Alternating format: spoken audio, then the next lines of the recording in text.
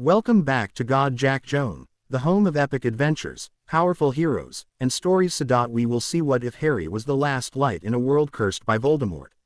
Here is short summary. When Voldemort's final curse shatters reality, the world is plunged into eternal night. With shades roaming and humanity on the brink, only Harry stands between what's left of hope and total darkness. Before we begin, don't forget to like the video, subscribe to the channel, and turn on notifications so you never miss another adventure. Now, grab your wand, prepare for the unexpected, and let's dive into today's story. They found the house easily enough.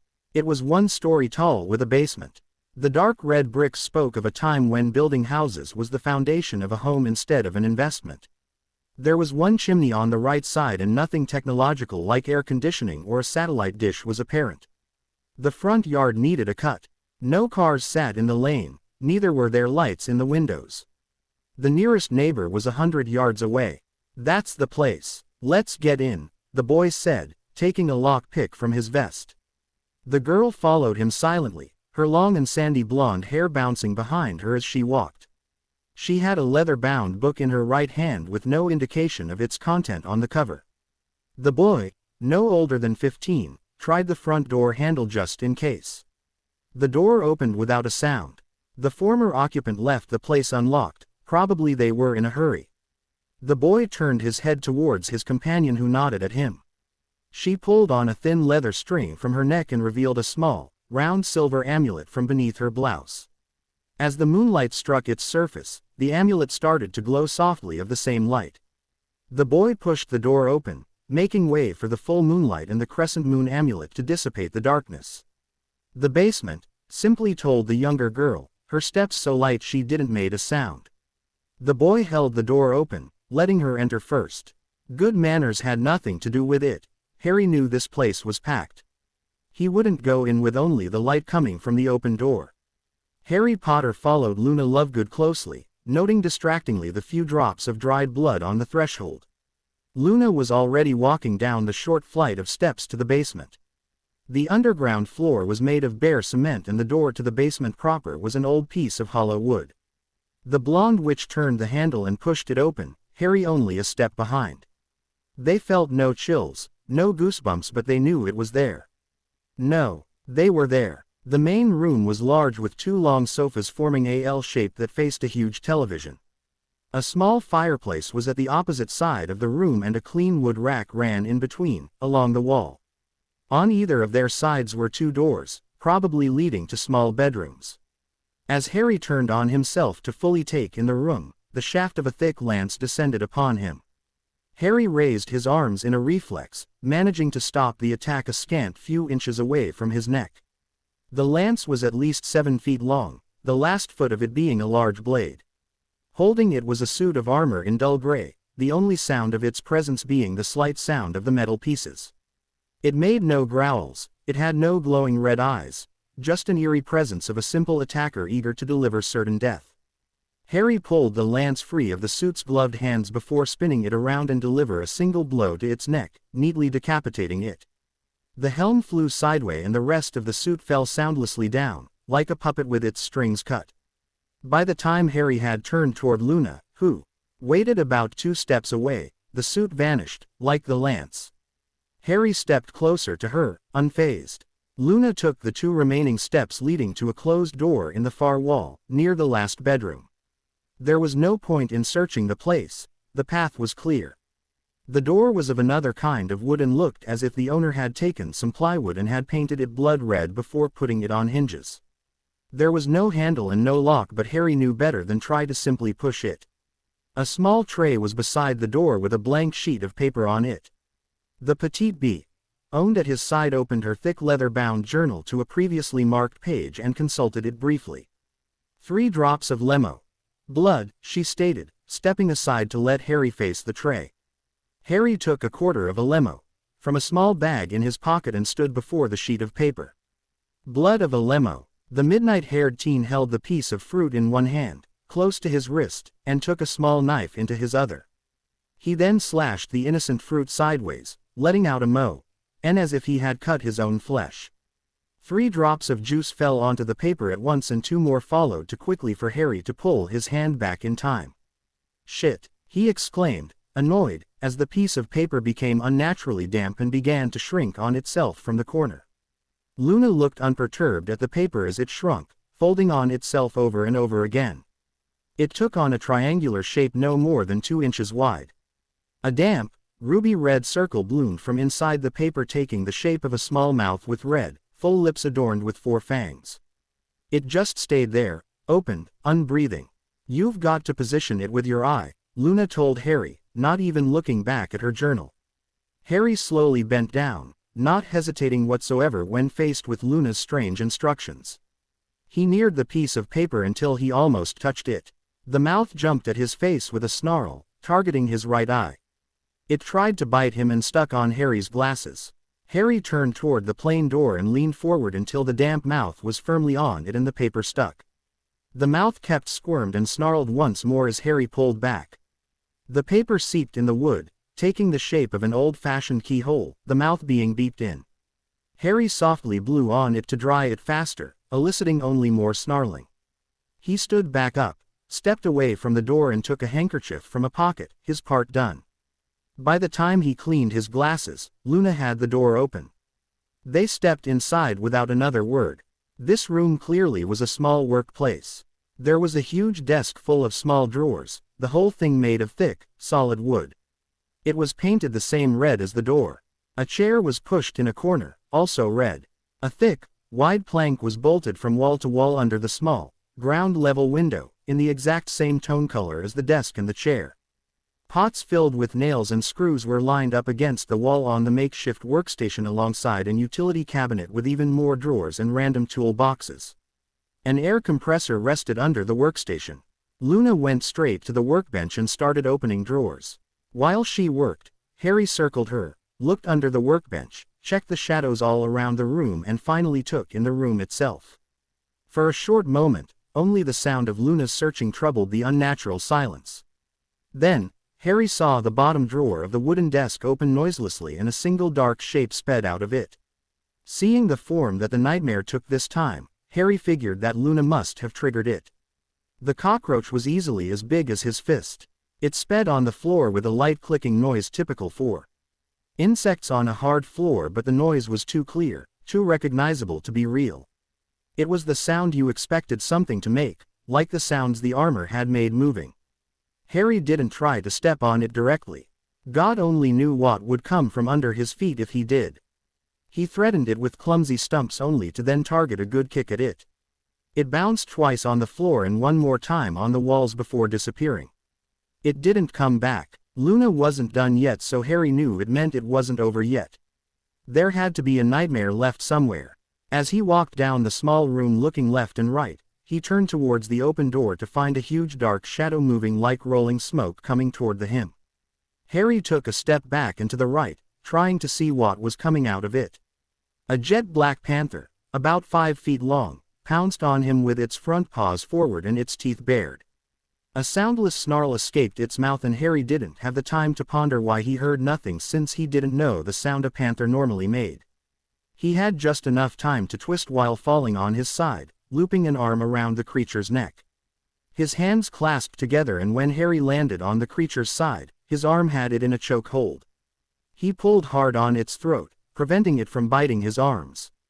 "You ain't so tough," grunted Harry while smirking. As he said that, the beast started to use its legs to get back its footing. It didn't seem to matter that the claws raked on cement, it started to get back up despite Harry's hold. Luna chose that moment to walk by. With a crayon, she drew more whiskers on the creature's face, which looked more like stripes. It remembered Harry of a tiger's stripes. The nightmare's color shifted to orange with large, black stripes. "I get it now," said Harry. "It's not a panther, it's a plush toy." The panther popped out of existence, only leaving behind a small tiger plush toy with a round, surprised mouth. Harry tossed it in a corner where it disappeared. As Luna and Harry stepped out of the room, the boy turned towards his partner, raising an eyebrow. She held a piece of crystallized light in the palm of her hand, a satisfied smile on her lips. "Yes," cheered Harry, pumping a fist in the air. They climbed the stairs back up and left the house with the door wide open. It was a signal to the previous occupant that the place was now clean. Harry stretched on the threshold, Luna at his side, and both teens looked up at the sky, watching the clouds filter the full moon's light. As if the moon could be anything but full. It was Halloween of the year 1981. On that date, the night changed. The magical world had been stuck in a racial war opposing the pure of blood and the rest of the world. A few dozen individuals kept Britain in a state of constant fear, led by one of the most powerful wizards in history. Lord Voldemort was said to fear no one, except maybe Albus Dumbledore, the only wizard he kept clear of. Still, the old man was also the headmaster of Hogwarts School of Witchcraft and Wizardry, and couldn't possibly go evil wizard hunting, like he did in his youth. Lord Voldemort had his sights on the school, and leaving it unprotected was out of question. Also, there was a prophecy about the birth of a boy, and Albus knew it wouldn't be him who'd vanquish the Dark Lord. Unfortunately, he who must not be named learned of it, ran down the possibilities, and on that Halloween night, visited the Potter household. "He's teething, James. It's normal he's crying," Lily Potter told her husband, who looked at their wailing son in her arms. "There is not much we can do. Can't we at least give him a bit of dreamless sleep potion so he can sleep through it? You know, I can't stand to see him hurting," James pled, his face a mask of worry. Lily sighed but agreed that a bit of potion with some warm milk might ease this painful period. Harry was deeply sleeping not 10 minutes later. "You realize that we can't do this every time he starts crying, do you?" teased the red-headed woman, putting the toddler in his crib. "You know I wouldn't do that, but you hated hearing him cry as much as I did." The playful banter was cut short as an explosion rocked the house, coming from below. James's face turned became a mask of fear and realization. "Protect Harry," was all he said before sprinting down the stairs. From outside, anyone who could see the house, and those were a limited few, would have stared in horror at the blown door, at the bright flashes followed by explosions and screams downstairs, the eerie silence and the evil laughter. A woman's scream could be heard all the way down the street. Not Harry, only to be silenced with a deep green ray of deathlight. Lord Voldemort stood over the corpse of a woman, hunched over the crib of her sleeping child. "Small impure creature, you will be the last stepping stone toward my goal, my dream. Immortality. Avada Kedavra." The jet of light sped toward the orphan and struck right in the middle of the forehead. The result was most unexpected. The magic of death faced the sacrifice of love the mother made, her link to her child still strong and even more present, made by Fidelius' charm that hid the family by blood. It bounced but then tangled in another form of magic, the effect of a potion on the sleeping boy. It ripped that magical effect from the child, coated the deadly magic, and struck the caster back, who barely had the time to take a sharp, surprised breath before exploding in thick shadows, spreading all around the world. Pieces of a different nature scattered but were contained on the island and hid, unsuspected. The small boy woke up in a burning house from the battle downstairs, alone. He hurt from his teething, and from the wound he now had on the forehead, a lightning bolt inside a full circle. The next day, on November 1st, the world witnessed the changes. All around Britain were strange sightings of fireworks, flying howls, and people celebrating Halloween in robes one day late. That was strange, but when night came, it became downright freaky. It was a full moon, a week early. Astronomers didn't understand it one bit. They couldn't even start to explain this, and what was worse, how could it be a full moon all around the world? People started to worry, to fear, and then, the shades came. Strange shadows started acting strange in children's bedrooms all around the world. Parents tried to comfort them and sometimes succeeded. Other times, they couldn't, but when it was at its worst, the parent looked at the shadows and saw the shapes. They shared their kid's bed, held onto them tight, and cried out of fear through the night. The next morning, 3 people stood in front of a house, in a street made of 2 rows of identical homes. One was a tall, old man in a purple robe. His white beard was long and his eyes betrayed more age and worry that his wrinkled face should. To his left, standing rigidly, was a stern old woman whom frowned at the old man. The third person present was massive and would have fitted the image of the Vikings of old times, if he wasn't crying hot tears with a baby in his arms. "Are you sure, Albus? Those are the worst kind of muggles you'll ever find, even if you were to search all your life." Minerva, this is the last of his family and the only place the blood protection his mother put on him would work for an extended period of time. It's the reasonable solution. His godfather betrayed his parents. Hearing this, the big man wailed even louder. And an orphanage is out of question. It's the only way and you know it is. We all know it. Voldemort isn't gone. You heard about the disturbance too. It must be his doing. Albus took the bundled child carefully from Hagrid's arms and walked to the front door. He put the baby on the steps and took a letter from his pocket. He was about to put it on the sleeping child but hesitated. No, this isn't right. He's not some kind of stray. Dumbledore ripped the letter and vanished the pieces. He took Harry back in his arms and knocked on the door. Steps being pounded hard were heard before the door opened. Mr. Dursley, I bring terrible news and have a request to make that might change a life and possibly the world. Years later, Petunia Dursley walked in her son's bedroom, closing her gown with haste around herself. Light from the perpetual full moon filtered from the crack in the curtains, lost in the glow of the 4 nightlights plugged around the room. A wailing child sat in the bed, his blanket lift right under his eyes, trying to hide. Dudleykin, honey, what's the matter? Asked Petunia to her only child, her pride and joy. Hush, hush, it's okay now. It was only a bad dream. Just a bad dream. No, mommy, no, look, there, look over there. It's over there, I tell you. Against the wall. The shadows, it's the shadows. Petunia froze. No, it couldn't be. Not them. Reluctantly, she turned to follow the accusing finger of her son. Against the wall, but not really touching it, was a shade. How to describe it? It's as if the reason we fear the dark materialized and moved around, from shadow to shadow. It would creep all the way to the bed and back under that outlet, mocking the fairies and other colorful shapes and figures of the children's nightlight. It crept on it, turning innocent smile into evil smirk, fairies in bloodthirsty pixies and, generally, wakening the oldest fear of humanity. Petunia crawled in bed with her boy, holding him close, a small source of comfort as she was not alone to be afraid. She knew what was to come. She would stay like this, afraid and unable to sleep or relax, until the morning came. She wondered if she could bear it. Could she really endure the long hours of the night, feeling only different level of fear? Auntie, why did Duddy screamed? Petunia turned toward the door, her nephew rubbing his eyes with a small fist, standing in the frame. Her mouth couldn't form the words, the warning she wanted so badly to yell. She could only look at the shade, twisting and twirling against the wall. Harry turned and looked at it without so much as a wince, in fact more like a yawn. He walked to the window and pulled the long curtains open one at the time. Moonlight fell in the room, diminishing the size of the shade by a good half. Harry went to stand straight before it. There, ain't so bad now. At these words, the shade dispersed completely, no hint it was ever there. Petunia slowly unraveled from her position and took a step out of the bed. Harry turned to her and his face changed in a bit of a pained one. Auntie, I wanna go potty. A few years more. Did you brush your teeth well?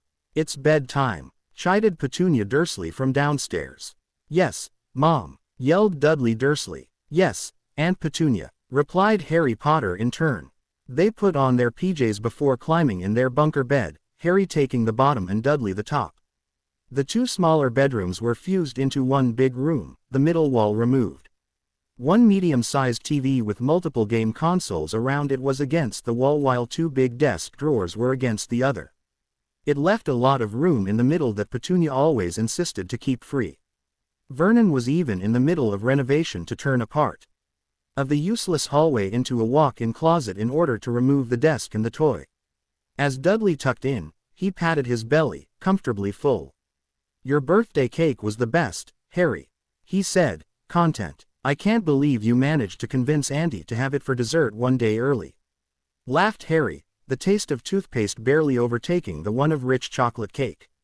You shouldn't complain. That only mean you'll have another one tomorrow. Harry shook his head at his cousin. He had his parents in the palm of his hand. Harry got up and opened the window, feeling the warm weather of July firmly setting in. Then, he unplugged the last nightlight. No, don't, hiccuped Dudley from his top bunk. You trust me, do you? Asked Harry, the nightlight in hand. Those things, they make them stronger, not weaker. You sure? asked Dudley, unconvinced despite the years of debate. Yeah, tonight. I feel none of them around. In the whole street, in fact. It's going to be a calm night.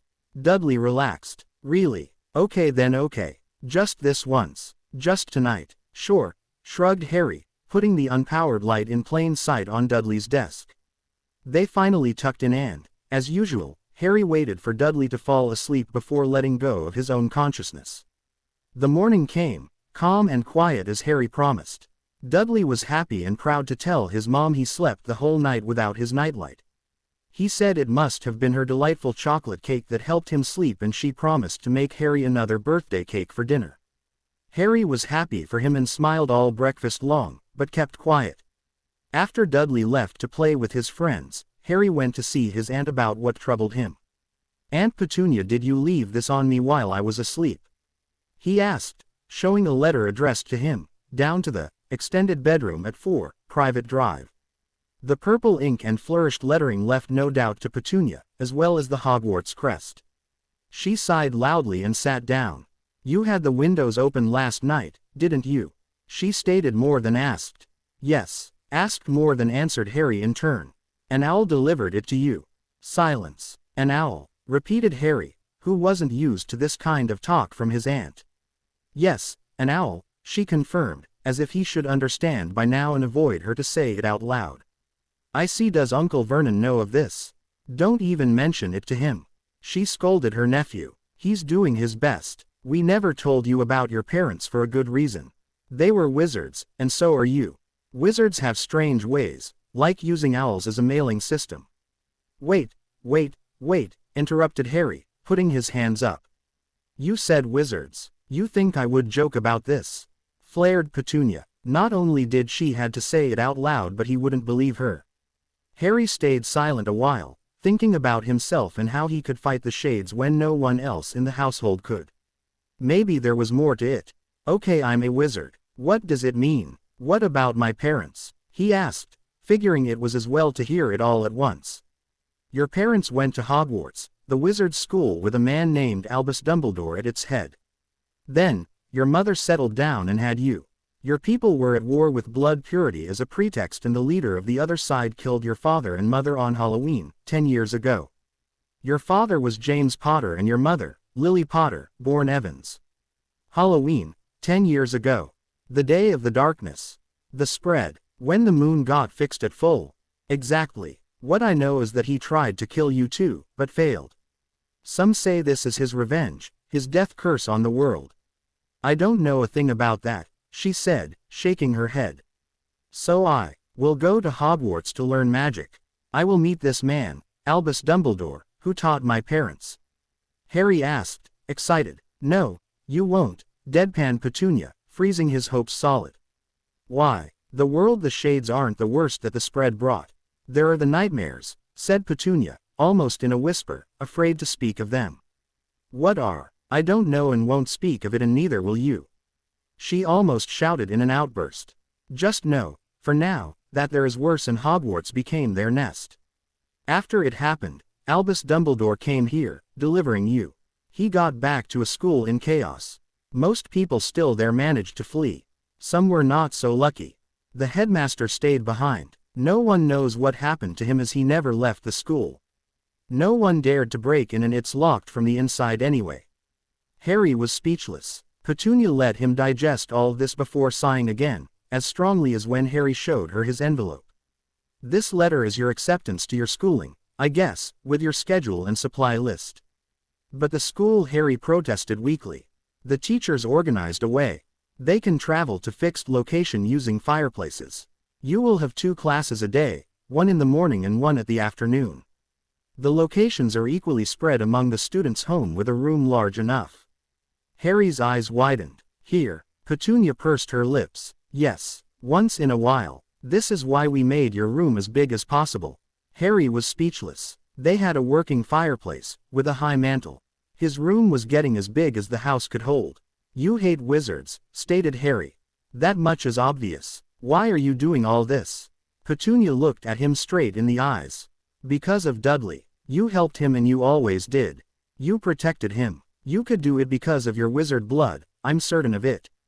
I met people who were commonly visited by shades. Insomnia, paranoia, weakness of hearts and sick children. The rate of those sicknesses has skyrocketed these past 10 years.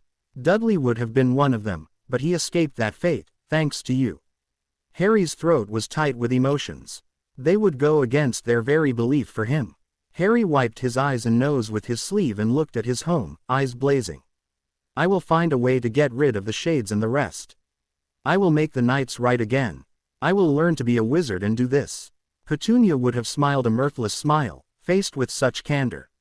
He was like a child stating it would become a rock star, would cure cancer or bring world peace, but she saw one thing that made her take his promise seriously. The scar on his forehead, the lightning part, got a bright pink as if it was freshly made, and the circle around it flashed with the pale silver light, rending the lightning inert again. Do your best, Harry. I'm sure Dudley will root for you, she said, nodding.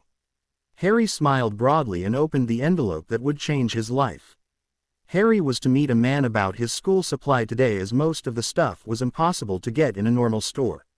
He would be taught how to use the Flow network by the same occasion. Harry waited in front of the fireplace, feeling a bit silly. How could you use one as transport? Did a hole appear to let you through? Do you use the chimney like Santa?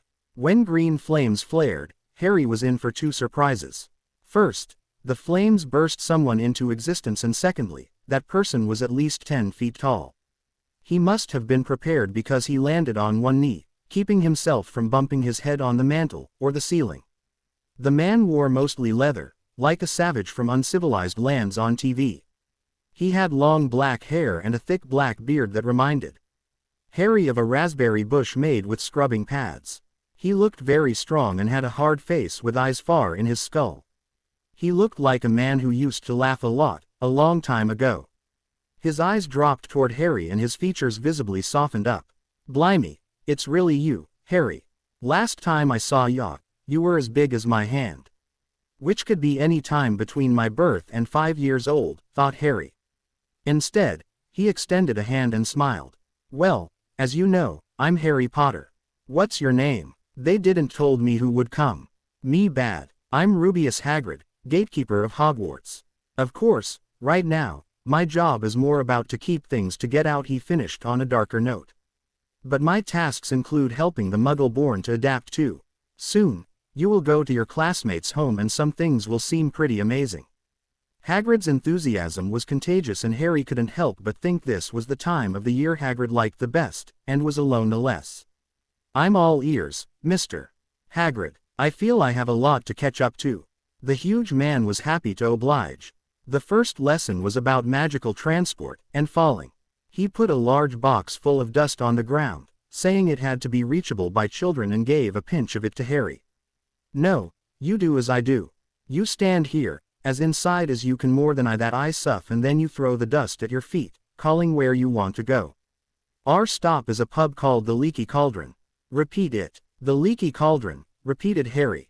Excellent. Good, good. Words are important in all forms of magic. Now here I go. Leaky Cauldron. On cue, the giant man was beeped into a vortex of green flames. Harry walked in the fireplace, aimed at his feet, and threw the pinch of powder. Leaky Cauldron. See now, Harry liked rides in amusement parks, but this was the kind as usually stayed clear of, the ones that make you sick. As it stopped, the fireplace practically spat Harry out, and it used up all his luck to land on both feet. For a moment, Harry looked like a gymnast landing with both arms flaying in the air to prevent falling forward, both feet firmly planted on the ground. Nice receptions, for a first-timer.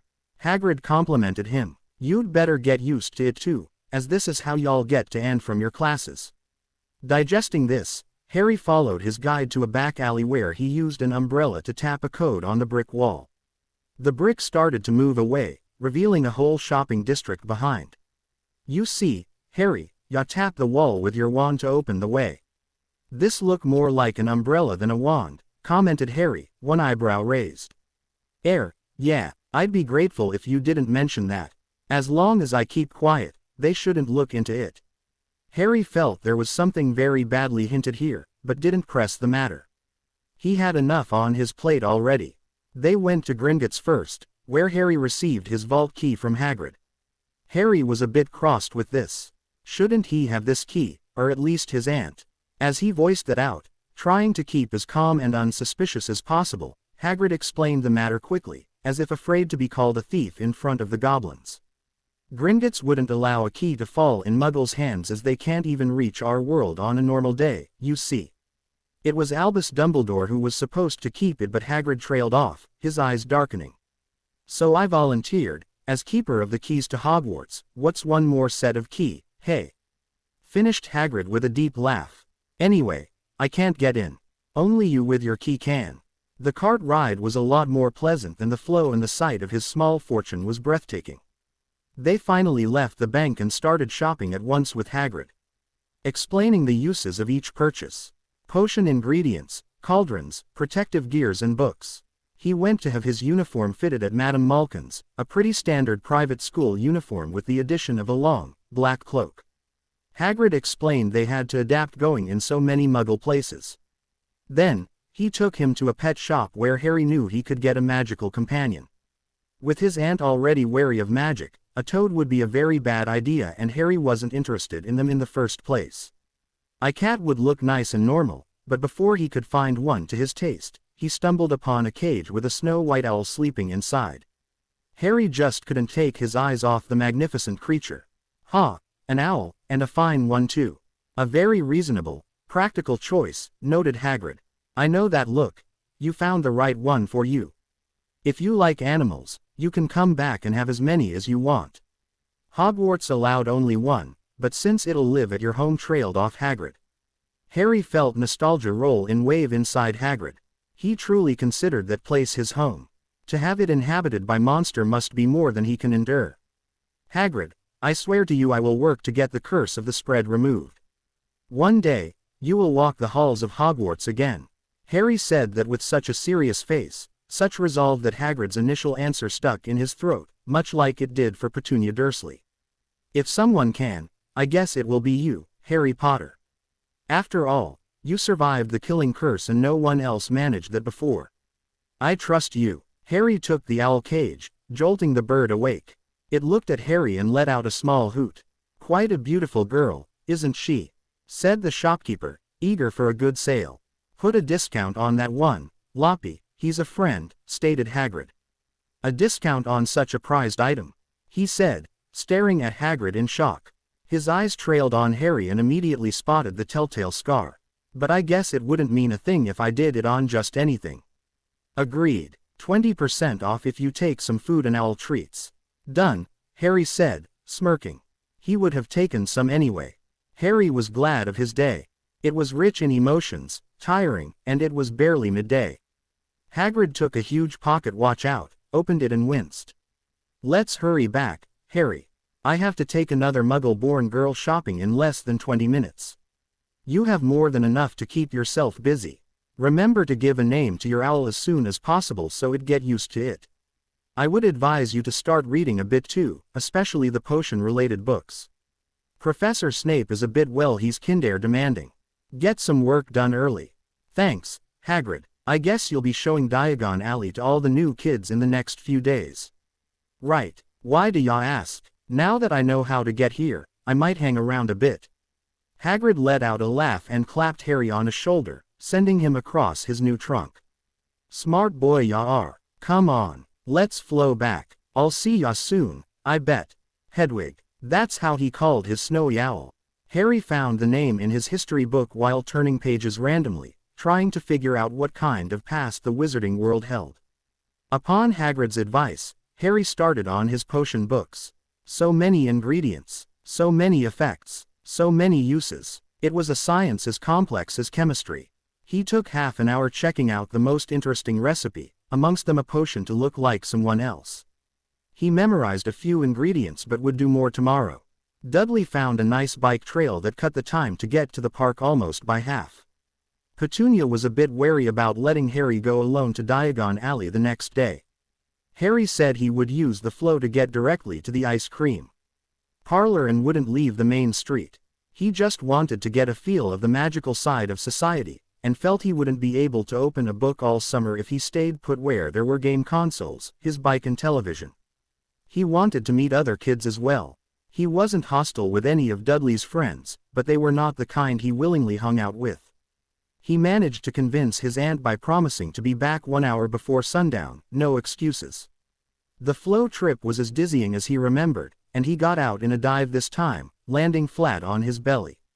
Fortunately, the ice cream parlor's floor was squeaky clean and his aunt wouldn't scold him for putting dirt on his clothes. The ice cream stains should be more than enough. It was still early morning, right after breakfast, when Harry chose a table outside and ordered a tall fruit juice. Harry wondered how the silly straw in it managed to have the look of a miniature fountain. He took a few sips and opened a book. This one was on Transfiguration, or the art to change something into something else. It looked like hard work and something learned through hours of practice too. There were a few tricks here and there, but it mostly was about wand movements, incantations and the intent behind the spells. Harry found 100 things that could go wrong. He hoped a missed spell would only mean a lack of result, and not a random spell. He guessed it was very likely, or else they wouldn't show it to first year, would they? Harry's peripheral vision spotted Hagrid coming from the leaky cauldron's entrance very easily. He wasn't that blind. He smiled and waved to Hagrid, who made a beeline for him. He had a young boy and his clearly nervous mother and father in tow. "Hiya, Harry, enjoying the magical world already?" greeted Hagrid, somehow glad to see him. "Yes, I'm taking a bit of an early start as I have no idea of what I'm getting into. I wished we'd had more time to speak yesterday, but since you had another Muggle born to show around," Harry trailed off, his eyes sending not-so-subtle glances to the other boy obviously waiting behind the giant man. Right. Always busy. Oh. This is Justin Finch Fletchley. Muggle born, you guessed, and these are well his parents. Sorry haven't got your names, finished Hagrid quite quickly. Harry was already shaking hands solemnly with Justin, presenting himself, and smiled at Justin's parent to apologize. "I learned about my heritage myself only a few days ago. Hagrid have been a great help to get me started," he said seriously. Hagrid waved him off but apparently fought a relieved sigh. Justin's parents visibly relaxed and started making small talk, who could get very strange when magic was involved. As it was, "We worried our fireplace wasn't big enough to allow for classes, but we only needed the dust pot," Harry shared. "We have electric heating," assured Justin's father reassuringly. "Boy, did that!" earned him a dubious look from Hagrid and a nervous laugh from Harry. Harry bid them goodbye but as a late thought, asked Hagrid when would be the next visit.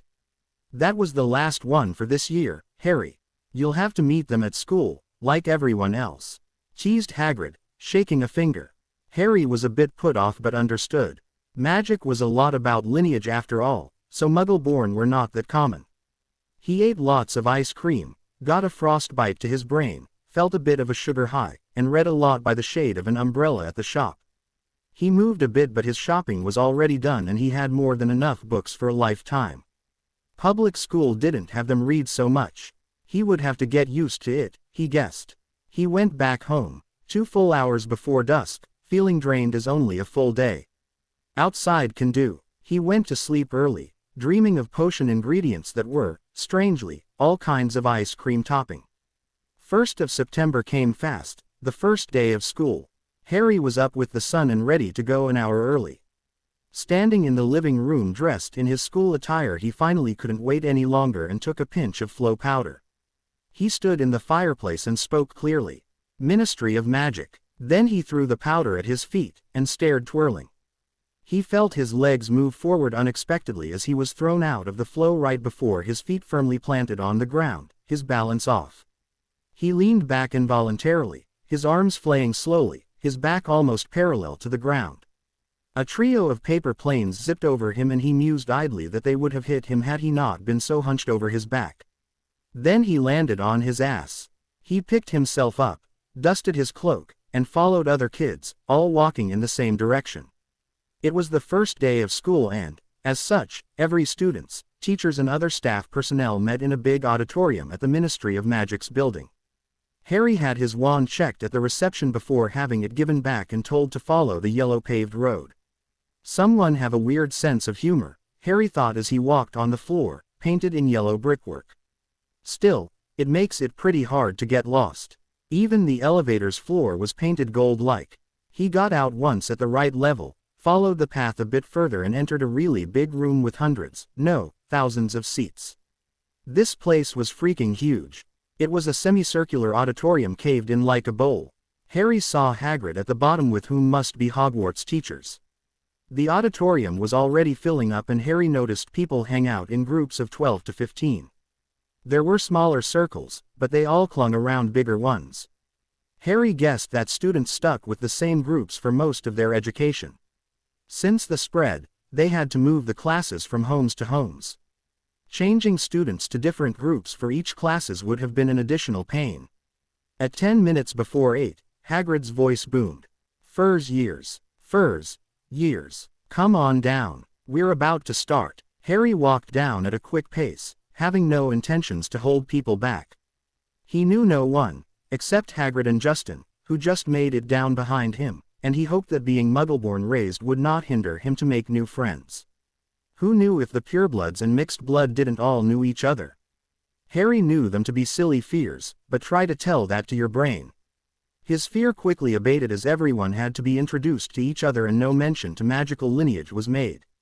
They were then introduced to their teacher in turns, with most of them displaying an aura of no nonsense, zero tolerance to insolence. Minerva McGonagall, teacher in Transfiguration, could have made the most stern math teacher bow his head and apologize without knowing why. Harry did not want to cross her. Phileas Flitwick was probably the only teacher he could look in the eyes. Not only was he the kind to smile more easily, but he was standing at first year's height. A short first year. Remus Lupin looked zen. That was the best description Harry could come up to describe the defense against the dark arts teacher. He was dressed in the same way as the others, but it looked unnatural on him, as if he wasn't used at wearing it. Rigel Algebbar looked old. Not only that, but he felt old. He looked like one of those worn, thick wooden you've got in your home. It always was there. Your parents got it from their own parents, but you have no idea where it come from or how old it is. Fitting, for an history of magic teacher. Aurora Sinistra had this strange way of looking at people, as if they were a distraction before she could look up again. Harry guessed the astronomy course got a lot more serious this past decade. Pomona Sprout was a short, plump woman with a smile practically stuck to her face. As teacher in herbology, Harry guessed she never tired of seeing things grow, be it plants or students.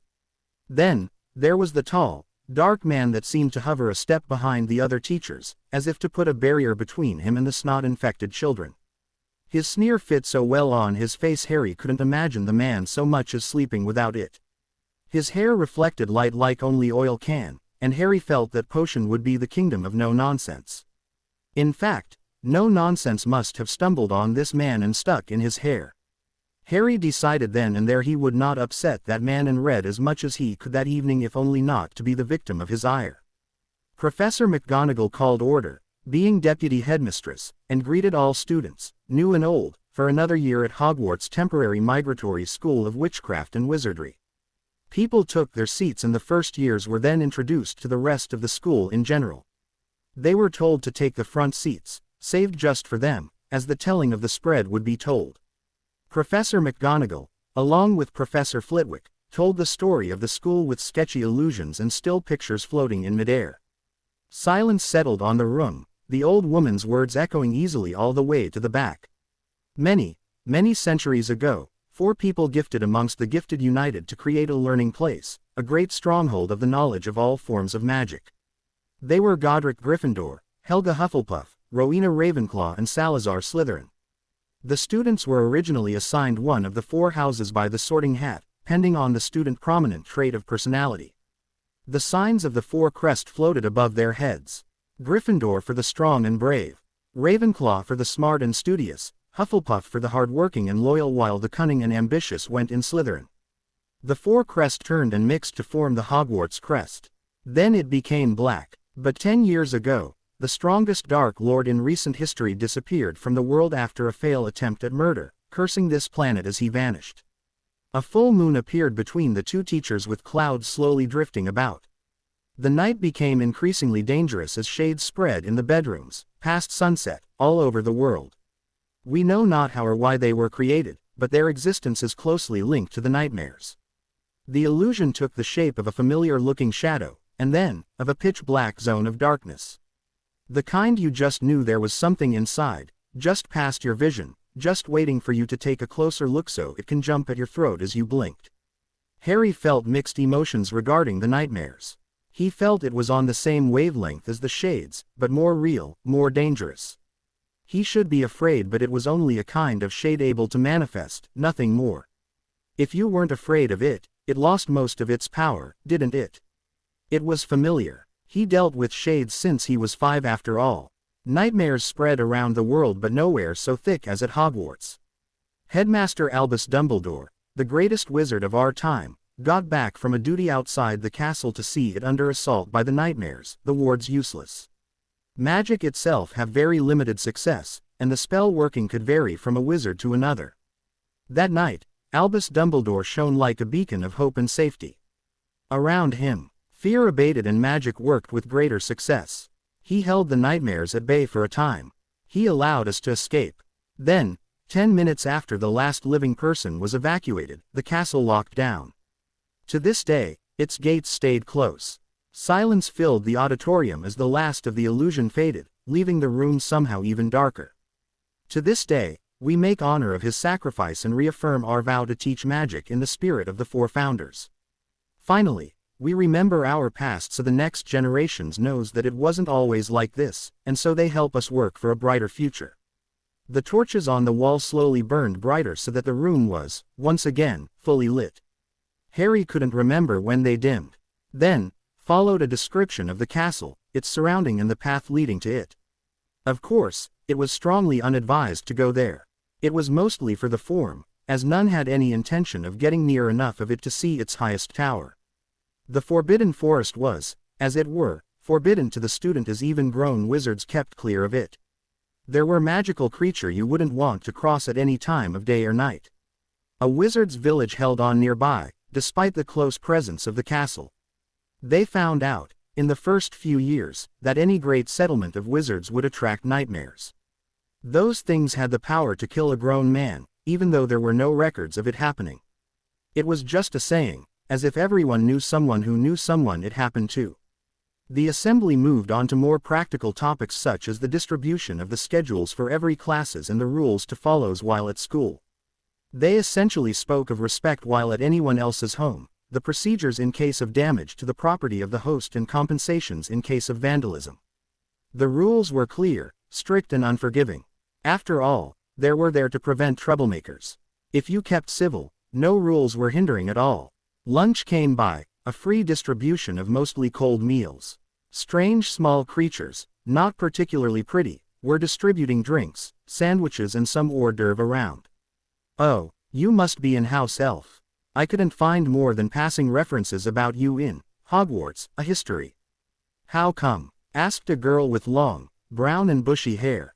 The small creature bowed, unsurprised of the question.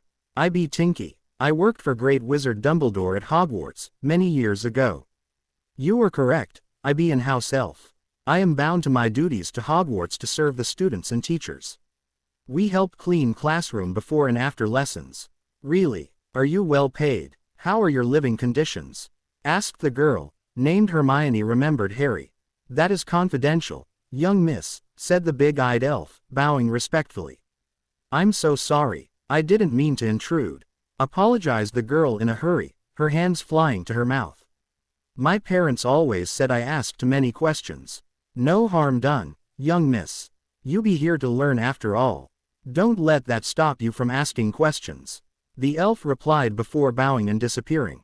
I hope I haven't offended him. Squealed the poor girl. I don't know if they can be, on a personal level, said a young boy with a round face, frowning. Harry remembered his name to be Neville. They are that good-natured? Asked Harry. Well, not so much good-natured than compliant. You'd convince them more easily to stop breathing than to disobey one of their master's orders. It's in their blood and their magic. That's awful. You mean they can't be free? Said Hermione, outraged. More like they consider being servants as being free to serve, while being freed from their master is to be ripped off their liberty to serve. Their system of value is kinda backward to ours. That's pretty much what I understood while speaking to Twinkie, our own house elf. Your family own an house elf? Asked Hermione again, building up steam. Yeah, pretty much my only friend until today too, he finished, looking away. Hermione's mouth shut close with an audible snap. Open mouth, insert foot, Harry thought for himself. I guess we'll have a lot to learn about magical creature, don't we, Harry? Asked Justin, just a bit louder than natural. I didn't even realize magical creatures could exist, even after meeting a goblin at the bank. Chuckled the young wizard. Do you think they have leprechaun? I'm from a magical family and I'm not even sure if they exist. If I asked, I'm pretty sure one of my brothers would put a green vest on a garden gnome and yell to me they found one. Joked a red-haired boy. It diffused the tense atmosphere quickly enough. They started a lively discussion about all the possible creature that could really exist and which one were only in fairy tales. Hermione kept silent for the rest of the discussion though. Later on, she quietly left the group to stand in a corner, half hidden by the far seat of the auditorium. A girl, Harry remember she was named Lisa Turpin, followed her shortly and spoke to her. Harry hoped it would work out somehow.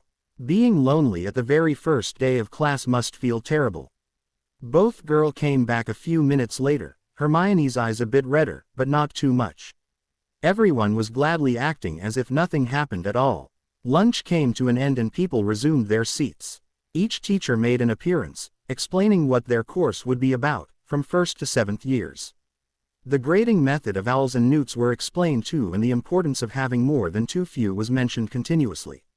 Finally, they laid down a lot of the most common employments in the magical world. Some of them were related to the inner working of the Wizarding Society, like the Aurors, the magical police force and the healers that worked at St. Mungo's, London's magical hospital. The ministry had a lot of departments to run too, like the transports or the abuse of Muggle devices. Of course, the magical world was not all focused on magic. Many sectors of industry needed them, but not their particular magical skills. They needed people to sell clothes, to make them in the various steps of food production, building construction, furniture distribution and hundreds of other small things were necessary.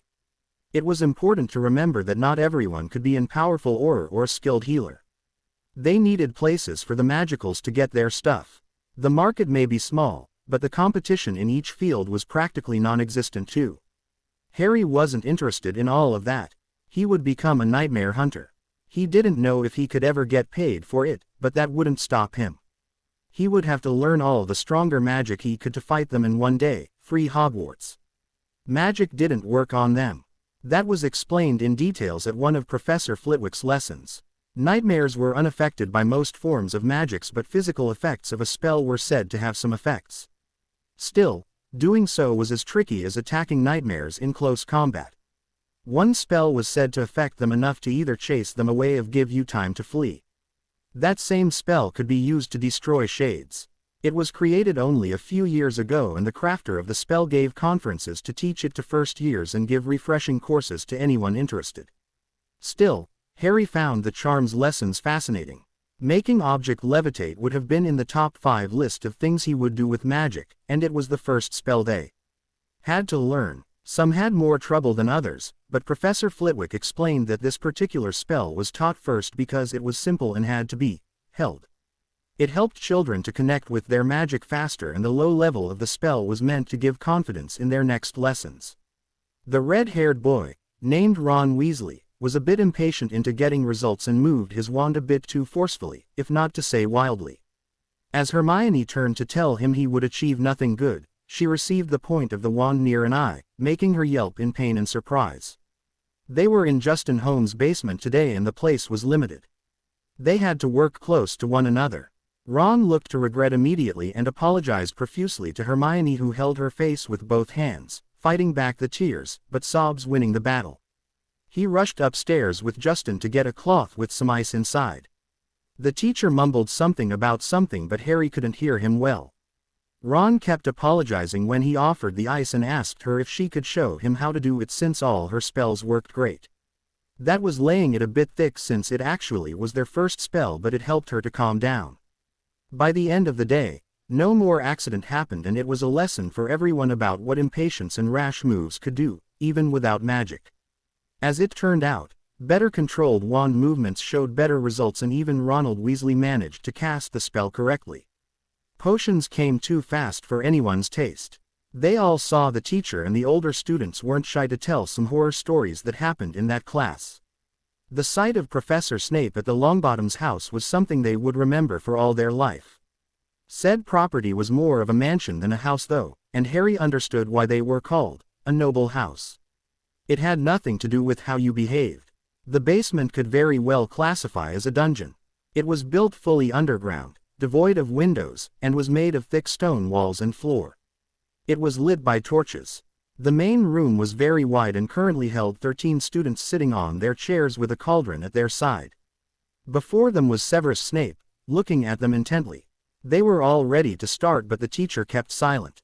If one would have dared check the second hand of their watch, he or she would have noticed with no small amount of awe that the potion master started speaking at 8 o'clock sharp. The making of potions, children, require discipline, dedication, focus, and above all, timing. One can pull off an acceptable potion by putting in the pot all the right ingredient, but without the exact timing, I wouldn't ask such a person to brew me a chicken broth. As my students, I will expect of you to abide by my timing. I speak, you listen. I ask a question, you raise your hand to give me the answer. Wasting time in my class is a crime, and you may be asked to explain any action I see unfit under my watch. I hope this is clear. If the dungeon wasn't cold enough, that took care of sending shivers down the young one's spines. I will take your silence as a yes. I hope some of you had the forethoughts of opening their potion books before today, or else you are going to find this morning quite unpleasant. Potter, name 3 effects of smelling the fumes of a potion directly. Harry blinked twice, realizing he was put on the spot without any warning at all. Just a second, Professor. It was in the first few pages, about security measures. I think there were headaches and rashes and And that, children, is the perfect example of wasting class time, interrupted the sneering teacher. An answer must be quick, firm, and certain of its truth. The next symptoms Mr. Potter was about to list, sometime in the next hour, were burns, coughing, dizziness, and, my favorite, death. If you don't know what the potion is supposed to smell like, don't. Potter, I would like you to imagine putting an ingredient in your cauldron at the wrong time. You see the mix get unstable and about to have a violent reaction. What do? Harry thought as quick as he could, his mouth shut. Close the cauldron. Put water in it. Kill the fire under the cauldron. No, you're a wizard now, Harry, think like one. I would vanish the content of the cauldron with my wand, sir, Harry answered confidently. Marvelous. A correct answer that took only 5 times what it take for an unstable potion to ruin your face more than it already is. Potter, what do you think playing a joke on one of your little friend's potion would cause? Expulsion, sir, Harry answered immediately. Your case may not be totally lost if you can remember the most basic and absolute rule of any classes you have. Remember Potter's crashed course in security measures, dunderheads. They are called rules, not suggestions. Open your ingredient cabinet, turn your potion book to chapter 1, page 1 and start brewing. In all security, of course. You wouldn't want to make my sensible heart bleed, would you? Turning pages quickly, Harry pondered on the thickness of the line to cross before being considered officially a dark wizard. Harry hosted his first class on day 3 of the term, in the morning. It was a transfiguration class. Petunia was a nervous wreck. How would the neighbors not notice anything?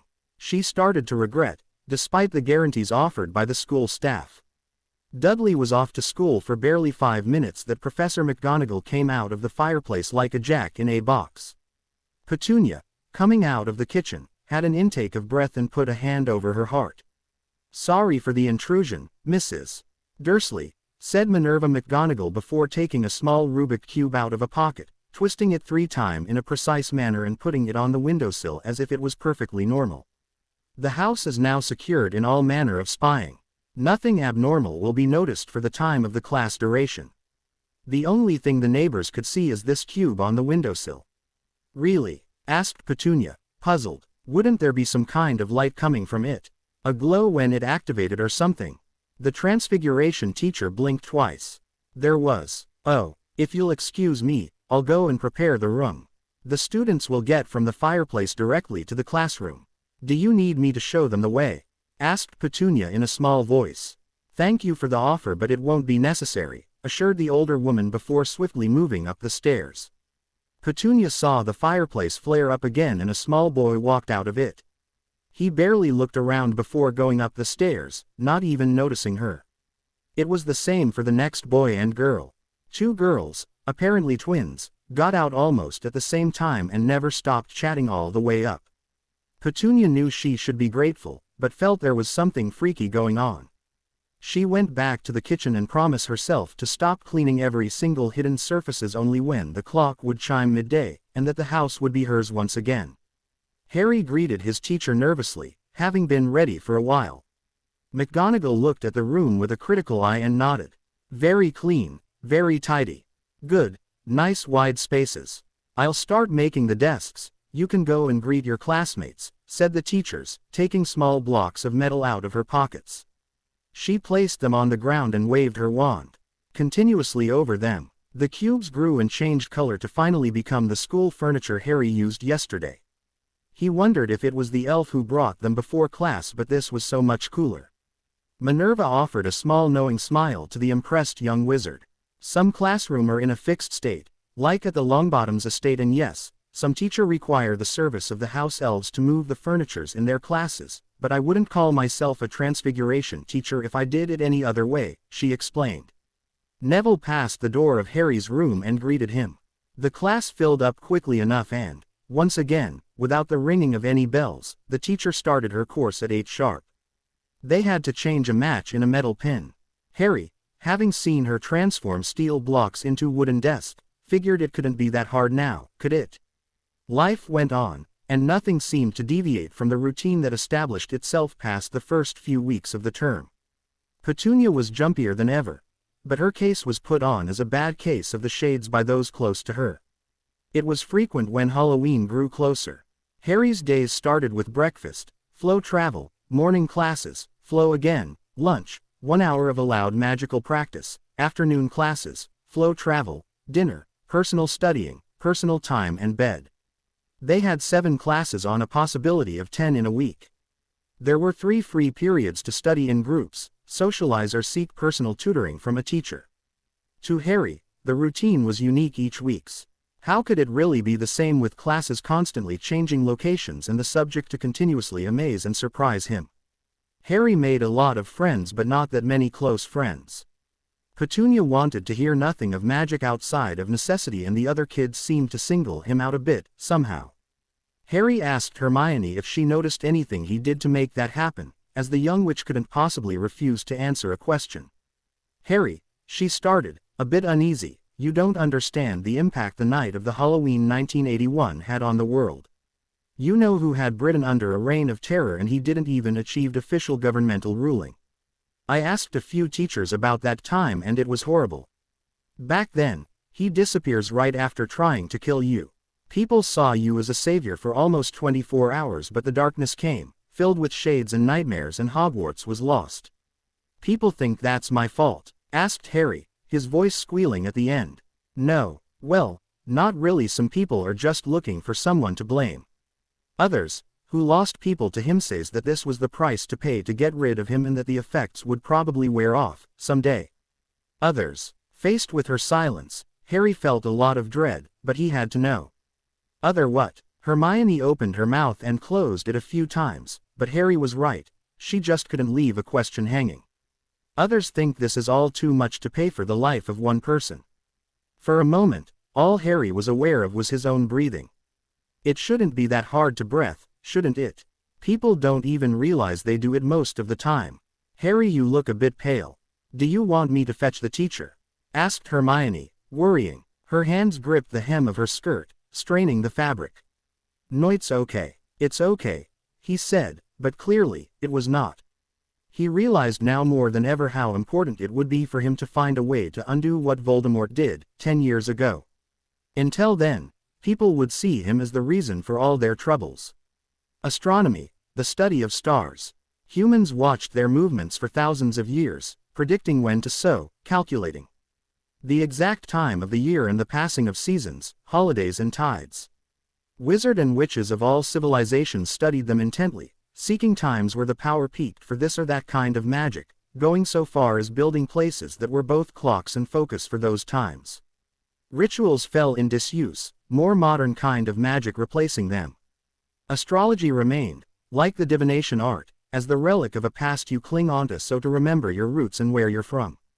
When events of cataclysmic order happen, you can always rely on them, unshakable pillar of the world, until the 31st of October 1981.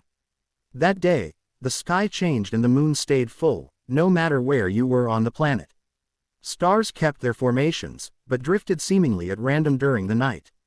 Planets and stars could become brighter than they should, with no astrophysical reasons to back the facts. Muggles spoke of something in the atmosphere that warped the light reaching us, as nothing was out of sort once in space. Wizard could only take them to their words for those who believed Muggles went to space, of course. Harry hung on every word spoken by Professor Aurora Sinistra. She was a well of knowledge and expertise about the spread. She had dark rings under her eyes, the kind you get on sleepless night, watching the sky, and spending your days trying to understand it. Be very, very precise while drawing your charts, children. We've been keeping record of them for the past 10 years and we are trying to make a pattern emerge. Everything that moves obeys some underlying laws, and to define those laws is crucial to a better understanding of the spread. If the answer was not in the sky, it wouldn't have changed at all, she said, walking slowly between the drawing students. Is it possible that the laws which the sky obey would be too numerous to define? Asked Harry, not realizing he wasn't alone in the class anymore. Quite a daring question, Mr. Potter, but an accurate one. If it was that easy, if only it was only some mathematical, or arithmetical calculus, we'd have found it by now.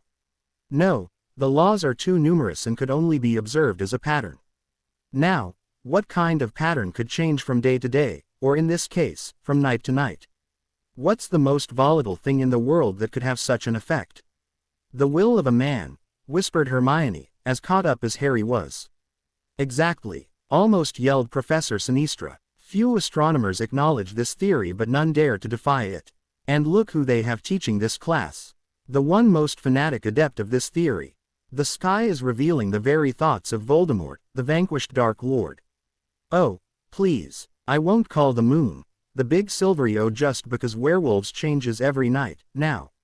If only we could decipher what's in the sky, we could have a better idea of how and why. In third year, you will use all of your charts in divination. You'd better start drawing. Harry took her words in earnest and did his best, all night long, to draw the exact replica of the sky. They had a free period next morning to rest, in order to be in shape for the meeting with the Shade Banisher, Serena Lovegood. Harry never felt so exalted in his life. The woman was a tall bee, owned with a white lab coat and thin-framed glasses. Harry wondered if she had the lab professor of a B-grade movie look on purpose or not, all the way to the purple chemical stain on the front of her lab coat. She strode in front of the class with a bit of a distracted and shy look. I'm sorry to show up looking like this. I was baking pumpkin pies and didn't have the time to change once I noticed the time. She said, almost bumping in her desk. Pumpkin, wondered Harry, who can make pumpkin filling look purple? He shuddered at the thought of the final result. It always end up tasting like blueberries. Fortunately, I like blueberries, said a smaller voice a bit behind him. Turning around, he looked at a small girl with long, dirty blonde hair, a dreamy smile on her face and a simple white dress. Harry looked back at the teacher, apologizing to a potted plant for bumping into it. Then back at the girl before him, who smiled a bit wider. I'm Harry, he simply said, extending his hand. Luna, glad to meet you, Mr. Potter. Likewise, Miss Lovegood, he smirked. Their hands connected in a shake. The world went upside down. Harry woke up in an unfamiliar place. It was a small girl's room, in a small girl's bed. He knew it because said small girl clung onto him. She stirred and woke up. Her big blue eyes focused on him. Do you think we overreacted a bit at our presentation? Asked Harry, a bit puzzled about why he was so calm about it. On the other side, he just woke up. If anything, there should have been a pillar of light and a flight of golden hippogriff nearby.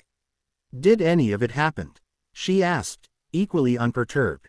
We'll have to ask. Any idea what that was?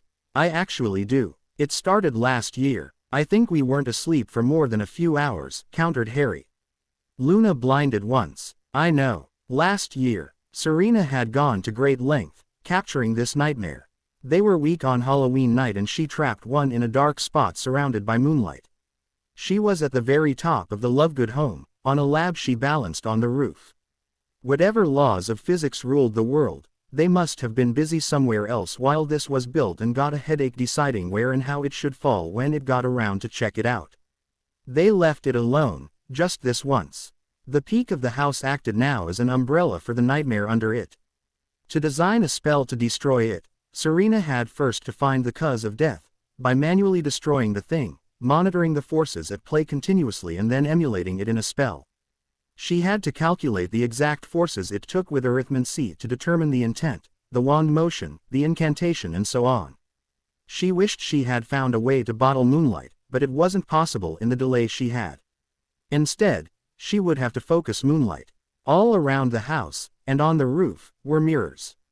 She had them all pointing up, the one on the roof either straight of surface for an area effect or curved to focus the light in moonlight beams. The nightmare could only watch as the preparations were made. It was too weak to just walk away for any long amount of time under direct moonlight. It had no fear to feed from the woman either. She wasn't even afraid of failing. Serena checked the position of the moon and activated the monitoring equipment, yelling, "Pull the switch," and she did so. The moonlight descended upon the nightmare who could do nothing but bask in the light, feeling intense pain and knowing that, in the next 5 seconds, it would cease to exist. "Mommy, are you talking to yourself on the roof again?" Serena watched with pure horror as the mirror on the trapdoor leading downstairs was lifted, showing the figure of her 9-year-old daughter, Luna. The nightmare simply reacted. That way was the one with the less light. It fed on the fear of the woman for her child and materialized it. It leaped toward her, intending to rip the girl to shred, then to hide in the dark, take the husband's lives, then. But its plans were cut short. At the very moment he was about to put its newly formed claw in the girl's face, the fear he was feeding on shifted. It wasn't genuine, but it was instinctive, and all he had right now. He didn't cut the girl, he went in her, and fell asleep. Back to present. Mommy tried all she could to get it out, knowing it's in me, but she can't seem to make out enough of it to have a hold. It was sleeping until today, finished Luna still unperturbed. "Weren't you afraid?" asked Harry, impressed. "I had my eyes mostly closed, as the roof was so bright and I was just waking from something I heard. I never saw it coming." "Do you think this will happen every time we touch?" asked Harry, not even pondering on what kind of occasion this could happen again. "I don't think so." "How so?" "We're still holding hands." Harry looked down at their entwined fingers. "Well, would you look at that? Time to end this handshake, do you think?" asked Luna, tilting her head. "Quite." Their finger parted. The world went downside up. "You know, even if this is sleeping, I'm getting pretty tired of it," Harry said, sitting up simultaneously in the bed with Luna. The first rays of the sun breached the horizon as they looked outside. "I had visions," said Luna. "Visions of nightmares. Bad dreams?" Harry asked, unable to hear the capital letters. "They were not good, but not scary." "No, I dreamed about where nightmares have been lately, and some still are. I saw where some will be, if we head there in time." Visions. This would be great to hunt nightmares, Harry pondered out loud.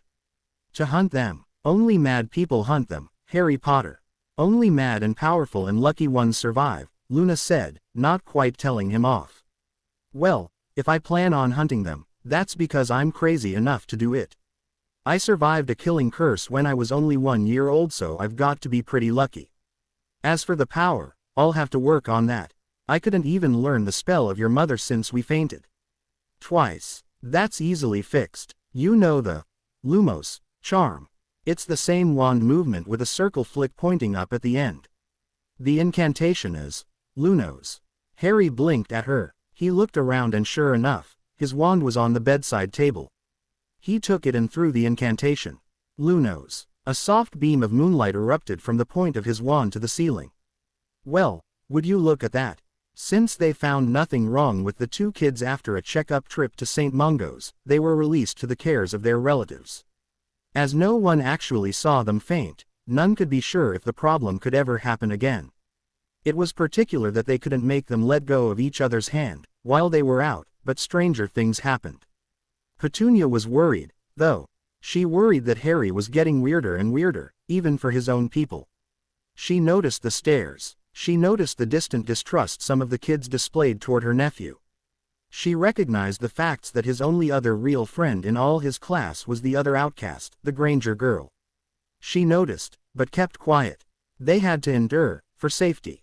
For Dudley, the defense course went well for Harry. Once he grasped the hang of a spell, he had no problem to cast it, despite the constant shaking of head from Remus Lupin, his teacher. Of course, the spells were mostly stingers and jelly-leg jinx kind of violent. The professor assured the class it was essential to master those spells and to practice in class on each other's.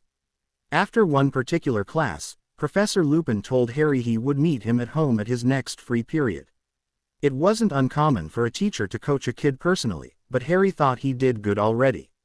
At his next free period, Professor Lupin joined Harry and sat on the ground, crossed-legged, before gestured at Harry to do the same, facing him. The bedroom class felt awfully wide to Harry, with just the two of them. "Mr. Potter, I understand that you are confused about why I asked you to be here, as your performances are the same as that of your classmates. For you to understand, I need to tell you of a few things, and, as some are sensitive information, I will need an oath of secrecy from you." Harry swallowed audibly. An oath. That was some very serious stuff. You could lose your magic or die if you broke an oath. Of course, I will not phrase it in an harmful way. I will target the intent of secrecy, rather than the fact. It will not harm you if someone force the truth out of you. Do you agree? Asked the teacher, his face an emotionless mask. Harry nodded numbly, took the wrist of his teacher as he made the wording. Do you swear to never intently give away any information you will learn today about the personal life of Remus Lupin? I do, answered Harry. A single strand of magic spread along both their arms, then vanished. Lupin let go of Harry's hand and nodded. When I was a kid, I was bitten by a werewolf and became one. Harry's mouth opened in shock. His brain couldn't get around the information. I managed to get a good education thanks to the goodwill and wits of Albus Dumbledore, the late headmaster of Hogwarts. I was friends with your father, James Potter, who was the leader of our little band, completed by Peter Pettigrew, the hero, and Sirius Black, the traitor. When Halloween came, I was devastated.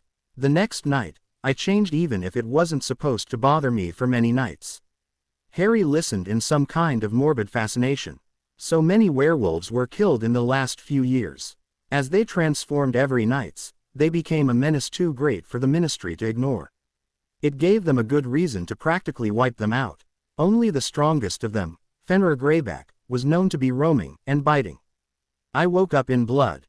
Human blood. I wasn't ready and took no precautions. I killed a good friend of mine, Amelia Bones. I nearly lost it. That day, I bought several handcuffs, and I mean a lot. I left society and lived in the wild, scrapping by, locking myself deep in the woods against a tree or simply in a way that would prevent me to move. I left the keys nearby, as the beast wasn't smart enough to use them. Then, something unexpected happened. As he wasn't dead yet, Harry figured he was as well to take as much of the story in. Was he confiding for his own comfort before killing him? The wolf. It became clearer. I was aware of the night but very distantly. So many nights as a werewolf gave me experience about that state, equivalent to decades in just a few months. My brain started to adapt and allowed both of my consciousness to coexist. The man and the beast. That was practically impossible. The only one able to somewhat control himself was Greyback in the way that he could trigger his transformation at will. I traveled east in search of wisdom and found it in Mongolia, where warrior priests captured me, one night that the wolf finally recognized the keys and escaped. They confined me during the night and taught me how to control it during the day. Emotions are the key. I devoid myself from emotions during the day and feed them to the wolf at night. Then, he allow me control of movement. Sometimes, I have to indulge in the thrill of the hunt, but I still decide if I kill or not. I welcome and honor the wolf. He, in turn, will respect my will and accept my superiority. The monks, in return for the training, asked to be bitten. The first night they turned, They sat as we are right now, cross-legged, and meditated. Harry blinked. Hell, he wouldn't die. It now get us to where we are. Few things let me feel emotions I'm unable to push back for the wolf, but seeing you does. It could endanger my life, and so, I will have to tutor you. You use your raw power to bypass the fine control of all spells and stops their strength to that of your comrades. You must now think that I'm somewhat mistaken. I am not. The technique I use to confine the wolf allow me, as a side effect, to feel ambient magic. I could walk in a room full of wizards, in battle, with my eyes closed without bumping into anyone or catching a spell unaware. Harry's jaw ached, but he couldn't find in himself to close it. If it is your wish, afterward, to keep your real talent and power from the rest of the world, that is your choice, but... And now his face sported fangs and a bit of fur. I will not see the son of my best friend waste away such talent. The werewolf took a few breathings, before resuming total control of himself. Who will defend me from the defense teacher? Harry pondered idly. He realized he was on his own. No other way then forward, he guessed. Let's begin, announced Professor Lupin. Magic consumed Harry's existence. Every waking hours available was dictated by what magic could do for him. Dudley said he was no fun anymore. Sometimes, Harry forgot he had free time after study time. He didn't realize that most kids skipped both wand practice time and study time, but would pass nonetheless. He couldn't afford to slack off. Petunia, who had little interest in his actions until now, gave him more and more chores. Now, he had to take out the trashes. He had to wash the car every day and to polish it every week, by hand. He had to mow the lawn with a brand new lawn mower. No engine. You push a set of spinning, razor-sharp blades like in old times, and then you have to rake the cut grass. He had to weed the flower beds, clean the windows, empty the gutters. Harry realized it for what it was: an evening of May, a whole month after Petunia's frenzy started. She tried to cut in his time doing magic. Harry protected Dudley from the shades, and that was a given, to them. Harry had no need to learn any more magic than that. After all, he did it even before starting his magical schooling. Slowly, they were cutting him off. One day, he saw Vernon standing in front of the fireplace, just looking. Harry started to feel fear.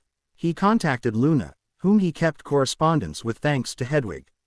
He talked about it to Hermione, and both girls told him the same thing, each of them in their equivalent of an urgent tone. He had to speak to the deputy headmistress, and fast. Petunia put a cup of Grey Earl in front of Minerva McGonagall, never looking at her face. Thank you. I think, Mrs. Dursley, that you suspect the motive of my visit today. Mr. Potter came to me with suspicions that you wished to cut short his education at Hogwarts, the Transfiguration teacher said, raising her cup. We did our best. I want to clear this right now. We did our best. Our best to ignore all that goes on, the owls, frogs and rats in the house, the kids doing freakish things just by waving a stick. We did our best, but we can't anymore. Past this school years, the fireplace will be demolished, and no more magic will be done, in a way or another, in this house. Harry will not forsake his instruction just like that, countered the headmistress, carefully setting her cup down.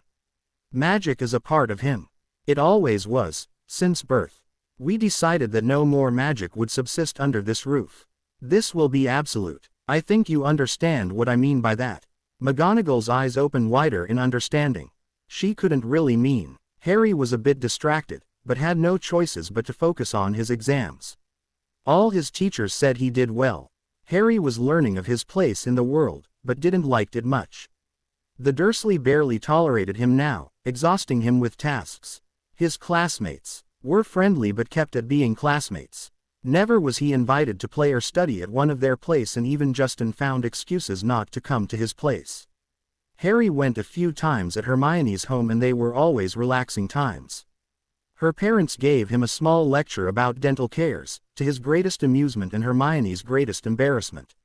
Honestly, I'm surprised they haven't had you sit on a kitchen chair and open your mouth wide, she mumbled. They studied quietly on those occasions, as it was each other's pastime anyway. He went at Luna's place one time, under the hawk eye of her mother. She kept on activating devices around them, not even trying to hide it. Harry had a bit of trouble discussing with Luna and felt like a lab rat.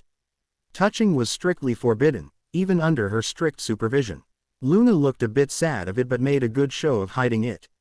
Harry figured she was even more curious than her mother to see what would happen. Now, it was Professor McGonagall's turn to look at him with sad eyes. She had a discussion with his aunt but she refused to say anything except that she was working on the case and would tell him more after he passed his exams. Harry knew it could very well be his first and last year at Hogwarts if Petunia decided so. Today was the last day of his exams. Professor Algebbar was always impressed at how attentive Harry was in class. Despite learning all he could for the past year, Harry felt he needed so much more. It seemed that every day, almost until the end of the school year, something new was dropped on him. He felt his eyes would eventually set in the same expression as Luna's, continuously surprised. Broom racing. Teleportation actually existed, but called apparition. Dragons. Unicorns. They didn't have TV. Harry flew to the headmistress' home, where she had her office. Despite seeing only the living room, he found very little surprises about her. Nothing overly cute, frilly, or puffy. The oldest furniture was in tones of red and gold, but more recent tapestries and frames were in gray or oak-brown colors.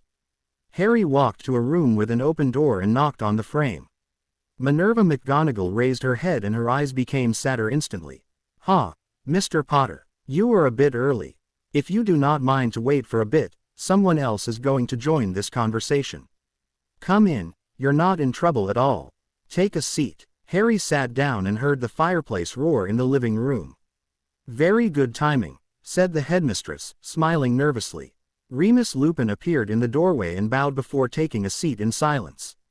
"Well now, I guess we can't really put this off any longer, Harry. After a talk with your aunt, she flat out told me that magic was an unbearable source of stress for her household." Harry listened, but felt his emotions somewhat disconnected. He remembered how his uncle looked oddly at the fireplace. She fears about the neighbor's reaction to anything uncommon and, despite hiding it successfully for over 1 year, her own obsession make her unable to deal with your schooling anymore. Now that he thought about it, Vernon never told him to do the chores. It always was his aunt telling him his uncle wanted things done. His glare always kind of glided over him. In short, Harry, it means that despite the headmaster's past efforts, you won't be able to stay with your relative, even if you dropped out of Hogwarts, finished the headmistress on an emotional tone. She waited for the outburst, the tears and confusion, but all she got was a boy with the most intense, distant stare she ever saw. She was glad not to be on the other end of that stare. "Hennifer realized I was there. Uncle Vernon. I was invisible to him. He never spoke of magic. He never spoke to me. He never spoke of me. Headmaster Dumbledore took me to them, but when Uncle Vernon refused to take me in, he did something to his head," almost whispered Harry. "Harry, you need to understand that we lived in dark times, and with what happened, you needed the protection more than ever," pleaded the headmistress, as Lupin stayed as impassive as usual. "Aunt Petunia feared too much weirdness would overload whatever my uncle is under. She fears that if he kept on stumbling on strange books and magical things, like a fireplace without a chimney, he would finally realize." Harry kept on, following the thread of his thoughts. "I'm very sorry to be the one to tell you this, but it was part of the accord so that she would keep you until the end of your school years," Minerva kept on, trying to get through to him. "She feared he would blow and that it would break her family. I never was a part of it, was I? Just a charge. The Dursley +1. It never was my home, was it?" Harry finished painfully. A sharp pain struck his and he put a small hand over his heart. Minerva couldn't help a few tears to drop and dabbed at her eyes with a handkerchief. This was the part of her job that pained her the most. Of course, she knew that without anyone to look after those children, the problems would be even worse, and she was relieved to be able to help, even if a little. "Harry, do not worry about your future or where you are going to live. Professor Lupin here spontaneously volunteered to take you in. He was a close friend of your father and I'm sure you'll get along." The older woman tried to cheer on, even if her eyes were reddening. It was with limited success as she choked back sobs at the same time. Harry turned toward the teacher he had extra lessons with for most of last year, and the man looked back at him, nodding. Harry got up, went to his teacher and shyly hugged him. He needed it. He couldn't bear to be pushed back once more. Lupin's eyes softened some, and he put a reassuring hand on the young boy's back. "It will be all right, Harry. I promise it will," he said with surprising warmth. "Thank you, Mr. Lupin," sighed Harry. Minerva was agreeably surprised at this turn of event. She watched Lupin retreat on himself, 10 years ago, and disappear. He came back a changed man 5 years later. He barely showed any emotions at all nowadays. He was an exemplary teacher, but she worried that he could feel anything at all anymore. She knew she did good and that Harry would be as good for Remus as Lupin would be good for Potter. Harry was exhausted. He never realized he had so much stuff. Clothing, a few plush toys, tons of books, potions-related instruments and ingredients, Hedwig's cage, foods and treats. Remus, as he asked to be called out of class now, carried most of it in boxes he transfigured out of paper bags. Harry never looked up to see if Petunia watched. The house already looked like something out of a memory. The cupboard he remembered he played often in when he was very young, the kitchen he was used to cook breakfast. He charged himself with boxes, stepped in the fireplace and let a pinch of flow powder drop. Lupin's cottage, he spoke in a clear voice. The travel was long and dizzy as it always was. He was used to get dizzy by now. As he left the destination fireplace, the top box fell as he took a step forward. The box, full of clothes, tripped him and he ended up sprawled over it, his feet not even touching the ground, 2 smaller boxes still balanced in his arms near floor level. "Ya sure know how to make an entrance, Harry." Harry recognized the voice at once and smiled. It meant that Remus' cottage must have a high ceiling. "Hi, Hagrid. That's how I define my relationship with flow travel, or any kind of magical transportation, really. I could have gotten out spinning like a top, like that one time I remember. The poor house elf never saw me coming." Hagrid let out a belly laugh as Harry picked himself, and his boxes, up. "It's going to be a blast having you around, Harry. I'm your new neighbor." "Yeah, that must be why I'm here, because I'm so fun to be around," Harry answered, sarcasm dripping from his words. Hagrid's face lost all traces of mirth. "Sarcasm doesn't suit you, Harry. Lose the attitude. That's quite a few blows you had in a short time and I understand you." "Really? Did your relatives dump you because you lost your usefulness?" "The last time I heard my aunt speak, she was reassuring my cousin that since the shades didn't showed up in the last 6 months, they shouldn't be back ever and that they didn't needed me to stick around anymore." Hagrid let Harry unwind his frustration a bit before answering. "My mom left me to my father at birth. Not the nurturing kind, the giants, believe me.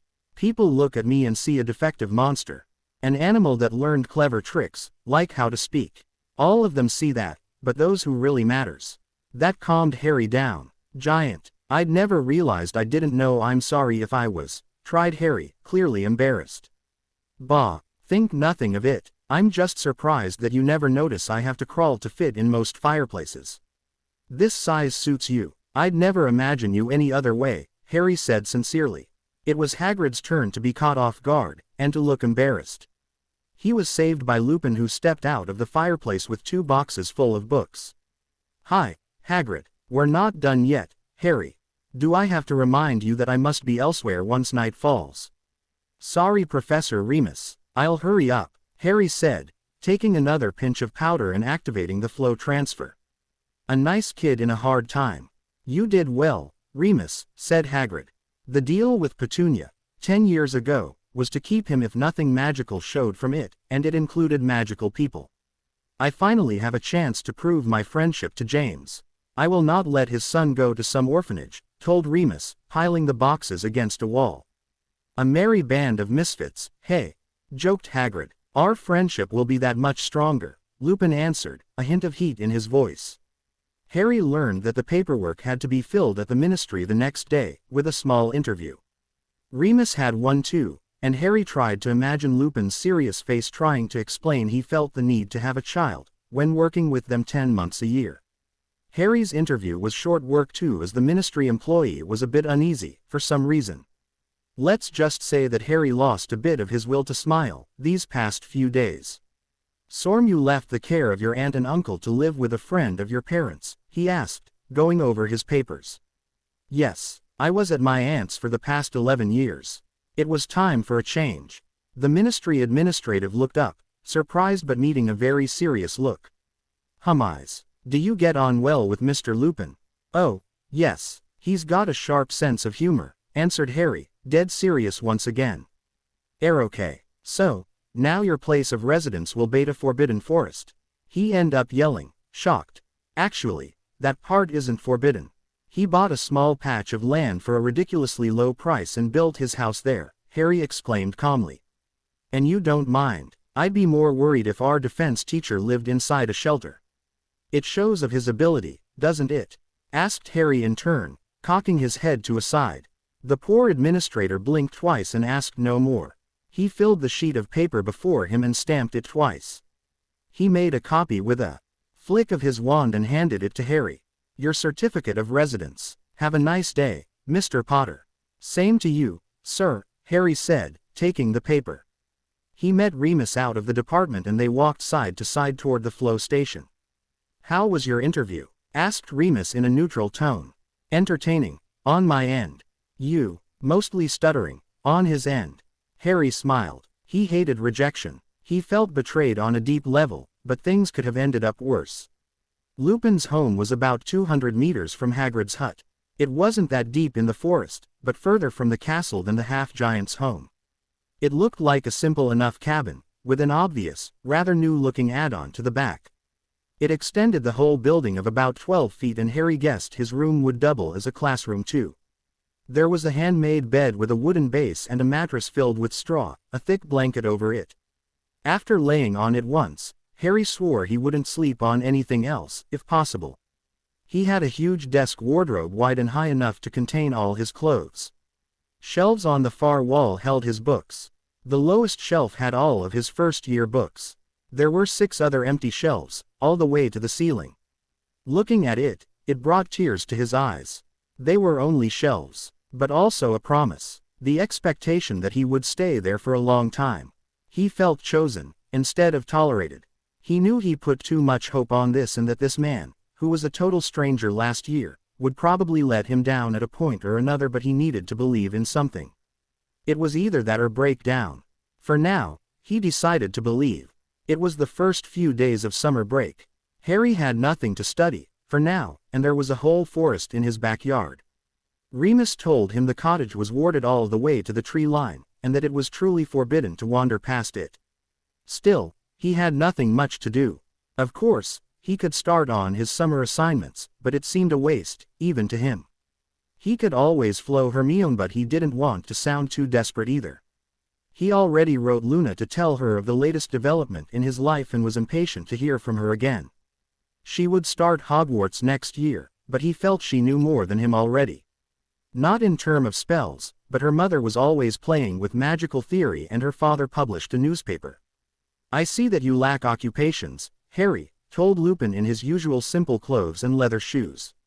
May I suggest something? Harry nodded, ready to take any advice at this point. School offers an incredible opportunity to develop our mind, but sitting hours-long reading isn't doing much for your body. I trained with monks who viewed spirituality as a state reached by the body as well as the mind.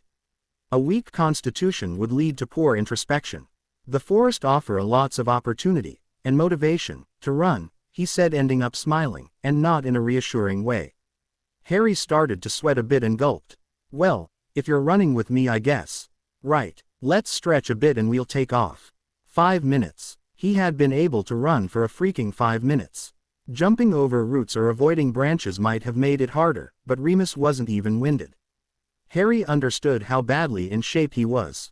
Behold the great nightmare hunter. Fights over in 5 minutes or less or the nightmare get a free Harry.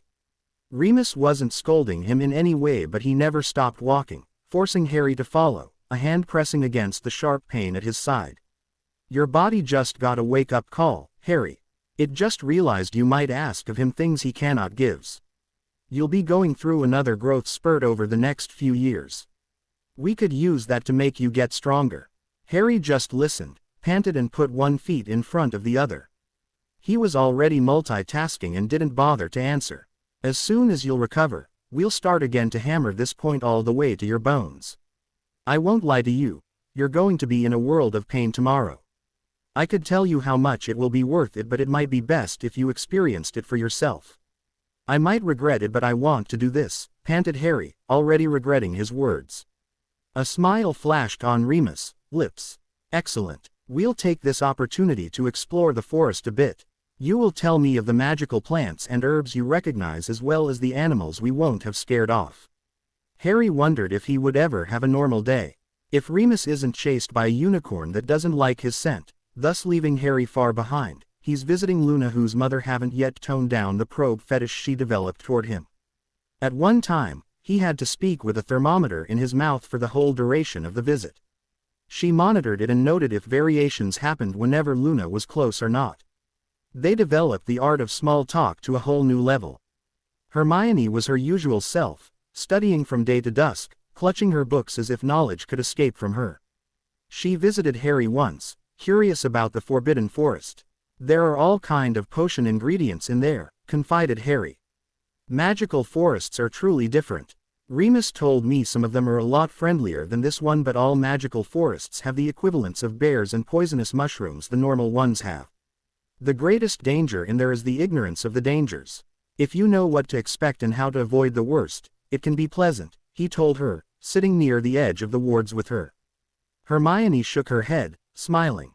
I would usually object, as we have no way to defend ourselves properly yet, but I guess having the Dada teacher with you makes it safe enough. Yet, the way you speak about it, it's tempting to try. Harry grinned but hesitated to invite her for training. He desperately wanted to have someone on his death runs, as he called them, since he felt like that in the end of each one's, but there was a security risk and he didn't want to look bad in Hermione parents' eyes. What if they thought he was a bad influence, or someone dangerous to be around? If you're ever serious about wanting to try it, you'd have to ask your parents for permission, and it's very demanding. Harry, you dolt, I'm sure Remus would love to have a quiet walk once in a while too. Harry felt his face redden a bit when he thought about it. It's true he was a bit stuck in his way.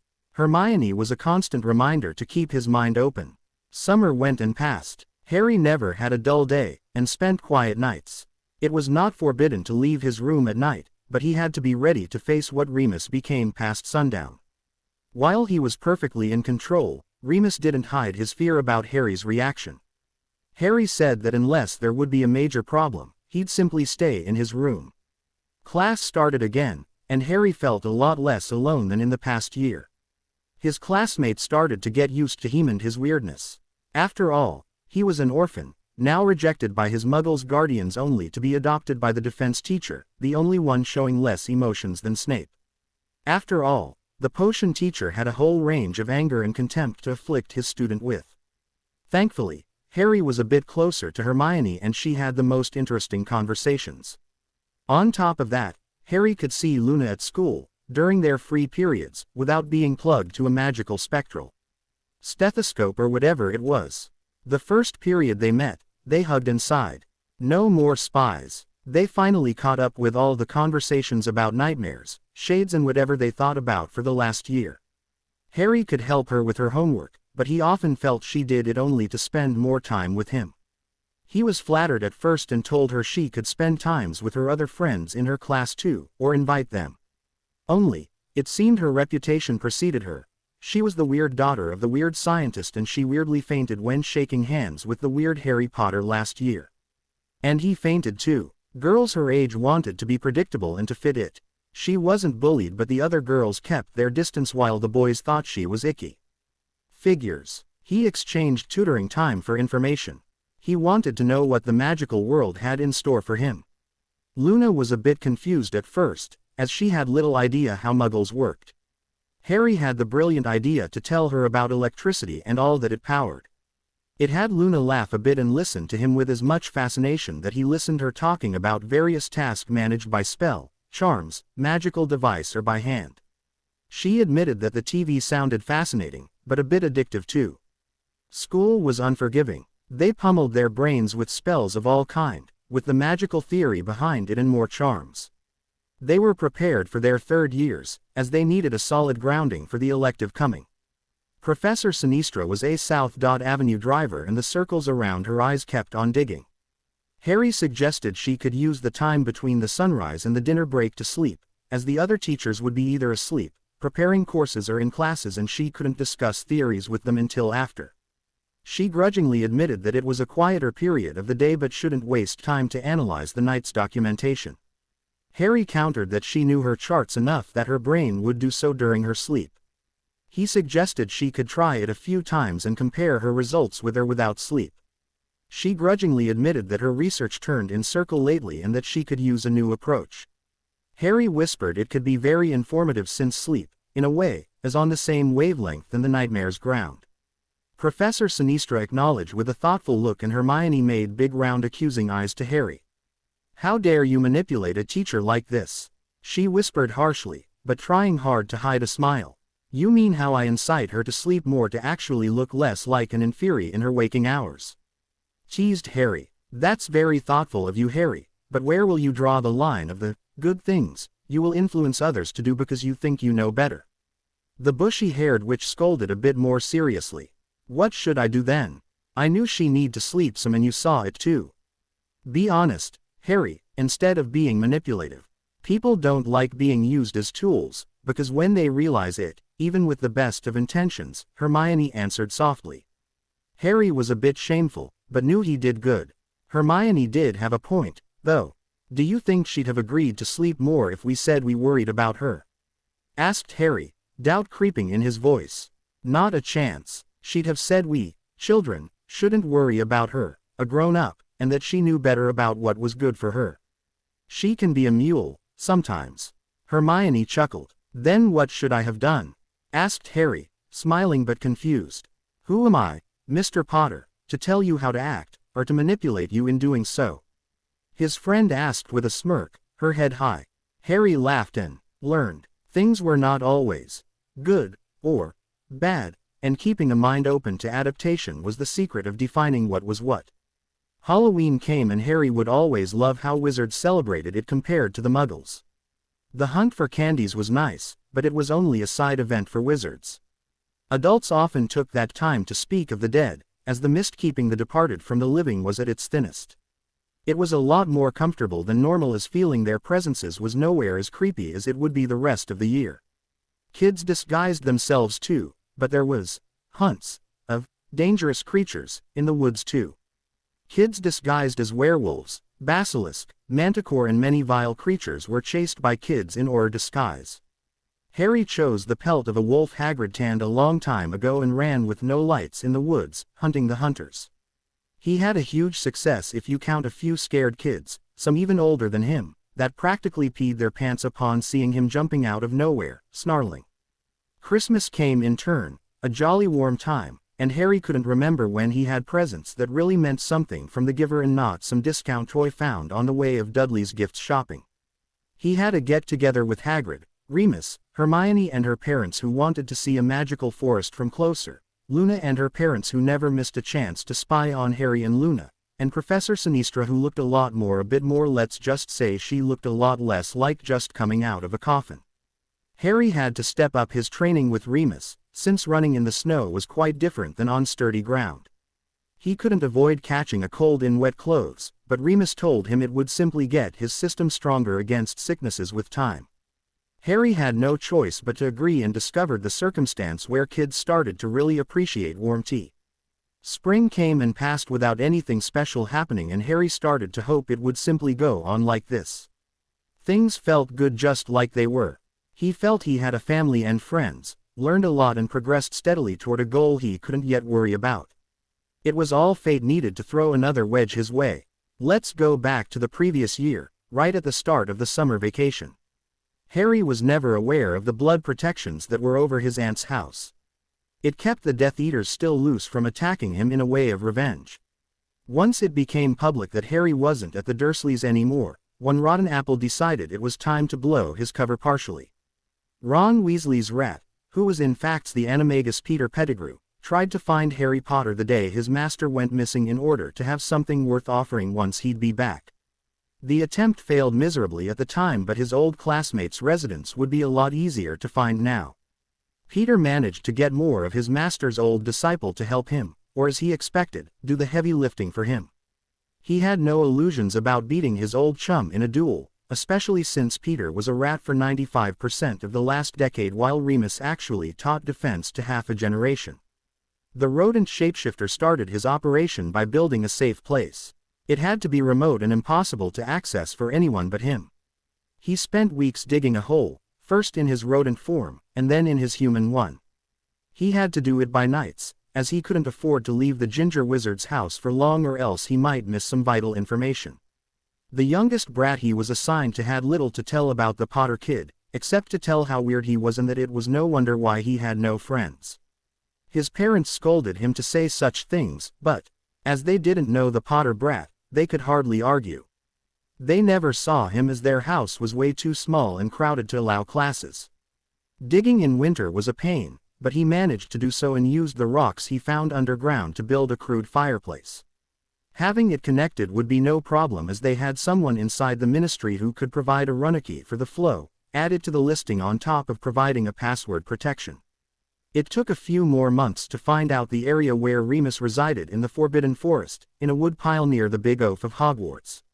They had enough to work with, and Pettigrew decided a raid party would search the forest by night as there were basic wards to hide the house from view.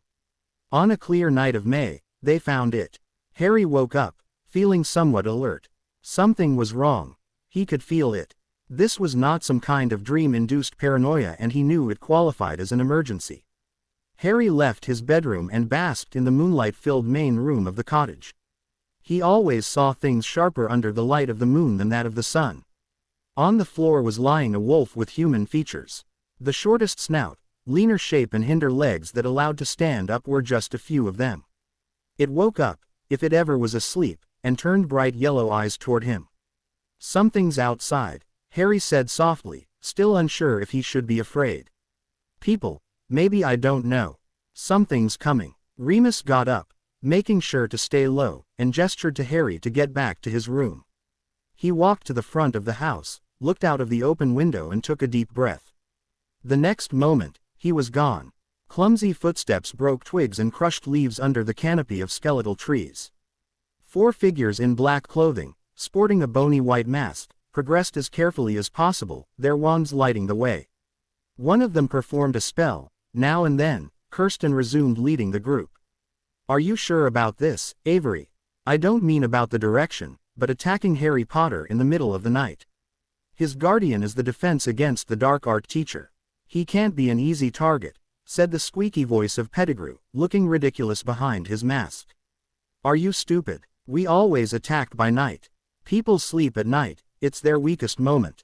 Now you came to me for help to capture the Potter brat. Stop whining and make yourself useful. Change in your most natural form and try to track their scent." "Yes, but when I tried, 10 years ago, it was to make an offering to the master. I don't even know why I bothered to try again this time. Because, my brainless friend, your subconscious is smarter than you. You know, as I do, that the Dark Lord isn't dead and that the last spell he cast was on this brat. It marked him and I know some rituals that will tell us of what happened, and what to do next to find our master." The 2 men following nodded, as if only realizing now why they were there. Following orders was just too anchored in their nature.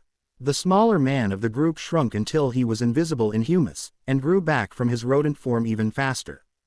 "They're near. I can recognize that werewolves smell anywhere," he squealed. The man named Avery stopped dead in his tracks. "Did you just said werewolf?" Pettigrew stopped too and looked at Avery, wary. "Yes, didn't I told you before?" The leader didn't have the time to answer as he got pinned down by the very creature they were stalking. Lupin was not a were-monkey, but a man with the claws of a wolf could climb any tree in absolute silence with a bit of practice. Pettigrew yelled, transformed, and fled between the 2 goons they brought with them. Crabbe and Goyle were not sharp by a long shot, but physical confrontations were well within their domain. They jumped on the werewolf as one, tackling him off their leader. Avery had his throat torn off and blood was escaping his body with abandon. Lupin swiped a clawed hand to one of the goons but he was blocked by a thick, strong arm. The other one charged and circled his waist in order to crush him in a deadly embrace. This would have worked with any other man, but not one with equally deadly claws on his hind legs. Lupin raked the lower body of his adversary raw as he tried to squirm his way out. The man screamed as torn muscles and flesh hung from mid-tight to his ankles and he fell down on his back, the werewolf managing to free himself. Another down, another vulnerable throat. Goyle, as Lupin finally recognized without his mask, tried to fend him off but he was already in tremendous pain and lost quickly lots of blood from his leg wounds. What was meant to happen, happened. Looking up and around, Lupin noticed that Crab and the rat fled. To think Pettigrew was alive and a Death Eater. It meant serious thinking would wait. He had to hunt them down first. His wards were meant to hide and discourage wild animals. Humans were still able to enter. Pettigrew and Crab were running away from the monster as fast as they could. It never occurred the goon to blame Pettigrew about the disastrous organization. He was currently running and that was more than enough to occupy his mind. On the other hand, Peter knew they were done for if they didn't find some leverage to use against the werewolf. Lupin must have freed himself from the restraints he must be putting himself under in order to keep his charge safe. So what now? Was Potter already dead? Was he changed? One way or another, they had to find the werewolf den. He must have a fireplace to use and from there they would be able to access the safe house protected from apparition. Following the earlier scent, Pettigrew managed to find Lupin's cottage, with no small relief. They were the first there too, else Lupin would never let them get near an escape point. Crab never stopped running and sent a powerful blasting curse in the building's side. He ran inside, quickly followed by the rat Animagus. Harry instinctively protected his arms when the opposite wall simply exploded. He received his share of splinters and dust and it hurt in a dull way as it struck. As the noise died down, Harry lowered his arms, shaking, and took in the damages. A nearly circular hole was in the wooden wall and a burly man ran in, quickly followed by a small man, looking everywhere at the same time. It didn't take them much time to focus on him. Harry was frozen in place with terror. Both men closed on him, leaving no room to escape. Lupin followed the scent of the two escapees with a growing sense of dread. They went straight for the cottage. Crossing the ward line, his fears were confirmed. He jumped through the latest entrance of his home and searched for anyone living, but he already knew. There was no one here. No Crab, no Pettigrew, no Harry. He failed to protect Harry. He failed with less than a whole year's in his care. The fireplace roared to let out the last sight he expected to see. A small girl, barely 12 from her look and scent, numbly walked out of the fireplace. She took in the destruction with a bit more surprise than usual. Then, her eyes fell on him and the impossible happened. They got even wider. "Oh," she said in a small voice. "I wanted to reach Lupin's cottage. Is this the right address?" Lupin slowly nodded. Luna looked around. "I had this dream of Harry being kidnapped in this very room. It was even more real than one of those vivid dreams. Would you rescue him, please?" she asked with clear distress. The werewolf slowly nodded. "Thank you. I remember a small man calling. The long tooth," and added, "Padfoot is a neutered stray, as some kind of password as they escaped by flow." Lupin bowed, a hand before his and went to the fireplace, taking enough powder in his paw hand for a trip. He managed to make his deformed mouth speak the words and the world went in a spin. Harry was scared shitless. This was what they meant by his needed protection. Those men they put him in a cage and the smaller one paced in a circle, deep in thought. The bigger one went straight for an old icebox and took out a big bottle he wasn't about to let go anytime soon. The place wasn't so much a house than a hole, literally. The walls, floor and ceiling were all made of bare earth. Harry could see the ends of thin roots hanging over his head. The place was lit by cheap candles and a few wooden sticks lit at one end. The place had the shape of a tunnel and held very few furniture. Okay now, we've got Potter, we lost the werewolf and we're still alive. Now if I could only figure out what to do next," Pettigrew said out loud, never stopping his pacing. He had his answer when the fireplace roared to let in one pissed Remus Lupin. He barely paused before charging both wizards. Maybe it was the cornered rat thing or the fact Pettigrew had nowhere else to run to, especially with a werewolf between him and the exit, but he took out his wand and actually fought. Crab, his senses dulled by the strong alcohol, threw the table to the side, then changed his mind and threw it by one leg on the magical beast. Remus batted the table away, in the path of Pettigrew's spells. The table, already a cheap thing, was obliterated by such abuse and sent splinters in all directions. Remus protected his eyes, growling, which explained how Crabbe was able to trap him against his after he barreled through the blast. He must have learned something though, as he shook him around, keeping Lupin's hind legs to get a hold on him. Pettigrew circled the two fighters, intending to cast a reductor curse in his old friend's head or back if Crabbe couldn't suffocate him. Doing so, he stepped just near enough Harry's cage for him to grab a feet and pull hard on it. The rat let out a surprised yelp and fell flat on his stomach, his wand rolling out of his grasp. Remus, starting to see stars and spots from the lack of oxygen, headbutted the man multiple times. He didn't let go, but it surprised him enough to stop shaking Lupin like a rag doll. The werewolf managed to bend his knees and got his feet under him against the man. As strong as Crabbe's arms were, they were no match for Lupin's legs. It left Twin Claw's rakes behind too, as Remus propelled himself on the ground, rolling and getting back up, Pettigrew's wand in hand. One curse later, Crabbe's head was a smoking crater of flesh while Pettigrew was hiding in a corner, his hands over his head, and his pant wetter than they were a few minutes ago. The werewolf sent a binding curse to the rat animagus and stunned him. He wouldn't let him go that easily and he had a lot of questions to ask. A quick unlocking charm later, Harry was free of the cage. He crawled out, shaking, but didn't crumble. He looked around and tried to be as little of a burden he already knew he was for the man. The gentle hug from the wolf man surprised him. It was over as quickly as it came, but Harry knew he didn't dream it. He had some loose fur on his nightshirt. Werewolves shed fur. That's a new one. Lupin took the bound man by the ankles and pulled him in the fireplace for a side-along flow travel. Harry hurried after them, eager to get back to the cottage. He went first and barely had the time to step out of the fireplace that he was back in a hug. Luna didn't rush to him. She simply stood so close to the exit she just had to close her arms around him. Harry couldn't start to figure what she was doing there and would have to wait to figure out.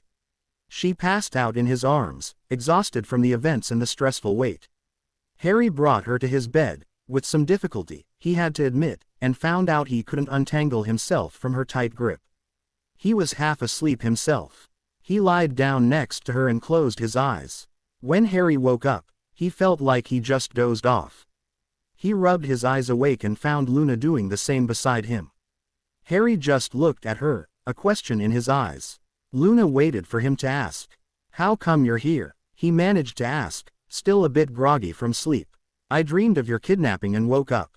I traveled here by flow to find your house wrecked and a werewolf in the living room." "Was that your guardian?" she asked, tilting her head. A feat, since she was still lying flat on her back. Probably was she not a morning person either. "Yeah, I took an oath to never tell anyone, but since you found out by yourself.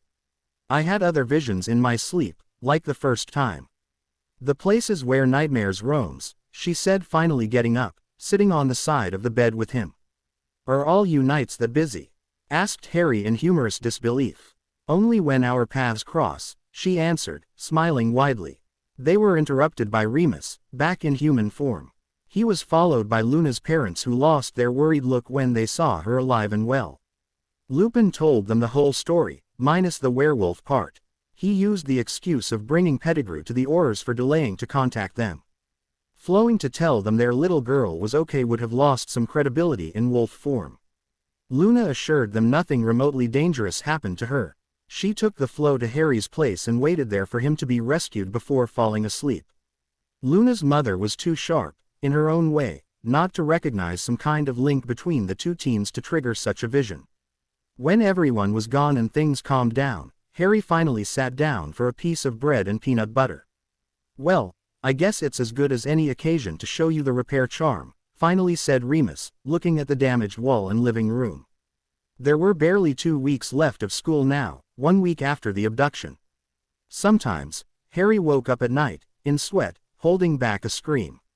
He did his best not to disturb Remus, but it took all of his willpower not to open the door and go sleep on the floor, next to where Remus slept in wolf form or meditated. For the first time, a shade appeared for him. He vanished it with a moonlight spell, but it annoyed him a lot to see his fear take such a hold on him. Harry spoke to his guardian, who earned his title well, about all of this. "I'm tired of feeling scared, Remus. I want to do something about it," he ended up saying. Remus was by no means a psychologist. If Harry wanted to learn how to fight in order to feel safer, he wasn't the one to stop him. He might not teach him lethal spells yet, but advancing his dueling formation a year early was not a problem. Harry was excused from his exams, but he chose to pass them anyway. There was no way he would let this have any more repercussions on his life. He would spend the summer learning how to fight, on top of his usual exercise. And that's how his summer started, filled with a heavy physical schedule so that his brain forgot that he could have very well died that night. As summer went, he remembered it amongst the quiet ones. When Harry started school that year, the magical world's gossip machine was in full swing. Harry Potter's failed abduction was quite a shock, but not as big a surprise as the capture of Peter Pettigrew. He was a mourned hero, victim of the dark Sirius Black who betrayed the Potters. His very life, and the fact that he went in hiding, was overly suspicious. He was put in the Unspeakable's hands for questioning, and the results released, 2 months later, put the ministry to shame. Peter Pettigrew was the secret keeper of the Fidelius charm that hid the Potters. He betrayed them and Sirius went after him. Peter faked his death and killed dozens of Muggles on the way. Veritaserum questioning was irrefutable and the Aurors took the time to verify his allegations. The Dark Mark wasn't questionable either. He was drilled about the attack on Lupin's cottage. Then, Remus was called in to confirm. It never occurred to people that you never have to confirm Veritaserum questioning. Remus obediently went to the ministry, had his wand checked and, as interrogation protocol asked, left it at the entrance. He took the elevator, greeted a few people on the way and entered the unspeakable level without hesitation. He didn't come home that night. Harry was deadly worried but didn't know who to call. When Remus got back, looking tired, at 8 in the morning, Harry was wide awake. He couldn't sleep all night. "It's okay, Harry. They had to know, sooner or later. The question is, how will they officially react?" he told Harry, who couldn't be as detached. "They wouldn't leave a werewolf free, normally, but seeing how I managed to keep control in a stressful situation, to be honest, they were baffled that I kept control at all." Remus allowed himself a small satisfied smile. "We'll just try to resume our routine. We've both been exempted from school today, and we both need a bit of sleep. Later this week, I should be able to introduce you to your godfather, Sirius Black, after he's set free from Azkaban. The ministry is going to have to be real nice to the Lord of the House of Black, and knowing the guy, he's going to milk them for all they're worth." As it happened, they couldn't meet with the head of Black, and heard of him only a full month later. Remus reassured Harry it wasn't anything personal as Sirius was very fond of his nephew, back then. He simply needed time to erase the damage that more than 11 years of detention in the worst prison of Europe did to him, he who was so proud of his looks back in school. The only news they managed to get was that he regained control of the Black Mansion and got a few house elves to clean it up. The first time they finally heard of Sirius Black himself came from the Wizarding Radio, as Rita Skeeter made a live interview of the tragic victim of a plot designed by the Potter family's traitor. Of course, no mentions of the lack of a decent trial was even made. Remus was warming up a stew and Harry did some half-hearted reading about the Goblin Wars while the witch described the situation to her auditors, as if it wasn't already the hot topic of every media of the last 2 months. Harry finally put down his book, unable to keep up the charade when she rang at the mansion bell. She explained she had been sent the address by a secured owl in order to find the place and pass the wards. Harry wondered why he hasn't got a secured owl first, and what kind of godfather he had that would pass an interview on the radio before reuniting with his family and friends. The front of this reputed mansion make even your esteemed reporter humble, as it represent well the ancient house of the Black family, even if the line dwindled greatly in the last decade. "Surely this handsome young wizard will be looking to revive his lineage," the reporter said as they could hear the door open. "Don't put me on the market yet, dear Rita," said a man's voice, slightly mocking her in his tone. Harry's heart jumped up the next few beats. That was his godfather's voice. It was confirmed by the small smile on his guardian's lips. "Sirius, oh my, you surely didn't make yourself look so good for little, old me." We can hardly see any hardship showing even after such an extended stay in the reputed worst place on the Isles. I did it all for your eyes, dear, as your photograph here we go had planned to make us look good on front page tomorrow.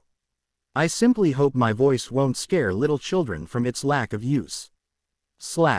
There were more pleasantries exchanged while the reporter was shown inside, describing the mansion as a living representation of tradition, with modern art finely tuned to the new era.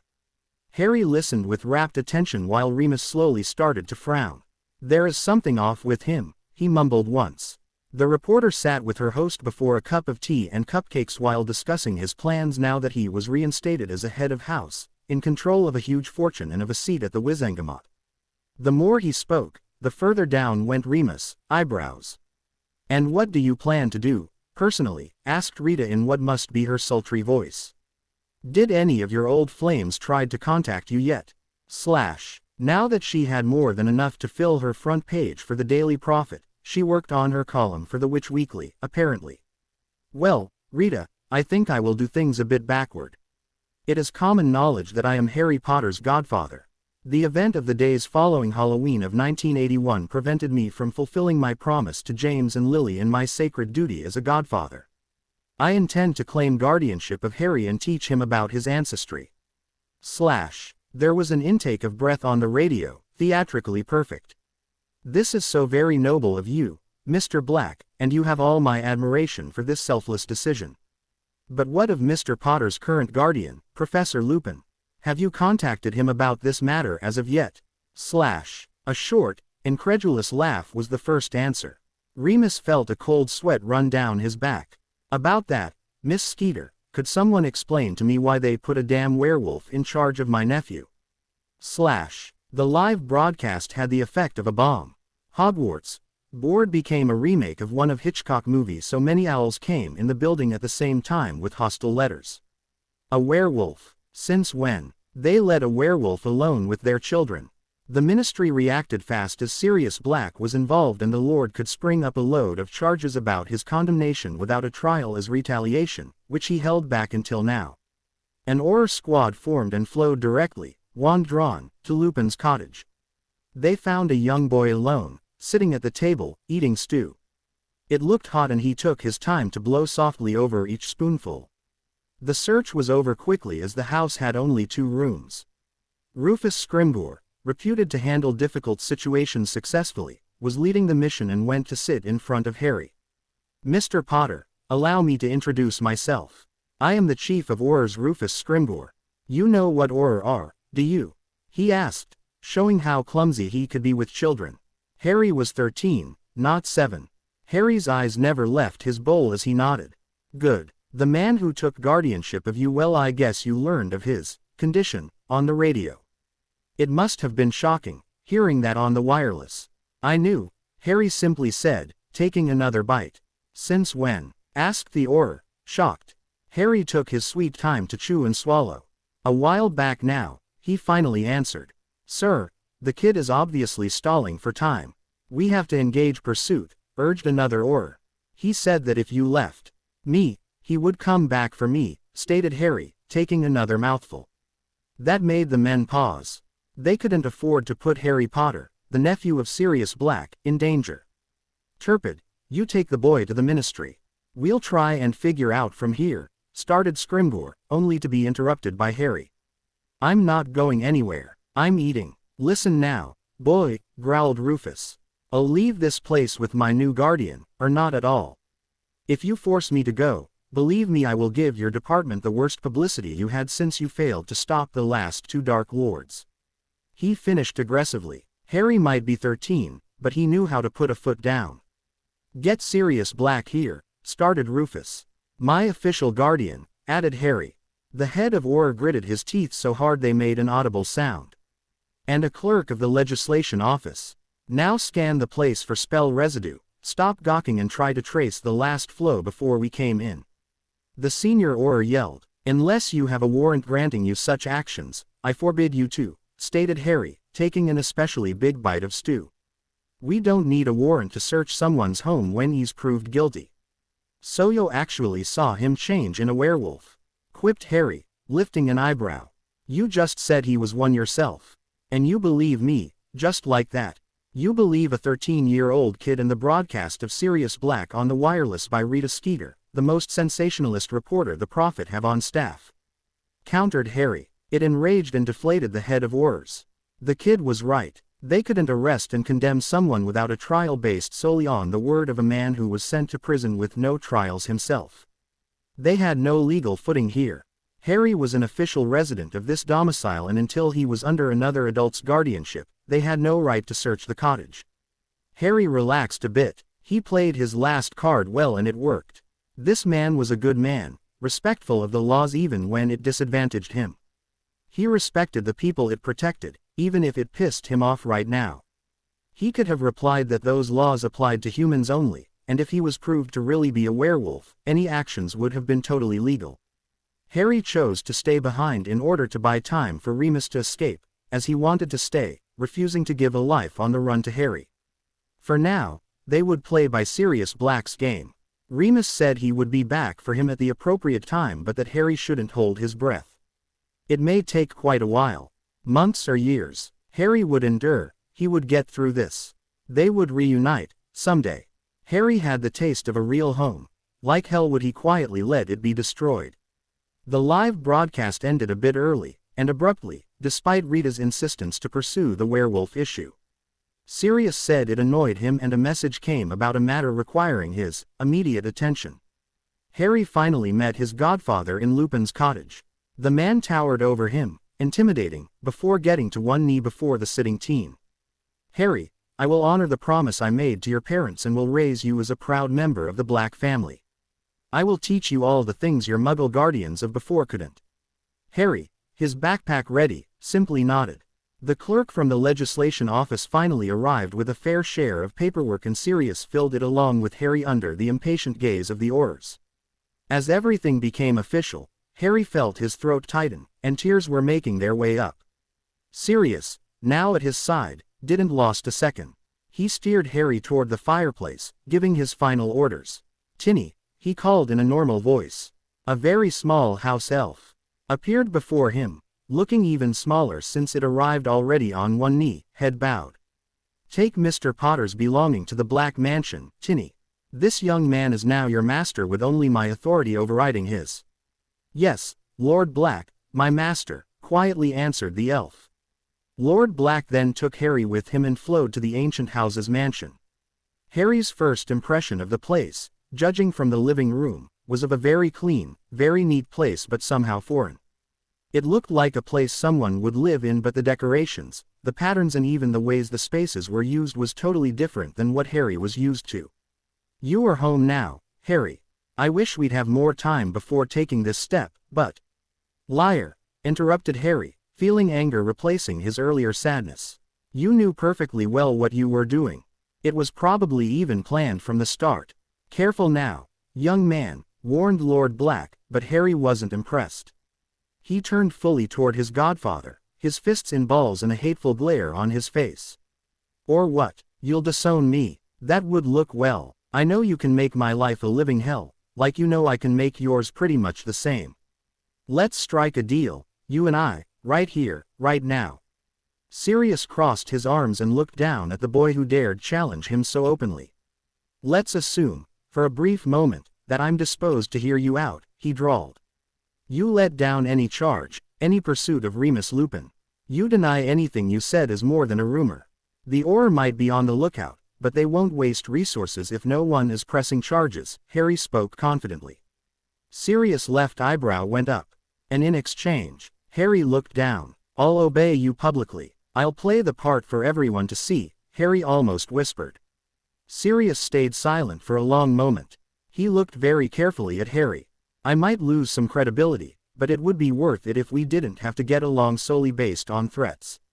I agree. Sirius and Harry shook hands very gravely. Now that this is done, I'll explain to you what it means to be the heir of the Black family. Harry must have done it, was the thought of Remus as he covered ground at a quick pace in the Forbidden Forest in his human form first, then in his wolf form after sunset.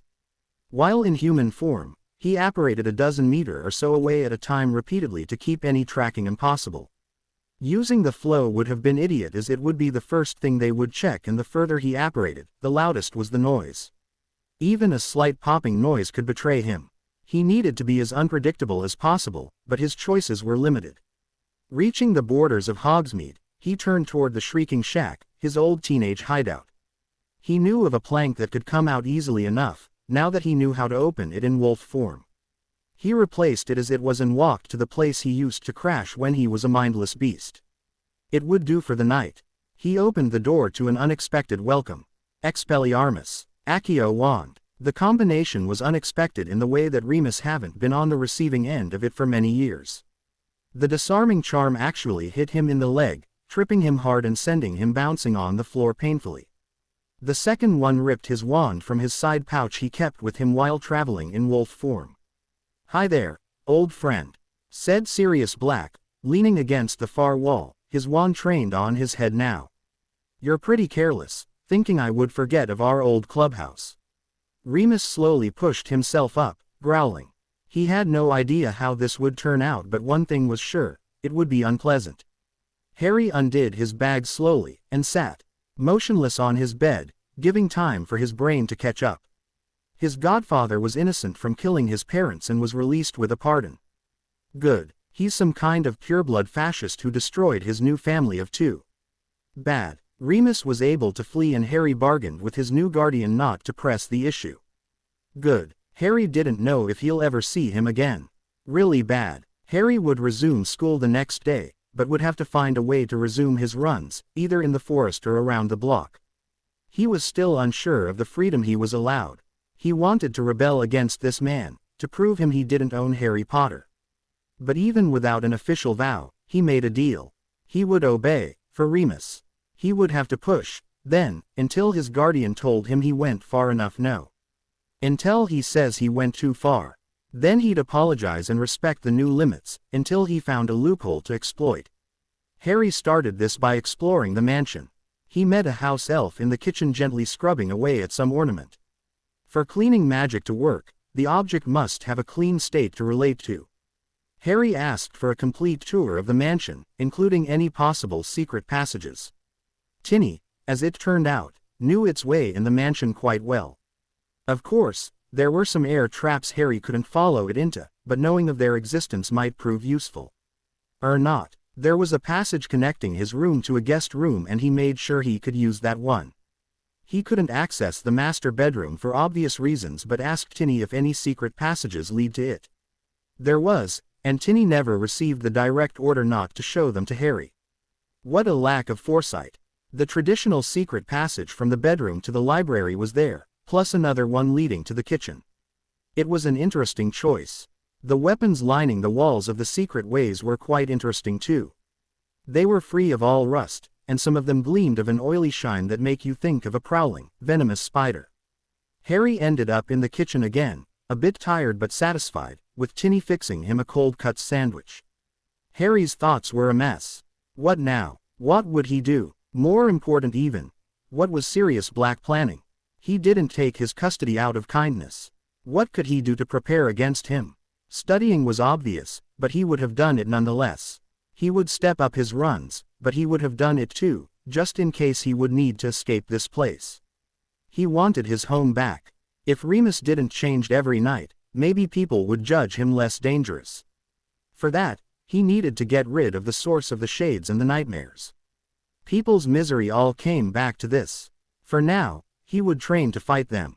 He would need Luna's help too, in order to find them and discover their weaknesses. Next time he would see her, it would be at a free period, sometimes next week. September was only starting, and he already wished it was gone. Harry's wish was realized 2 weeks later. Sirius kept his free periods so busy, showing him the Black family ways, that he could barely write Luna, let alone meet her. Etiquette, table manners and clothing protocols were mercilessly hammered into his brain. Harry was used to intense studying, for Snape was relentless, but it was the first time Harry felt such pressure and expectation comes for him specifically. He could have easily rejected the intended pureblood instruction, but Harry knew his willingness to obey was crucial to Remus' freedom. He bit the bullet and took shelter in sarcasm, to the amusement of his godfather. Luna found a way to outsmart Lord Black from cutting Harry from his friends by officially inviting the noble and his new heir for dinner. Harry groaned a bit, as he would rather talk to her alone. Serena Lovegood was enough of a chaperone without adding Sirius Black breathing over his shoulder. His godfather looked at the official invitation, pondered on it and told Harry to send back an adequate positive reply. Harry had to compose 4 different letters before Sirius considered one to be acceptable. Sirius complained about the lack of time he had to prepare Harry for his new place in the world all the while. Of course, I don't expect much finesse, but you cannot disgrace our house with your obvious lack of manners. You will eat with white gloves all week long, and if I see the smallest spot of food on it, I'll have you skip the next meal. Harry was slowly getting used to this strict, controlling and obsessive attitude, but it didn't mean he liked it. The week passed too quickly, with Harry missing more than one meal. Was he starving him for the dinner at Luna's? Having pasta once a day must count as a fool. Instead of Flo, Sirius apparated both of them on the road leading to the Lovegood home. It was part of etiquette to let the host take them in. Harry never felt so out of place in a set of clothes. They fitted him like a tight clove. He felt he could barely walk or breathe. The collar was too damn tight. It was all in black, except for the white, long-sleeved shirt under his vest. Harry was now familiar with the odd design of his friend's house, but it could hurt the eyes of a newcomer. Looking at his godfather's face, it must have hurt his taste too. Sirius rang the bell with a gloved hand, checking his fingers for dust or grime afterward.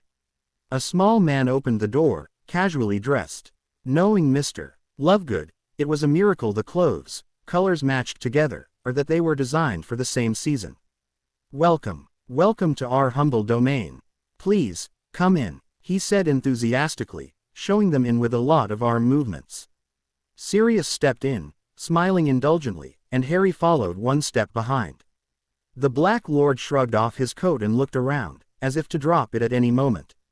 I'll take it, Harry said, stepping in. They do not have a house elf. Really, pity good help is so hard to breed these days, Sirius drawled, dropping the coat in Harry's arms. Taking a measure of the living room, Harry was impressed. No so much that it was spotless that there were no more piles of notes, diagnostic reports, discarded interviews and other papers the Lovegood couple accumulated over the years. Instead, there was a twin bookcase filled to the brim with handmade leather binders. There was enough space left for people to actually lounge in. Harry would finally have the occasion to sit on the sofa. Ms. Lovegood, dressed in conservative light gray robe with a long lab coat over it, entered the living room, extending her hand. Sirius, instead of the usual handshake, bowed and keyed so lightly she could have imagined it. Luna followed her mother closely in a white and blue dress with frills, the kind that screamed, "My mom made me wear this in front of people." Harry started to ponder about Luna's goal for this dinner. She must have some hidden motive or she wouldn't have gone to such length. "Luna, would you be such a dear and start making tea? Bring your friend Harry to help you and bring it to the living room. Your father and I were so impatient to finally meet Mr. Black. All the pleasure is mine, really," Sirius said to Serena, smiling broadly. "Who knows?" Serena answered, smiling in turn. Harry followed Luna in the kitchen and found the kettle ready to be placed over the fire, and the tea set on a platter. A few crackers and cupcakes were sitting nearby under a glass bell. As soon as they were out of sight, Luna turned and hugged Harry. In an embrace as light as she was. "I was so worried about you, Harry. I had no real news from you, and didn't know if trying to contact you directly would bring only more trouble for you," she whispered. Harry clumsily returned the hug, clearly uncomfortable and embarrassed. He sighed nonetheless, feeling some tension ebb. "I'm okay. I'm still adjusting, but okay. He wants to change me in some kind of stuck-up pureblood, but I won't let him." "What about you? What's your plan, inviting him for dinner like that?" Harry asked back, unable to hide his curiosity. "Mom, she never really trusted you. I figured that by showing your current guardian, she wouldn't object to you visiting more often. I don't have many friends, and losing one. You don't have to justify that part," Harry reassured her, smiling. "We'll stay friends despite all of this. I only have to be careful not to anger my esteemed godfather, for Remus' safety." Harry told her about the deal and the current situation at the mansion. Luna thought intently while Harry took the boiling water from the oven. He put the tea in the kettle and waited. We'll just let this play out and avoid to push him. With enough luck, he will be so insufferable that Mother will get the urge of unmaking any pureblood propaganda he would try to program you with, Luna said, a knowing smile on. I guess I'll have to play the easily modeled mind for it to have a full effect, whispered Harry, taking the heaviest tray. You can be such a mule, I bet my mom is going to have a heart attack. She took the pastry tray and they made their way to the living room where small talk occurred. Of course, the small talk happened to be on the subject of the latest werewolf fugitive. Serena had a wide smile but her eyes were as hard as steel. Sirius was relaxed on his sofa, and his eyes were squinting lightly, as if to dare her to say something truly incriminating. Children, you're here just in time, claimed Serena, her eyes going straight to Harry. We were just discussing how we would miss the talented Professor Lupin, as he did a marvelous job these past years. What would you say, Harry? Werewolves are demons in human forms, answered Harry without losing a beat, in a drone, monotonous voice. Any skill learned from tainted blood will be tainted in turn, leading the student to a path of shame and true failure. Serena's face locked in shock for a few seconds, while a satisfied smile bloomed on Sirius' lips. You see, right out of the mouth of a child. Don't you worry, Ms. Lovegood, as I'm sure the staff of Hogwarts have protocols for such a situation, he said sweetly. Serena was still looking at Harry and asked, in a soft voice, but surely, Harry, you seemed happy enough when you lived with him. Wasn't he a good guardian? Harry had no need to fake his deer in the headlight look. What could he possibly answer to that? Of course, Remus took great care of him. He simply couldn't say that now, though. Don't torture the poor boy, Ms.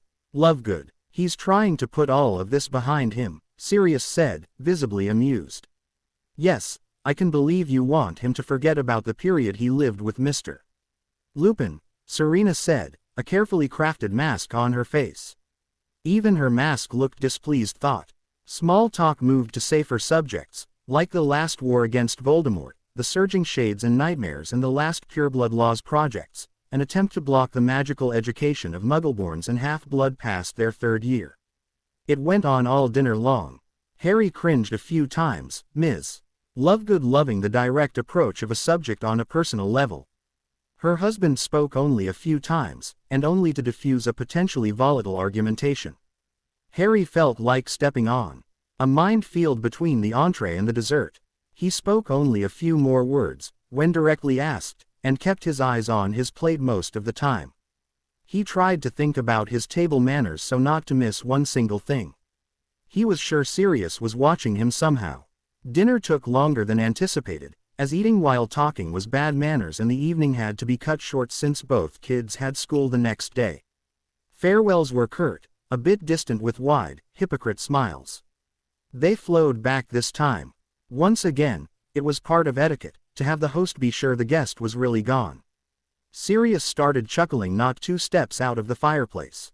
He shrugged off his coat, which never touched the ground as Creature, the elder elf of the family, caught it and disappeared with a bow. This was good, very good, almost too good. Care to explain this sudden will to please, Mr. Potter? Asked Sirius, smiling all the while but his eyes promising retribution if he didn't like the answer. Harry looked at him defiantly and answered with resent in his voice. Wasn't that the essential part of our deal? To defy or humiliate you in public would be breaking the spirit of that promise. I did it for Remus, not for you. A spark virtually flashed in Sirius' eyes as he was truly surprised by the boy's words. Well, now I know what Harry James Potter's word is worth. In one so young, at that for your loyalty, I will present you with a gift. You might hate it at first, but you'll realize its worth in the long run, I'm sure. Meet me in the study room, tomorrow right after class. Sirius left him there, now curious, to said study room. A gift. Something he wouldn't like at first but would realize its worth. It must be some kind of advanced teaching. Good, Harry thought. I'll take all I can learn from him until I have no more reason to stay. A few weeks passed and Luna, once again, tried to find a way to contact Harry. His owl must have been monitored, or he thought it might be since the information was comforting in a superficial way. He was still at school, he was free, in a way that he wasn't trailed by a bodyguard and he could write her. Luna spoke to Hermione about this and the girl bit her lips each time she saw her. She was clearly keeping something from her but said Harry was all right. Hermione told her that Harry would be present at the Halloween feast coming in fast and that she would have the chance to see him there.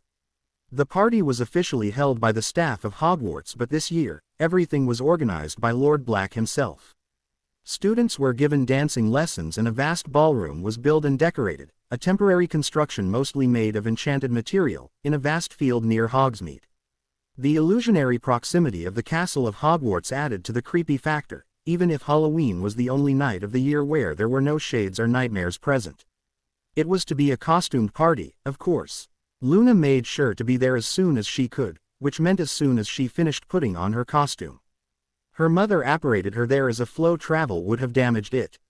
She chose to go as a swan, and when she meant a swan, she did it right. She looked a bit like those paddle boat muggles uses for fun on a lake. She even had a swan neck and head in front of her, held by some kind of inflated belt, swaying left and right as she walked. The building looked like a gloomy barn from afar. Dark, abandoned and ready to fall at any moment, but the decor changed as she walked in. Candles hung from spider webs and the tables must have been borrowed from Vladimir Dracul. The legs were not adorned with screaming shrunk heads as much as made of it. It was even creepier since she was almost alone. She was really early. Still, she sighed in relief when she spotted Harry. She recognized him since Hermione was speaking to him. Luna never understood why Hermione had so few friends, as she was only a bit close-minded, but really cool otherwise. If I didn't see Hermione talking to you, I might have mistook you for that snub boy Malfoy, but the lack of goons just might have given me a clue, she said, taking in his costume. Harry wore a long black coat with long, black leather gloves, boots and a harlequin mask. Harry, for his part, felt he never had to wear so many different clothes since the day he moved in with his godfather. Was the man trying to make up for the years spent in the same set of rags? Azkaban wasn't reputed for the sanitary conditions. Why the full face, Harry? Asked Luna, but receiving only a resigned grunt as an answer. Probably is it one of those days when he can't even talk, Hermione sighed, exasperated somehow. Did you receive one in the mouth again? Hermione was dressed in a full toga, wore a very fake gray beard and held some kind of measurement instrument in a hand. Luna looked at her, not really expecting an explanation, but envied Hermione. Why didn't she think of coming as an old man? No one would have expected that. I'm disguised as Galileo, Hermione said, mistaking her look for confusion. She wouldn't be the first. He was the first man to say openly what the ruling authorities tried to hide to keep their hold over the population. Oh, what was that about Harry's inability to speak? What did he receive in the mouth, exactly? Hermione cursed silently. Harry, considerately, kept you out of this in order not to worry you, as if that would work. Luna cocked her head to the side and extended a hand toward Harry's mask. As he was about to draw back, she stopped her hand, and held his stare through his mask, who only showed the eyes. It wasn't hostile in any ways or imperious or begging, or it was just there. Her hand made the rest of the way and lightly pulled on the mask that rested on a fixation, allowing it to be removed easily. His face was bruised. He had a black eye and his mouth swelled a bit on one side. Luna had no reason to think the rest of his body didn't match his face. She put the mask back in place with a slightly shaking hand. Harry, if this awful man did this to you, she said, her voice matching her hands. He is, but not the way you might think, sighed Hermione, looking exasperated. He's teaching Harry how to fight, the hard way. From what I could take out of him, he's teaching Harry boxing and staff fighting. He's not much into padding either, except for a boxing helmet for both disciplines. Still, a punch is a punch and a staff well. As people started to come in, they chose a quieter corner to follow on their discussion. They only had to move away from the buffet or the dance floor, as the elder teen asked for some groove to light up the party. Harry, why isn't he healing your wounds? It's just too cruel. You must be in so much pain. Luna pleaded, even if she knew it would change nothing. Pain is a lesson, Harry said. You want pain to stop, You keep from being hit. Luna shook her head. The worst is that he actually agrees with that, Hermione said, disgusted. Luna looked right and left, threw a furtive look at Hermione and then Harry before finally saying what she had in mind. Harry, I feel really bad from asking that of you, especially now that you are obviously in pain, but... Hermione listened in, unable to hide her curiosity while Harry simply stood there, waiting for Luna to formulate her request. I need to empty my head, if you know what I mean. I think I've found a pattern, related with the 2 other times it happened. Hermione could picture Harry frowning in confusion before his face would finally lit up a bit. He looked to the side, embarrassed. I'm having trouble to sleep lately but couldn't contact you directly since that dinner at my place. Harry grunted and pointed at his own head, as if was explanation enough. Sirius couldn't really let out that he hit his nephew with a staff now, could he? What's this about? Hermione asked, curious and a bit angry to have information kept away from her. Luna sent a questioning look to Harry, who shrugged and nodded. The small blonde girl sighed and explained the situation in a few words. Ever since the day we passed out, the day you all went to learn the moonlight spell, I had visions of nightmares, locations after spending some time sleeping, more like unconscious, at Harry's side. After a while, I felt like I needed to do it again, or I would get restless. Hermione's mouth opened slightly. She didn't expected something so serious. Have you talked to your mother about your condition? She's a great scientist. She should be able to figure out what causes that, even with the very little documentation we have about nightmares, she trailed off. The few discoveries made on the nightmares were made by my mother, Hermione, I know. And yes, I did. In fact, she made a point to probe me and Harry whenever we were in the same room. Harry grunted and rolled his eyes. Some of the probes were not gentles. So, asked Hermione, waiting in the verdict to fall. She don't even know if the nightmare that attached itself to me years ago possessed me, gave me an ability, or is sleeping when I'm awake and influence my dreams. Luna shrugged. So much information threatened to overload Hermione's brain. For now, you could say that I can treat it, but not cure it, deadpanned the blonde swan with a light tone. Harry sighed and looked around once more. He nudged Luna and nodded in a direction. That should do it, with the appropriate help. Hermione, we will need your assistance, Luna declared solemnly. The trio made their way to a far side of the hall, where a tall curtain fell. A very discreet door was partially hidden, with no lock on the handle. Making their way behind the velvet red drape, they quickly opened the door and looked inside. As Harry guessed, it was an utility closet. Are you going to use a closet? Asked Hermione, reddening. Luna turned toward her, cocking her head to the side typically. I seem to be the most practical solution, unless you have a better idea. Harry was glad he had his mask on, as Hermione's suggestion made his face burn. As if he'd do anything like that. The non-bushy girl, she fixed them up for the occasion, opened and closed her mouth a few times. I'll keep watch if you like, she said, surprised by her own words. Luna smiled widely. That would be so helpful. I would find inconvenient for people to stumble on me and Harry in getting the wrong idea. I'm not particularly eager to explain the situation to Lord Black, and Harry has enough of his attention right now.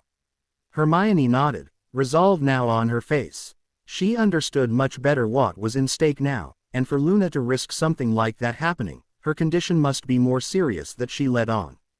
Luna closed the door after Harry went in, leaving Hermione alone on the other side. The poor girl looked left and right, feeling a bit distressed now, as she never did something like that in her life. How would she keep watch of a dark corner in the middle of a party in full swing? Harry found a place to sit against a wall, far from the door. Luna sat at his side and snuggled all against him. Harry had to stop himself from making a face, even if he was wearing a mask. Luna was her best friend and all, but she was still a girl. It might not work if you're covered from head to toe, she whispered, now comfortable. Harry sighed and took off his glove. He rested one arm around her, taking one of her small hand in his. Luna gave a sigh and relaxed in no time. Harry looked around, even though the room was barren of anything worth looking at. Still, he had nothing better to do. Soon, his eyes dropped and he dozed off as well. Harry woke up with a start, making Luna stir. She stretched, slowly detangling herself from him. How much time passed? Harry?" she asked, blinking a few times and rubbing sleep out of her eyes. Harry nervously took out a pocket watch and opened the latch. He sighed nervously. "Things were salvageable. 2 hours, 15 minutes, he answered. How did Hermione manage to keep them safe all that time without looking too suspicious? He guessed they would soon find out. He got up and went to open the door, but the handle wouldn't budge. A small trickle of sweat made its way down his back. "What's the matter?" Luna asked while dusting her costume. "Locked," Harry detailed in great length. How clever of her. She locked the door so she wouldn't have to stand by it and look suspicious. "We simply have to unlock the door then. Do you know an unlocking spell?" Harry nodded, but showed his empty hands. "You don't have your wand with you?" she asked, puzzled. "A man must not solely rely on his wand," Harry grunted, no doubt quoting his godfather. The door quietly opened and Hermione's head poked inside. Seeing them awake, she gestured them to quickly get out. They followed her, noticing the lights were dimmed and the dance floor was full of slow dancing teens, tracked by the hawk eyes of the chaperones, teachers and parents. "I put a proximity line right by the door to warn me if anyone came close enough to open it, from the inside or the outside. It made my wand shake a bit if the condition was met. You have no ideas how many couples found it," she said, proud of her idea. "Good thinking," congratulated Luna while Harry did a thumbs up. "Socializing quite late now, Mr. Potter. Are you trying to decide which witch to ask dancing?" The trio turned to see Lord Black smirking at them. "I've been searching for you, Harry. I was starting to think you huddled in a closet, without your wand to protect you," he drawled. "I was busy with personal obligation, sir," Harry spoke clearly. Hermione winced. "That must have hurt. Obligations, well, it can't be helped, then. We are bound by our words, after all," he said, never losing his smile. He added, after a brief pause, "Ask Tinny to take care of it once you get back. I'm glad you are taking the steps in the right direction." He bowed slightly at both girls and Luna did a small reverence that made the swan head of her costume almost peck Lord Black in the privates. As it was, he had to take a small step to the side to avoid it, before leaving to join the other parents at the buffet. "What kind of progress?" asked Hermione, worried. "Speech pattern," grunted Harry. "Explaining things without revealing anything. He's trying to turn you into a pureblood. A young version of himself," worried Hermione. A flash of concern crossed Luna's eyes. Harry shrugged lightly. Work well against him for now. Classes were never boring to Harry. He had to walk on eggs most the time. His training with Remus the previous year left him with a peculiar routine when learning a new spell. He put as little power in it as possible and worked on it until he did it perfectly. Then, he trained the spell alone in his practice time, pouring more and more power in it without wasting any energy, or ever so little. It fine-tuned his control of subtle spell as well as the control of highly powered ones. Harry swore to make Remus proud of his progresses. Harry had to hide his strongest interest too. He didn't know why, but even if people learned and spoke of the spread, very few actually discovered anything about it. It was some kind of unspoken rule. Harry felt no obligation to that particular social conformism, but he chose to avoid unnecessary attention. Harry started to speak more and more to Ms. Lovegood when he went to visit Luna, now that he didn't have to hide a bruised face anymore. He learned as much as possible about the nightmares and her research. Luna and he made a chart of the nightmares' locations, based on Luna's visions. Luna's father, being a journalist, traveled a lot and was a big help in recognizing the locations. They came with a vague sense of distance and direction, but Harry knew they would have to physically go there at some point. Astronomy was one of Harry's strongest class. He put a lot of attentions and details on his charts and asked a lot of questions about why, instead of where, concerning the locations of the constellations. It was a subject Professor Sinistra hinted strongly that if the constellations showed the inside of someone's mind, their locations would indicate what they thought they meant. In sums, the old astrological prediction would work because the mind that controlled them thought it would. If the night sky was connected to a human mind, of course she wasn't allowed to say it was, but Harry dug in the oldest book concerning astrology, sure that the Dark Lord wouldn't let something as important as the stars' influences escaping him. Still, Harry felt something was missing. There was something more, some kind of key, a part of the whole that would let him translate his actual thoughts. It couldn't be that easy, or someone else would have found it before. If he wanted to fix all of this, he needed to find the missing piece. Then, he would be in position to get rid of the nightmares, restore the sky to what it was and thus saving Remus from the life of a fugitive. Harry would shed the shadow of fear that Voldemort veiled the world with, 12 years prior. Harry licked his lips and dried his sweaty palms on his slacks. He stopped short of doing the same with his wand. He concentrated and lifted it. Not too much, just enough to show off a little bit, was his thought. Harry flicked his wand over a stone in an intriguing pattern, letting magic flow the well-used mystical canals in his body. The rock blurred a bit and slowly expanded, changing color and settling to its new form as an oil lamp with a crystal lens. Harry breathed out. He was that close to have it engraved with the black crest, filled with oil and already lit. Simple details, but each adding to the complexity of the transfiguration spell. "Very good, Mr. Potter," stated a pleased Minerva McGonagall. "You can expect an O at your owls results next year." The transfiguration teacher took some notes and looked at Harry's work more closely. "Thank you, Professor," he said, smiling. "The workload in 4th year was humongous, but the results are worth it." "Indeed they are, young man. Don't think I didn't notice you used crystal instead of glass," she smirked, using her wand to probe the lamp further. "Since the rock had some volcanic properties, I figured I could use them to my advantage instead of breaking it down further to sand and from there to glass." Harry shrugged, pleased with the result himself. Minerva looked at him over her half-moon glasses. "Very good thinking. I see you're not just using the wand motion and will a shape.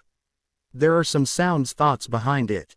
You will achieve unique transfigurations in the future with some practice. I'm talking about professional level of transfiguration. Now let's see how long it would last in this form. Seeing the quality, I'd bet for 5 to 7 months Tempus Revelum." The spell hit the lamp and a number fleetingly appeared over it. Oops, Harry thought as the spell stipulated it would last for 7 years. "Guess I forgot to tone that down too." Minerva was struck speechless for a few moments. "Well, now, Mr. Potter, this would get a special mention on you, at least. I strongly urge you to look into professional transfiguration work even before the end of your formation at Hogwarts." She took some more notes, shaking her head and smiling, mumbling something about surprises. She took off her glasses and put them in a front pocket of her robe. She sat on the corner of her desk, her grade book on her lap. "So, have you planned your summer vacations yet? I see the efforts you put in classes and it is admirable. If only most students put even half of your dedication in their studies," she sighed, looking at the ground. She looked back up and stared at him straight in the eyes. "But you are still a young man, just reaching the first half of your teens. Enjoy your youth a bit more, will you? You have it only once, you know." Harry smiled warmly to his favorite teacher. She often asked how his situation at home was and he knew she looked into it closely ever since Sirius took him as his charge, 2 years prior. He was sure that some of his birthdays and Christmas presents, unnamed, were from her. She acted more like a favorite aunt than anything else. "Don't worry about me, Professor. I have quite an eventful summer planned. Luna and I will travel all across Britain for the next 2 months.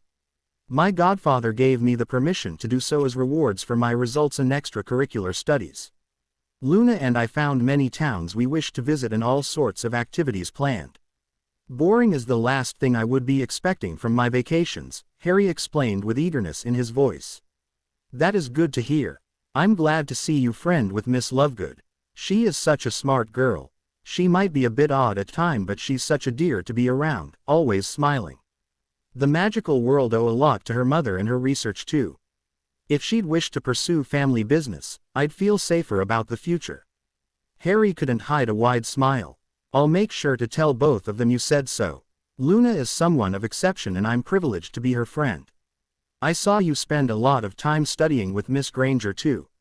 If memory serves me well, your parents met at school. It was quite a dazzling romance that surrounded them," Minerva said slyly, looking a bit to the side. The reaction she had was nowhere near the one she expected. Harry's face simply closed like stone shutters. You could have mistaken him for a war statue, even when he started his reply.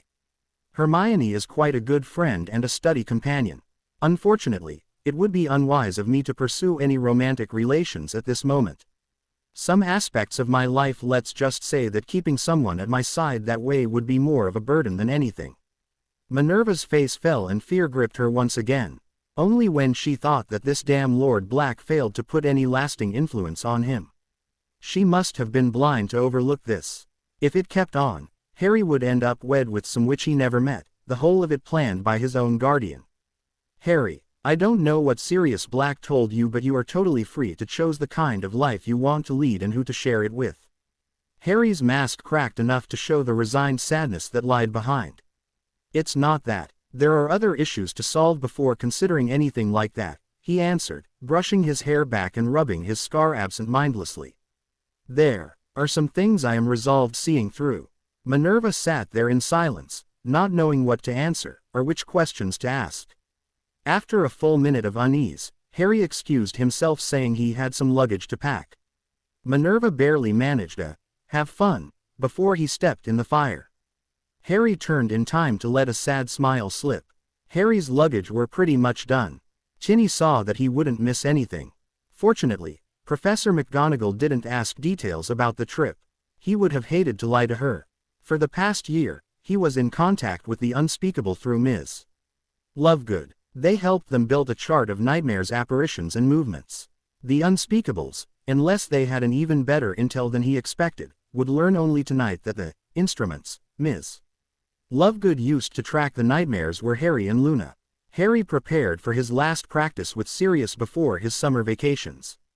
Oh yeah, and he would announce he was going on a 2-month trip across Britain and that he needed about 300 galleons for it. Since he was his guardian, Sirius took control of Harry's finance, having him spell out each of his expenses. Harry wore black silk all over and put on gloves with padding over the back of his fingers. He had small boots of firebat leather, subtle but sturdy all over. He forego any other protections and padding. He would need all of his speed today. It was his best chance against his godfather. Harry walked in the study, a 2-meter staff in hands. That one he hid well. He practiced extra hard in secret to be able to pull off the stunt he was going to try. Sirius had his back turned to him, lighting some incense. Only a few candles illuminated the room. The carpet was thick, but Harry learned very soon it was a poor mat to break a fall. No furniture laid around to trip on. Sirius beat into him that backpedaling in a wall was a submission of defeat. No matter how small the room, he was sure to make Harry regret if he had his back to a wall. There was no escape. Sirius turned toward him and lifted an eyebrow. "Feeling confident tonight, Harry? I assure you, your grades won't soften me enough to go easy on you," Lord Black taunted. "I hope so, sir, or you won't be a challenge at all anymore," deadpanned Harry. That took Sirius' attention. Not confident but overconfident, Sirius spoke in a soft voice, dropping the helmet and guard. "Let's see if your staff hit as hard as your words." Sirius took his stance, staff drawn behind him, ready to let loose an attack. Harry surprised him again, mimicking his stance. They waited. They stared at each other's eyes unblinkingly, willing the other to look away. It was a lost cause as they were both as thick-headed. The hour hand on the clock softly ticked the start of a new hour. Both wizards jumped at the other, swinging their weapon. Harry knew his legal guardian had the upper hand in strength, leverage and reach. Harry knew it might change, one day, but he had to put his chips on his speed and smaller frame for now. Sirius aimed his first strike at Harry's left shoulder, in a hammering downward blow. Harry jumped forward, meeting him with a razing swing, inside his godfather's attack. Their staff didn't clash together, but slid on each other. Harry hoped for a surprise attack, but Sirius took another step forward and used its momentum to change the course of his strikes, pulling his staff to him and effectively trapping Harry's. The teen knew that doing nothing would be worse than trying to get his staff back by pulling on it. Instead, he pushed forward and stomped toward one of his adversary's foot, always trying to make him lose his balance. Sirius stepped backward and Harry pushed further faster, the back wall drawing nearer. Sirius twisted sideways, releasing his nephew's weapon and threw a swift kick on the way. The hit was enough to send Harry on the ground, rolling. He got up fast enough to turn and charge again, keeping Sirius from taking advantage of the moment. Their staves met again and again, Harry pivoting around Sirius constantly, lessening the blows and looking for an opening. Sirius swirled his staff, pushing forward. Harry knew well the strength behind the move and knew better than to try to put his staff in the way. He took 2 steps back, but the second one had him less than 2 feet from the wall.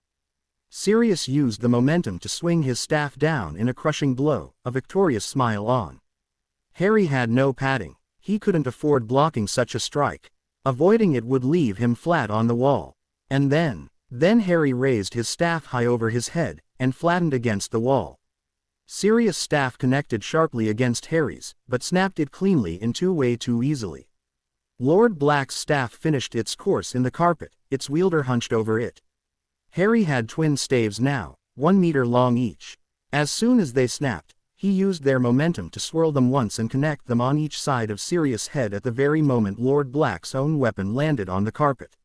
Sirius' eyes went unfocused for a moment and his muscles limp. Harry used a foot on the wall to rush forward and pushed his godfather down on the ground, straddling his upper arms with his knees and keeping his head down with his crossed twin short staves. Harry panted heavily, the adrenaline rush still running high. He spoke once he saw Sirius' eyes focus once again. "My win, I guess. Oh yeah, I forgot to tell you, I'm going to travel a bit this summer and I need a bit of pocket change." "Don't worry, I'll now and then," he said, holding Sirius' stare. Sirius said nothing for a while, but eventually managed to smirk despite the obvious uncomfortable position.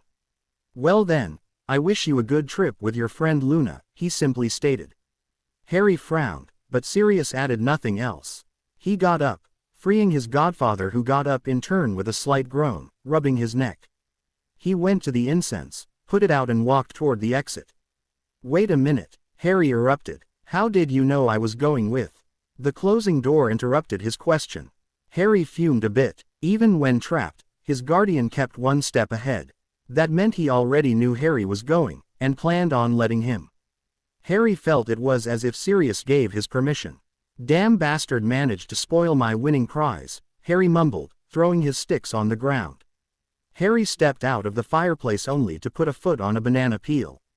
Harry walked past the offending fruit residue, and looked for stains under his shoe. He threw a dirty look to Luna, who looked back at him, undisturbed. "I guess you can't get any unluckier than you already are," Luna said, pensive. "In fact, your unluck with Flo may have run a full circle to a neutral standing." "Have I ever told you how much of your mother I can see in you?" Harry asked, looking at her sideways. "Constantly. It's so nice of you.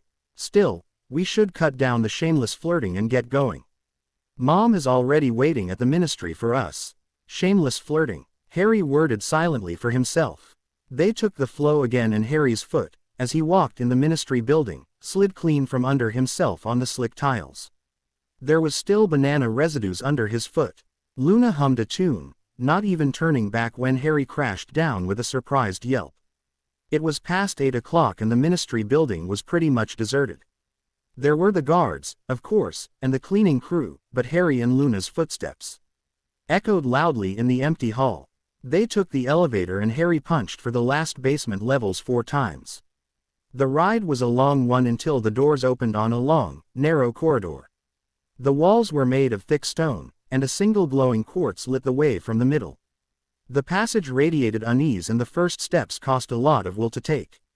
"I didn't know they managed the bother me not charm yet," Luna spoke clearly unperturbed. "Which does?" asked Harry. "Repel peoples who feel they shouldn't be there," she answered plainly. "I wonder how they keep it going. Maybe they have it anchored to the light crystal. That's the last thing I would think to break." "So you already thought of breaking everything else in here?" "Impressive," she nodded. They walked the rest of the way in silence, ignoring the path going left and right at the end of the tunnel, and walked through the stone wall. The other side looked a lot more like the ministry building. Cubicles and offices, people walking around with stack of papers, clipboards or shape-shifting windows frames. Puddles of green goo sliding on the ground, gobbling food wrap and other trash, the usual. They looked around until Luna put a hand on Harry's elbow and pointed an office with the door open. They could see the back of someone dressed with a white lab coat with purple stains on the beep. They walked to it, unquestioned. If they had no business here, the corridor would have chased them off. I'm telling you, I don't manage that person's agenda. They should, but here they are. Mr. 2, meet my daughter, Luna, and Mr. Harry Potter, now heir of the noble House of Black, Serena Lovegood said, pulling Harry and Luna in front of her. She looked somehow nervous. The man behind the desk in the office had an impressive stature.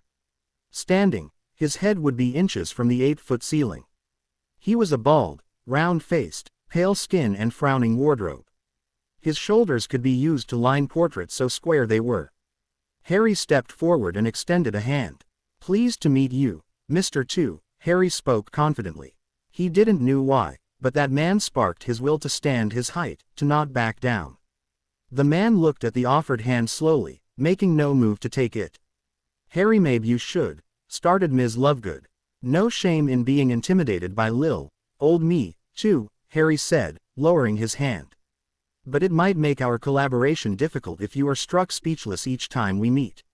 Miss Lovegood let an involuntarily strangled hiccup escape her, and Luna walked to Harry's side, barely half a step behind. We spent considerable resources on charting the nightmare's locations in order to prevent encounters, magical and muggle alike. We based our action on what we presumed was a precise device made by our utmost expert in the field, only to be told, a year later, that it was not the case. It came from the guesswork of 2 teens with no divination heritage. This is the situation I've just been presented with. And let me correct one small, common mistake peoples make. We are not called unspeakable, because we do not speak, but because we make anyone knowing more than they should unable to speak about it. I hope I made myself clear, said Mr. 2 in a slow, menacing voice. Crystal, number 2, sir. I have been effectively cowed and I submit unconditionally to your word and will, Harry said, not looking even a bit like it. I'll take a coffee, 2 creams and a spoonful of sugar, as we have a lot to discuss, namely the occurrences of the nightmares, visions, and what we'll really do about it, starting today. Harry never got his coffee, but the meeting went remarkably better once they sat down and explained. Luna didn't know, nor Harry did, how to apparate. They couldn't make a portkey either, and buying one for each of their destinations would have been a waste of resource. Seeing the level of cooperation they had from the unspeakables, Harry went for the nagging approach. They took Muggle trains and buses, promising to keep the receipts in order to have the ministry cover their expenses. Harry had more than enough money, but he didn't see why he would have to do the Auror's job on his own funds. It was a matter of principles. The decision happened to be a good one as neither of them were used to it, and they liked it a lot. They were used to the night bus, not first-class travel. Their first destination was a northern town named Aberfoyle, where a nightmare, last they knew of, was going toward a post office. They had no clue at all why he chose such a place. They knew it would be there, and had the potential to hurt someone. Harry knew that 2 teens traveling and sleeping at hotels alone would be more trouble than what the comfort was worth. That's why, once in town, Harry asked a clerk at the tourist information office where he could set a tent for the night. His backpack was big enough not to attract suspicion. They settled in a park in Hyde with a splendid view on the surrounding lochs, but they went to sleep even if the evening was still young. They barely slept 3 hours and a half, just enough to recharge their batteries from the long travel. Harry activated the built-in wards of the tent, standard notice me not charms and muggle-repelling ones. They set out for the post office under the light of the full moon, and Harry grew a bit nervous. What would a nightmare be like? Would it look like a Dementor? What kind of other powers would it actually show in battle? There was only one occurrence of a captured nightmare, and it was now trapped in Luna. They had yet to destroy one. He was going to try just that, armed with his wand, his hidden battle staff and Luna's wits. Doubt crept even further up his mind as the post office came into view. You look rather nervous, Harry, Luna said, with her damnable careless voice. Well, yeah, I'm starting to think we're badly prepared to face a nightmare. I don't know. You don't have to. You came here with the sure feeling that you could beat it. We both know it won't be affected much by our magic, but you have good practice to give it an old-fashioned beating now. There's nothing more to it. I saw it. You did? Asked Harry, surprised. Didn't I mention it? Luna asked, her head cocked to the side. Probably did. You forgot to check if I was still in the same room as you when you told me, Harry said, rolling his eyes. Luna shrugged, as it happened before. Harry pulled his battle staff from a space-expended pouch at his belt and let Luna unlock the back door. She quickly followed with a wide-area lighting spell, making every electronic device in the building either malfunction or totally shut down. It was not the moment to trigger any kind of alarm. Harry went past Luna and made sure the way was safe as she wasn't equipped nor trained with a weapon. "Where to?" he asked, looking back at her. She looked around, as if trying to find some marks. "It's here, today. We are at the right place, at the right time. Something is strange though. We have to do something to get to it and I have this strong sensation of déjà vu." She walked past Harry and went through a door leading to some kind of lounge room. She turned around, passed a door to the triage room and went back to the lounge. She went to the customer service, then back to the lounge, walking backward. Harry followed her without a word until she turned around and pointed. Harry looked and saw a big metal cabinet with two large doors. He gripped his staff, and walked to it. The thing, like a boggart, must like dark corners. Harry approached it silently, extending a hand to open it. His scar gave a twitch, rooting him on place. Harry withdrew his hand slowly and looked the cabinet again. It looked too ominous, as if it was obvious that something hid in it. It was right there, like the nose in the middle of a face, and he never spotted it even after passing it at least twice in the room. Harry quickly drew his staff, spun it very much like Sirius did in their last fight and stabbed the cabinet straight through the right door. The metal screamed in an exaggerated fashion as Harry tore through it like paper. Harry struck again and again, aiming for the top, the sides, even the hinges. The cabinet defended itself like only a piece of furniture could, flaying parts going for Harry's head, unknown liquids from fallen jars inside threatened to spray on his feet. The noise was unbelievable and Luna idly put fingers in her ears, cocking her head to the side. That was easy. Harry fell in his routine and hit it hard like a practice dummy. After a while, it was clear that despite it had spent its energy, it wasn't going down. Harry smirked, figuring out when a piece of furniture was considered dead.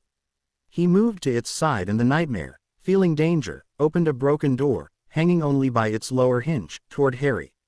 It almost got him but Harry kicked it hard, picturing it ripped and flying behind him, away from Luna.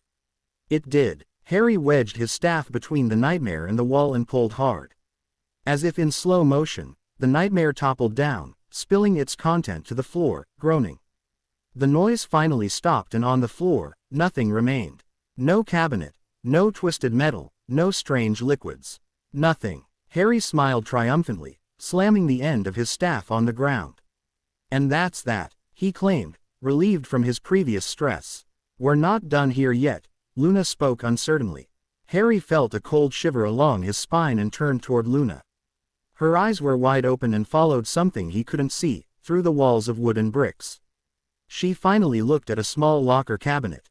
She walked toward it and opened the second top locker to the left. She took a running shoe in it with a definite sense of purpose and shook it as if to get a small rock out.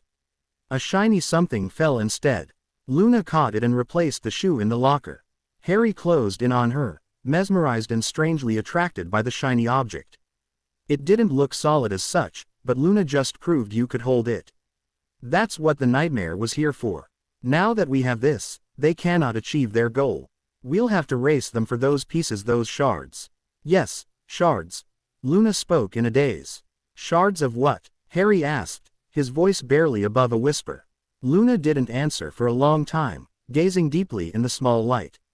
A dream. Luna and Harry sat near their tent after a few hours of sleep. Harry could use magic inside the inconspicuous-looking tent, a benefit from being Harry Potter, charge of Lord Black.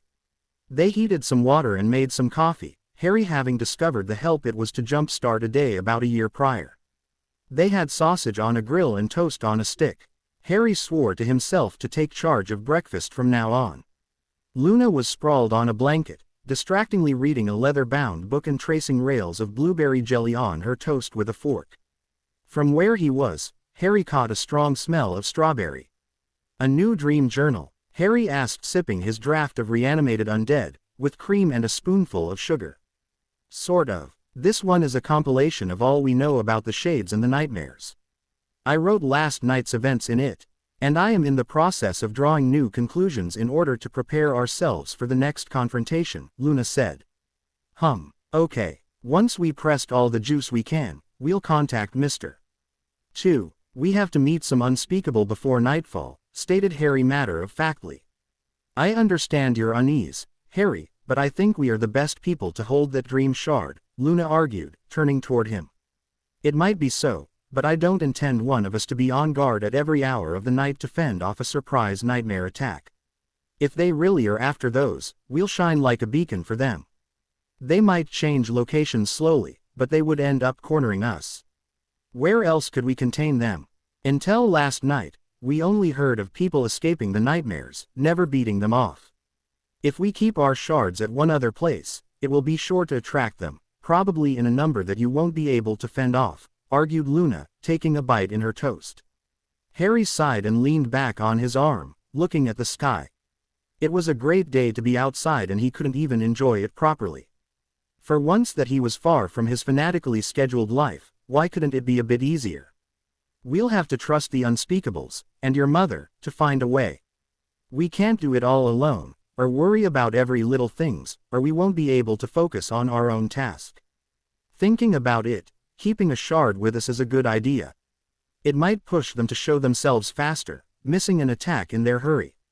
Luna nodded in acceptance. They had nothing better for now. They ate in silence for a little while before Harry started talking again. Correct me if I'm mistaken, but the nightmare wasn't at a precise location yesterday. The search for it was not only the mean but the end to find it, said the teen. You were right, Harry. I knew that the nightmare was at the end of the search, but the searching itself may have been what brought it out. It is quite a mystic distinction at this point. Are my visions showing us what will happen, or what we have to do to make it happen? Is it the best path? Would we fail if we acted any other way? Harry blinked twice. She had a valid point there. It seemed pointless at first, but what if she had a vision of them failing? I don't think so, or something bad would have happened over the years, he countered. Nothing bad happened to us, countered Luna softly. Harry had nothing to reply to that. He couldn't deny that nightmares killed a few times. It was messy and unexplainable. There always was something to throw off Muggle police and the Aurors. Like someone stabbed to the heart, but didn't bleed before they touched the body to examine it. Could they have saved him, if they started to hunt earlier? Of course not, idiot, Harry thought to himself. You wouldn't have hit hard enough with your staff, even if he let you. Luna led him to his internal debate a moment, writing something in her journal. I don't know who have spotted the nightmare first, but I didn't needed to point it out. Despite you lacking my vision's insight, Luna pointed out. Harry dropped his guilt and recalled the precise moment he saw the cabinet.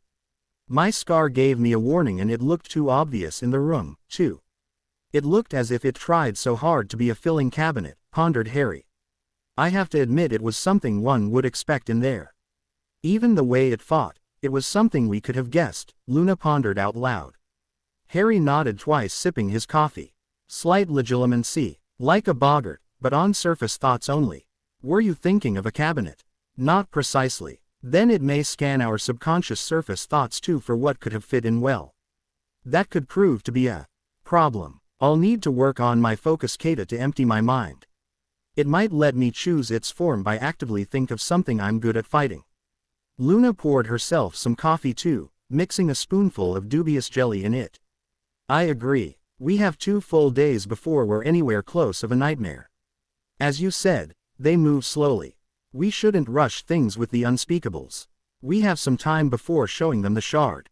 For what? Asked Harry, totally lost this time. Luna looked at him with a slightly feverish look and twinkles in the eyes. To experiment. Sirius put the last touch on the draft before him. That was it. The last step in magical creatures regulation. It targeted werewolves very precisely. Since that, overall in a year, there was as much nighttime than daytime, and counting the transformation, you could consider they spent more time being a beast than a human. If you have to decide which one they were, you logically labeled them after the form they stayed in the most. Werewolves would become nothing more than another magical animal. You'd have the right to hunt it and kill it in all legality. Of course, No sane wizard would try, but it was one more step toward his goal. Objectives drew themselves along the way as he was still unsure as to how to achieve it. His time in Azkaban wasn't fruitless. He may have bargained over 10 years of his life, but it was well worth it now. Dementors could communicate silently between themselves, but it was louder when they talked to shades or nightmares. Sirius heard stuff to fuel his own bad sleep for life, but the information he got out of it was priceless. They looked for shards of a dream, or a wish. If only he could put his hand on such an item, he was sure to be able to control every existing nightmares. That was still far off, and he had to concentrate on the first stepping stone, to become the Minister of Magic. Harry shook his head. When the magical world found a recipe that worked, they tended to stick to it. He walked in the Fuming Cauldron, a simple-looking pub lost in plain sight. They saw the usual bar with the usual shady characters bent over their drink under the vigilant watch of the usual glass-cleaning bartender. He sent a look in Harry's way, and the latter held it with a half-smile, playing along. The man jerked his head almost imperceptibly toward the usual dark booth in the back. Harry nodded and made his way to the back, sliding in the booth without bothering to look at the man occupying the seat in front of him. He slid a bit further and Luna sat to his left. "I always wanted to do this mysterious entrance in a bar thing. Thanks for the opportunity," Harry told the man in a long, dark coat and large brimmed hat. "Meh, it gets old fast enough," shrugged the unspeakable. "I'm glad that black is always fashionable and the mysterious cloak and hat look stop most nosy fella, but I dream of the day I'll wear slacks and a shirt to work. I guess I can't complain much." The bartender silently appeared to their table with drinks, fire whiskey for the unspeakable and 2 glasses of warm milk for the teens. Harry lifted an eyebrow toward their contact, noticing his shaking shoulders and the noise coming from his hidden face. Harry guessed he waited a long time to use that trick, too. "Oh, har har, very funny," Harry dropped sarcastically. "Goodies. Free milk. And fresh too," Luna quipped happily from behind her white mustache. Harry just sighed as the unspeakable simply stared, probably blinking. "Enough," stated Harry, back to his business self. "We encountered our first target and the results were beyond expectations. They can be destroyed." The mysterious man drew a long breath, surprised. He knew all there was to know from Mr. 2. Himself. He knew who they were and what it implied. "I've made a detailed report in this," Harry kept on, giving a tightly bound envelope. "It is protected. Tell Mr. 2 that the passwords is what goes in what I never received." The man took the envelope, nodding. He had no clue about the password or what it meant, meaning it was a good one. "Still, part of this report must be witnessed directly," Harry whispered, nodding once to Luna. The girl took a small leather pouch hanging around her neck by a leather strap, hidden under her shirt until now. She pried it open and carefully dropped something in her hand in a manner to hide it from sight. Ethereal light tried to escape her grasp. Harry motioned for the unspeakable to extend his hands. He did so slowly. Luna dropped the dream shard in his cupped hands. The shard very slowly dropped through them. Harry quickly grabbed the shard that was in the process of slowly sinking in the table. He frowned deeply, clearly not understanding what it meant. "Now, that's one odd piece of jewelry," whispered the ministry official with awe. "Could I see it again?" Harry opened his palm, hiding the light as well as he could with his other hand. The ministry official nodded after half a minute of intense scrutiny. "I'm pretty sure that after I get back, this memory will never leave Mr. 2's pensive once I extract it," he said, shaking his head. "Anything to add to your report?" Harry dropped the shard in Luna's pouch before considering his next words. "Yes. Tell them that this changes the solution to the worst-case scenario until further notice," he said, clearly annoyed. The magical Secret Service agent nodded, got up and left the pub after paying the bartender. Harry just wanted to drop his head on the table. "Worst-case scenario?" Luna asked. "Yeah, you know the one. It's the possibility of us being the only one able to hold on the shards and becoming the targets of every nightmares." "That's not a worst-case scenario, Harry. It's a source of motivation for a better solution," answered Luna, as calmly as ever. "And that would be?" Harry asked back. "To eliminate them one by one before they have the time to regroup," Luna stated darkly. That sent a shiver of dread and pleasure down Harry's spine. The task was an almost impossible one, but they were on the same wavelength. The Dream Shards Hunter team decided to walk to the next target. They had days ahead of them and they were on a road trip after all. After the first half day, they had to sit on a patch of grass to rest their aching feet. One thing wizards were not familiar with, despite the lack of automated transports, was conventionally going from point A to point B. The night bus could apparate to their location and most adults were capable of doing it themselves. There was the flow network too and, in special cases, portkeys. Using your own muscle power was a lost art, something poor muggles did. Everyone thought that they could if they wanted, but why bother? Harry thanked the jogging he did back at the manor, preventing his muscles from cramping. He simply felt his feet as if they had been flattened like bread slice under a rolling pin, while sensations of the pain were tenfold. Luna was sweating a bit and looked no better off. I think I just found the reason of the Rotfang conspiracy. At least, in bat form, you don't have to freakin' walk, she said hotly. Harry fell on his back laughing, surprised that something could get a rise out of his owned friend. She almost swore. I think we should get used to use our feet a bit at a time. After all, your vision said nothing about blisters. A shadow swept before her eyes momentarily. No blisters. She felt silent, no explanation forthcoming. Harry's smile dimmed significantly. He still had no idea how her visions really were. She refused to reveal them ahead, simply saying that they were not scary like usual bad dreams. Harry guessed the scary part was to know that what you saw had good chances to become real. Anything I should know. Next place is a house. The occupant will leave, in 2 days' time, to escape the nightmare. We have to get there before then, or else the nightmare will leave with them. It's a strong one. Harry was a bit surprised. Luna usually gave no more than the location. The young nightmare hunter realized that she was actually giving him nothing more than what he needed. She knew him that well. A strong one. She wanted him to focus on the task at hand. We should hurry, then, stated Harry. We need to be there at the very last moment, countered Luna. Harry simply hated to be left in the dark, figuratively speaking. Now he would have to hold it in for 2 days. Then again, so was Luna. This beeps, claimed Harry, still sprawled on his back. 2 days of useless walking later, they took the night bus. Luna gave the direction to the driver while Harry hunted 2 seats, moving accordingly to the sharp turns of the bus. He applied sticking charms to their seats, legs, and Luna gratefully took the one Harry set for her. They were mostly silent, Harry focusing on his task and Luna worrying about something. The teen recognized her face for the one she had when worrying about him. He would like to tell her not to worry, to joke about it, but she knew the danger and he didn't. She would see past any false bravado. He could only focus and remember how well it went last time and how, together, they could overcome this. Where's the one after this? Harry asked innocently. Luna cracked her first real smile, even if small, in the past 2 days.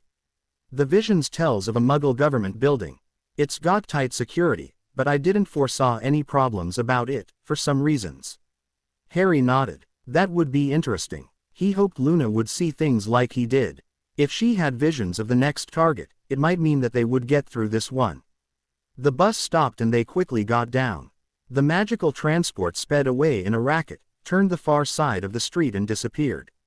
Rows of identical houses faced Harry. Looking at the scene before him, he froze. Luna stood at his side and took his right hand in both of hers, looking at him with incertitude. Harry's face steeled, and his foot guided him to the open door of the 4-privet drive. A man carrying suitcases shot out of the house like a bullet, barely missing him, to pile stuff in the trunk of a car. Vernon Dursley was so thin now that Harry barely recognized him. He looked up and saw a ghostly white face leave the windowsill. A commotion started inside. Harry waited on the threshold. Petunia, looking more frail than ever, appeared to the door and her eyes watered upon seeing him. Thank the gods, Harry. You came. I tried to contact you so many times but all letters came back, no matter what address I tried. She said it all in one breath, hugging him as hard as she could, which was, Harry noticed, horribly weak. Harry's former overweight cousin was a rail of a boy with dark circles around his eyes and a pale complexion, almost a carbon copy of his father, if younger. He stood, swaying, looking at Harry from the living room. A stray breeze could have knocked him down. Harry, he spoke in a whisper. They said you were a dream from the past, a false hope, an illusion. Dudley walked to him and carefully put a hand against Harry's, his mother standing to his side. He withdrew it quietly, his eyes widening. You're real. I am, Dudley. You came back, he said, a smile blooming. I'm not coming back, Harry said firmly, feeling Luna's hand firmly in his, tightening. Never mind the past, Harry, babbled Petunia. We'll find a way to. I'm not returning, he interrupted. I'm visiting. We'll stay the night, if you don't mind. For this night only. Dudley's face fell, and he swallowed loudly. We're not spending the night here, he said. Of course we're not. We're leaving this cursed place. Almost yelled Vernon from behind Harry. Why are you even mentioning this, Dudley? Harry turned toward his uncle and felt a haze now, a kind of distortion. It was as if he had a ward around him, cutting him exclusively from Harry. The spell was weak now, frayed. Harry felt anger about this meddling to his family, even if they threw him out years ago. Harry magically leaned on the ward and put his will, and some magic, in his voice. You will stay home tonight, Uncle Vernon. The man jumped, looked around and saw Harry for the first time. Now that he took notice of him, the ward broke down and failed, dissipating like an invisible mist. Who the hell are you? Where are you from? You weren't here a moment ago. His eyebrow dipped down as he mouthed, Uncle, for himself. His eyes traveled to Petunia, who closed her eyes and slowly nodded. Now see here, young man, when I married Petunia, we swore to ourselves to never. What do you recall of the first 12 years past 1981? Harry asked, as if his uncle wasn't looming over him. Without the 100 and some pounds of overweight fat, he was considerably less menacing. What I remember. Nothing special. Why, what is it to you? As that, nothing special, Harry said, ignoring Vernon's growing frustration, comparable to the nothing special of the last 3 years or so. Vernon straightened his back and looked at Harry warily. Is your bunch responsible for all this? He asked, anger creeping in his voice. Harry felt he would need to choose his next words carefully. Thankfully, he lived with them for years and knew what buttons to push. You don't want to cause a scene, Harry half whispered, looking around furtively. Vernon deflated at once, as much as his straw frame could, and ushered everyone inside. Harry looked around, seemingly carelessly. Dudley stood close to him now, almost as close as Luna was, and she was holding his hand. Vernon frowned seeing this. What's up with you, Dudders? You don't even know him. Protection, Vernon's son whispered. He didn't look his almost 16 years old at all. You will all sleep here tonight, Harry stated. I will destroy what's haunting you and leave in the morning. Listen here, boy, this is our home, Vernon started, shaking a finger in Harry's face. Or we can do it while you're gone, all alone in your pretty house, bluffed Harry. You were just leaving, were you not? Vernon hissed a breath. No one noticed Dudley slipping out of the house. They noticed when he came back carrying one of his suitcases from the car back to his room. If Harry is staying here, so am I, he stated firmly from the stairs. His father stared at him, unbelieving. Surely he was no longer used to his son being so assertive. Petunia went to the car to retrieve her own suitcase, wordlessly supporting her son. Vernon was left all alone with Harry and Luna. I would like to introduce my best friend, Luna Lovegood.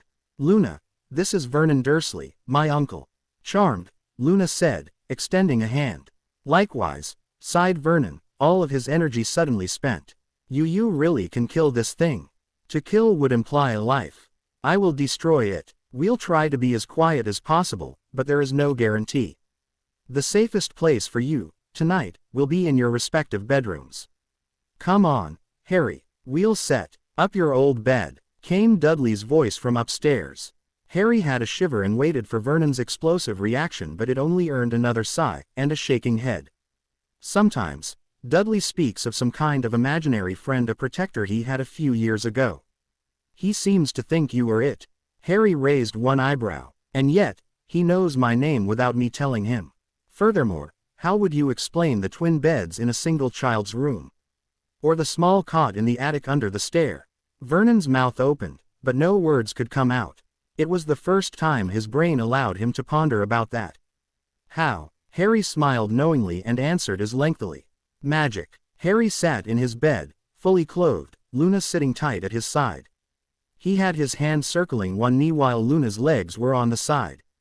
At first, Dudley looked at them intensively, not saying a word, like you would to some unreachable entity. Harry's very presence seemed to convince him the house was safe again. There was no light, except for that of the moon. Harry had all the nightlights unplugged. There was as much as 5 per outlet. The place was probably brighter than in the day past sunset. Soon, Dudley laid down to observe him, his eyes growing heavier, and a quiet snore filled the room. A similar snore, if barely louder, came from the master's bedroom. Harry kept quiet, never saying a word. He simply sat there and felt, like he did so many years ago in order to check out on shades. The house made him remember he could do that, and the skill would prove invaluable in the future. He knew it. He knew it, because Harry could feel it stir, even if it didn't manifest yet. It sent tendrils through the house, scanning every room for the wanted presence. Harry felt the thing was getting stronger every night, for some reason, and that it had been here for a while. Tonight, it was ready to kill. It was huge, but stupid. Harry understood better now. There was a shard here and it had been drawing from it. It was bloated with its power. Luna took her wand and cast a silencing charm wordlessly. The duo rose from the bed, each from their side. The nightmare, very much like the shades, tried to terrorize their victims in immobility. Oily shadows braved the thin moonlight coming from the window and crawled to them. Harry walked to it, drew his staff and pinned a shadow down, knowing it would be trapped under the tip. It was. The tendril tried to pull away, but Harry's staff nailed it effectively to the carpet. He smiled, knowing he could hurt it however he wanted. The whole of the shadow shuddered. His point made, Harry released the tendril and it shot back to the mass, which withdrew from the room. Harry felt the nightmare leave the master's bedroom, the kitchen and the living room. It realized it would have to focus all of its substance against the strong intruders. Luna strode forward but cast one last spell before leaving the room. It was like a Luno's spell, but it manifested in the form of a miniature full moon that hung near the ceiling. It was the first time Harry saw anything like it. He should have known he wasn't the only one training for this trip. They left the room quietly, stopping at the top of the stairs. The nightmare claimed them. The steps were of the deeper black, a promise to a bad fate if you were to dare step on them. Would you vanish to avoid dimension? Would mouths open under your feet and eat you one bite at a time? Would some horrible monster jump you from behind? Harry nodded appreciatively. That was more like serious nightmare stuff. Luna stepped in front of him and kneeled before the stairs and simply took hold of the darkness, as if it was only a dark, rubbery blanket, and pulled it from the stairs and walls. It looked like fun. Harry quickly took a side that Luna handed to him and pulled on it with glee. The nightmare was, once again, taken aback from the lack of fear its targets displayed. It tried to pull back, but Luna and Harry kept him from doing so by rolling up the substance in a ball they held on tightly. The nightmare panicked as it was losing control of more and more of its substance, of its power. It withdrew as much power from the stair as possible, allowing the duo to quickly gain ground as there was less resistance. Poisonous dust rose from the carpet, but Luna sneezed, sending it all back to the black shadow still on the ground in front of them. The oily surface turned a bit greener, and weaker from its own attack. It tried to bulge at the limit to slow them down, but Harry simply took it and compressed it back in the ball by hand. The nightmare then tried to reach the power in their hands and to detonate it in an explosion, but Luna cast her special Luno's spell right at the black ball of compressed darkness. The pain. The black ball and the silver one fought for dominance, and they ended up rotating in the air, forming a perfect yin and yang symbol. The pain vanished and so did the spheres. He lost that power forever. Harry stood in front of the point of origin of the attack, snorting. It hid in the cupboard. I should have known you hid in there, boy. Harry said with inspiration. He opened the door and a small, humanoid shape made a weak sound, cowering from him. You get what you deserve, freak, stated Harry, raising an arm as if he would backhand it. The nightmare shrugged onto itself, raising its arms protectively, and vanished. Just gone, beaten. Harry felt the lack of its presence. The house was clean again. Harry turned to Luna, who was examining a shard even brighter than the last. The nightmare and shades avoided this house, this whole neighborhood for years. They were far away. This small thing was the first to come back, when you left. It fed on this shard, which was always hiding here, somewhere. Harry nodded. Do you think you could enchant an object with that new Luno's spell so Dudley can have one effective nightlight? My, Luno's Maxima, is kind of neat, isn't it? Luna said, smirking proudly. The nightmare was even more surprised than I, and that's to say something. You have to teach me how to cast it right. They went up to Dudley's bedroom, slipping back under the veil of the silencing charm previously cast. They sat as they were on the bed, as if taking guard duty, before falling asleep too. Sirius sat amongst the applauses. The pureblood convention. Sorry, the Wizengamot session lapped his draft for werewolf reclassification like warm milk. His seat was very comfortable right now. When the session paused in order for people to gloat and stroke one and another ego, Lucius Malfoy walked up to Sirius, a political smile on his face. Dear cousin, you are in everybody's conversations these days. I can't throw a party that everyone will spontaneously speak of you. Don't believe a word, said Sirius with jest. They both laugh at the overused joke. No, really, dear Sirius. Before your prolonged absence, you were not swimming in what we could call the right ponds. I doubted your motives before, but this really is rocking my suspicions. What triggered such a change toward the right standing? Dear cousin, no Dementor could have persuaded me that my detainment was justified and the slime Pettigrew deserved what he got. The realization came from the other occupant of Azkaban. Oh, really? Sirius said, clearly expecting more details. Yes indeed, cousin. The lunatic Trelawney was right in her doing. He is lingering, in another form, waiting but influencing. His great power changed the sky. His mind oversees the world, Lucius. The blonde purist left all pretenses of false interest. He was truly captivated now. His stare was intense and his next sentence whispered. So he really is. Then again, what is it to you? Sirius smirked and whispered his answer in tone. Do you really think the Dark Lord would put all his eggs in the same basket? Why risking the Potters to choose the wrong man as a secret keeper? Why only one spy in their household? I was there to actually congratulate the little snitch back then, not to kill him. Their ushered conversation drew enough attention that other members of the Wizengamot drew closer. Sirius included them in the circle, whispering as if he was letting them on a confidence. Did you see Minister Fudge's dark rims under his eyes? I heard that shades are keeping him awake at night lately, like a fearful child. Yet, he does nothing against this threat. Lucius smiled, his mind getting back from its previous shock. How interesting things were getting. Harry woke up to a clean smell. It was the odor a room got after everything that could be considered even remotely dirty was scrubbed raw. Harry opened his eyes and saw something move just at the corner of his eyes. He turned his head and saw a small figure exit the room. He barely registered a young woman's frame, all dressed in white. Luna, croaked Harry, his throat dry. He sat up, wincing painfully at the pain coming from his midsection. His was bandaged under his hospital gown. He looked around, finally waking up, and recognized a private room in St. Mungo's. Harry drank from a full glass at his bedside and felt just a bit better. Luna, was that you? He asked, knowing that if the figure kept walking, she was long gone. His staff was resting against his bedside too. For a strange reason, he felt better now that he held it and it helped him remember what happened the previous night. Harry and Luna, disillusioned, walked past the guard sentry of the Muggle Parliament. Luna was not kidding when she spoke of a government building. Harry had no ideas where to go, but Luna followed a path she seemed to know by heart. They walked alongside for a while, but this was not the kind of place to have service entry or delivery doors visible to the public. Harry had to admit that the place was grand. Most castles paled compared to Hogwarts in classical architecture, but this place felt like London's heart. There were no accessible windows at their immediate level. How would they get in?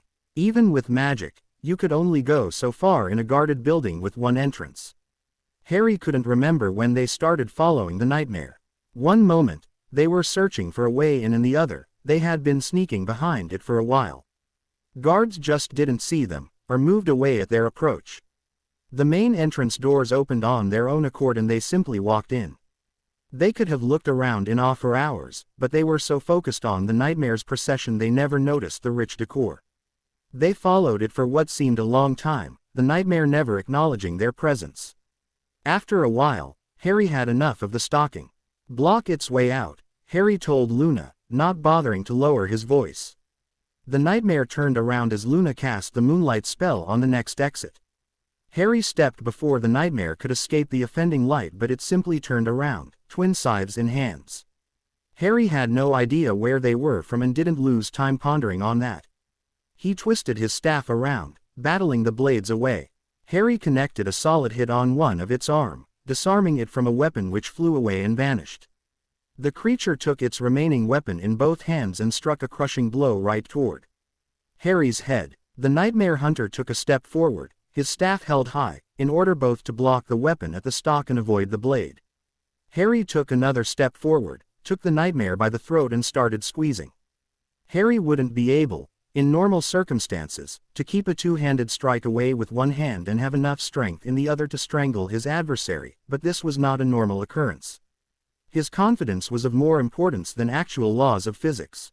Harry tightened his grip, wishing to break its neck before 4 bony fingers racked against his, cutting flesh and drawing blood.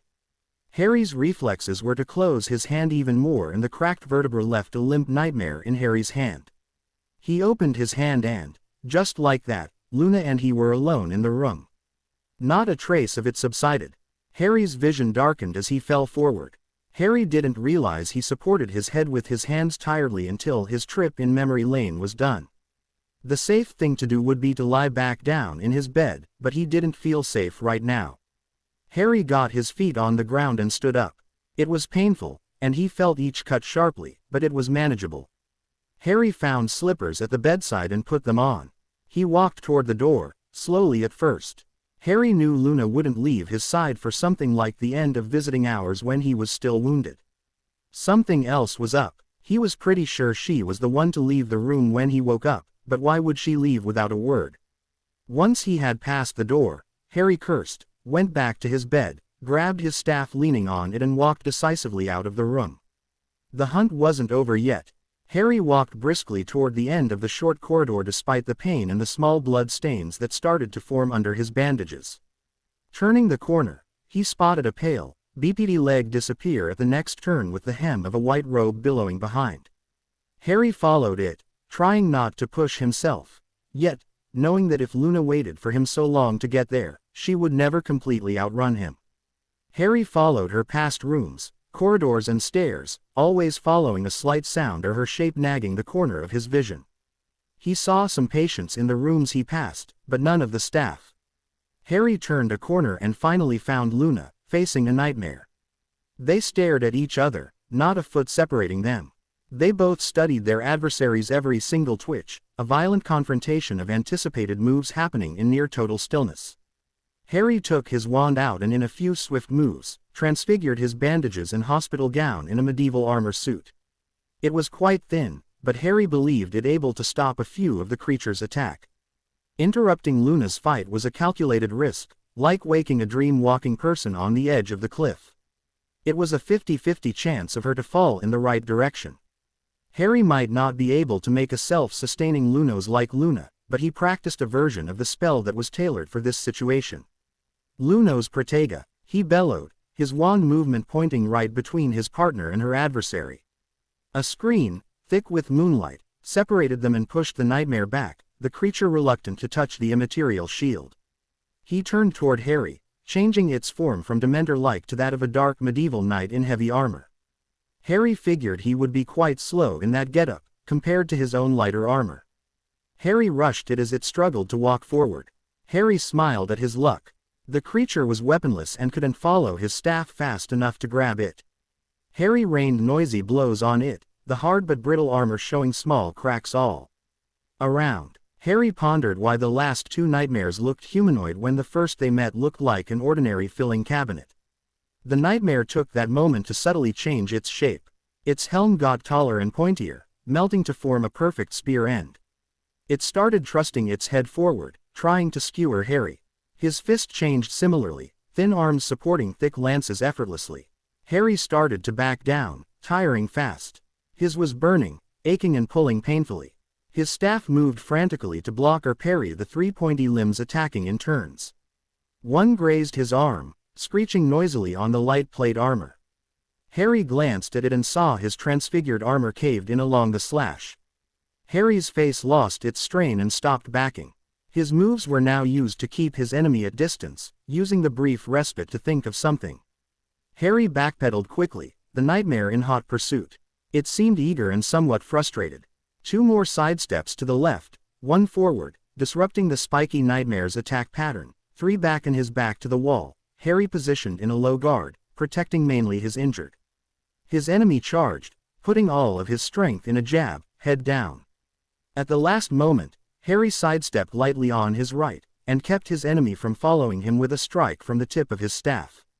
The pointy fists and head pierced the thick wooden wall effortlessly and stuck in the stone reinforcement behind. It was trapped. Harry swirled his staff, turned on himself once and launched the momentum on the nightmare's exposed neck. The body fell but never reached the floor. It vanished between 2 blinks of the eye. Harry's armor changed back in a ruffled hospital gown. The tired boy stood only thanks to his staff and Luna who just rushed at his side, under one arm. "Let's go back to your room, Harry, it's over. For some reason, the nightmare we beat in the government building followed us here. It was like an unended dream. The nurse couldn't cure your cut with spells or potions. It was like a cursed wound. I hope that now that it's gone, it will be treatable." Harry never got to hear Luna babbling. He must have been even worse than he felt. He let himself be led away and laid down gratefully in his bed. "How long was I out?" Luna blinked twice. "Only a few hours. We're in the same night that we went in the government building." Harry nodded. He felt a bit disconnected. That must be what a jet lag felt. A nurse walked in and saw Harry's bloody bandages. "Mr. Potter, I hope you didn't try getting up in your state. The wound is dangerously close to rip you open in 4 places. We'd be shoveling your insides from the floor if it ripped." Harry's blood left his face at once hearing this. "I'll be good, I swear. Could you try to close the wounds again? I think the curse on it is lifted." The nurse muttered something before turning back. "I'll get Healer Trani for another try. Just stay put." Her footsteps quickened noticeably to a jog when she left the room.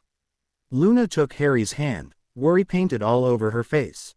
"You were waking up when I felt the nightmare coming back to finish you off. I went after it, as if in a daze. I knew that if I found a chance for a clean hit on it, I could hurt it decisively but so could it. It knew that too. We were in a lock when you showed up." Harry nodded. "No shards?" he asked. "No shards. It was strong all on its own. I hope not to meet too many like this one," she admitted. "Get used to it now that we might. We simply need to get better." Luna nodded, taking her leather notebook just as the nurse and healer entered the room briskly. They cut Harry's bandages and as Luna buried her face in her book, fumbling for a feather in her bag, Harry finally took in his state. It was a miracle it held for the fight. Maybe was it the dream-like reality of the fight against the nightmare, and that he never considered it happening that saved him. As the bandages were removed, blood swelled over the labored flesh that his became. There was nothing to argue about it. Street Mungo's painkillers were top-shelf stuff. He should be hurting so much more. The nurse did the dirty job of closing the flesh together after generously spraying a mist of golden potion over his flesh. Healer Trani then used a flesh-mending spell of some sort and closed the gaps swiftly. Harry was given a blood-replenishing potion during the procedure that lasted a total of 20 minutes. The nurse cleaned his pink tinted carefully with a damp cloth. He was back to his normal, trained fit self. "Healer, sir," spoke Harry in an amazed tone, "this was incredible work. I knew the personnel at St. Mungo's could cure anything that wasn't dead yet, but seeing it is amazing." The healer shook his head tiredly. "Such medicine cannot be afforded to just anybody. 100 things could go wrong with the treatment I just gave. Since you are the heir of Black, we know that your health coverage will pay the cost of the Felix Felicis we sprayed you with before proceeding." Harry's eyes bulged hearing that. It looked bad, and taking it from them, it was actually worse. "I well thank you, I guess. Thanks a lot. Just doing our job, I guess. If only more potions masters existed to brew more of this for medical purpose," Healer Trani sighed. "You shouldn't even have a scar left, but we'll keep you in observation, just in case you were really unlucky and overpowered the potion." Harry swallowed loudly. "Did it ever happen?" "No," shrugged the nurse, "but it only need to happen once to someone, at a bad time, don't you agree?" "I do." Harry nodded strongly. "Thanks again." As the medical staff left, Luna finally raised her eyes from her journal. "I took note of what happened tonight. Anything else to add?" she asked, back to her usual calm self. "I do, actually. I felt the nightmare eager to finish and frustrated. I think it didn't like to change form depending on my surface thoughts. The process might not be voluntary of them. They might have a limited span of time to subdue us too." Luna chewed on her feather for a while and nodded. "It might be worth looking at. I'm pretty sure Mother would be interested." She dotted a few more notes and closed her journal. She walked to the left side of Harry's bed, made sure the sheets were scourgified of any blood stains and climbed in. Luna. I know the chairs can't be that comfortable, but we're short on visions, Harry. You know we must sleep in contact of each other's to trigger them," countered Luna lightly. "Ha, yes, of course. Make yourself comfortable, then," Harry said, suddenly acutely aware of Luna's body cuddling closely. He could have said that holding hands was enough, but the chairs really looked uncomfortable to sleep in, and the bed had not much space to begin with. Harry drifted to sleep and barely heard Luna whisper, as she probably thought him asleep already. "Don't ever scare me like that again, Harry, never again." Harry woke up early the next day, feeling better than expected. He shook Luna awake gently, and she went for her leather-bound journal even before her eyes were open. Harry noticed his room had access to a private bathroom and decided to take a much-needed shower while Luna put her visions up to date. It felt good, and he felt as if he washed all the blood away with scorching hot water. He wrapped himself in a towel, went to the main room quickly and retrieved his ruined clothes. Luna never looked up, but he could swear at a glance that her face flared red when he got in the room, his long hair still wet and dressed with the simple white cloth. Probably wasn't he any better. She closed her book in a hurry and mumbled something about a shower too. The door closed hurriedly and the water started running shortly after. Well, that wasn't awkward or anything, Harry thought. He dressed up as much as he could, cutting his shirt down the front totally, since it showed his belly entirely anyway. He laid in his bed, hands behind his head, and let his thoughts organize his day. He felt it wouldn't be of much use, as he bet the events of the night prior would trigger an inevitable chaos. Luna's shower stopped not a moment too soon. Seconds after the water stopped, Harry's current guardian entered his room, already throwing a calculating look at his nephew. Harry was clearly surprised at first but realized it should not be that unexpected, as he was Lord Black's charge after all, and Sirius must have been contacted minutes after his arrival. Without a word, his godfather conjured a chair and sat at the side of his bed. "Dear Harry, you made quite a commotion, rushing in the middle of the night with such a wound. I never saw it, but the healer in charge told me it was quite severe and required special treatments," Sirius said on a regular conversation mode.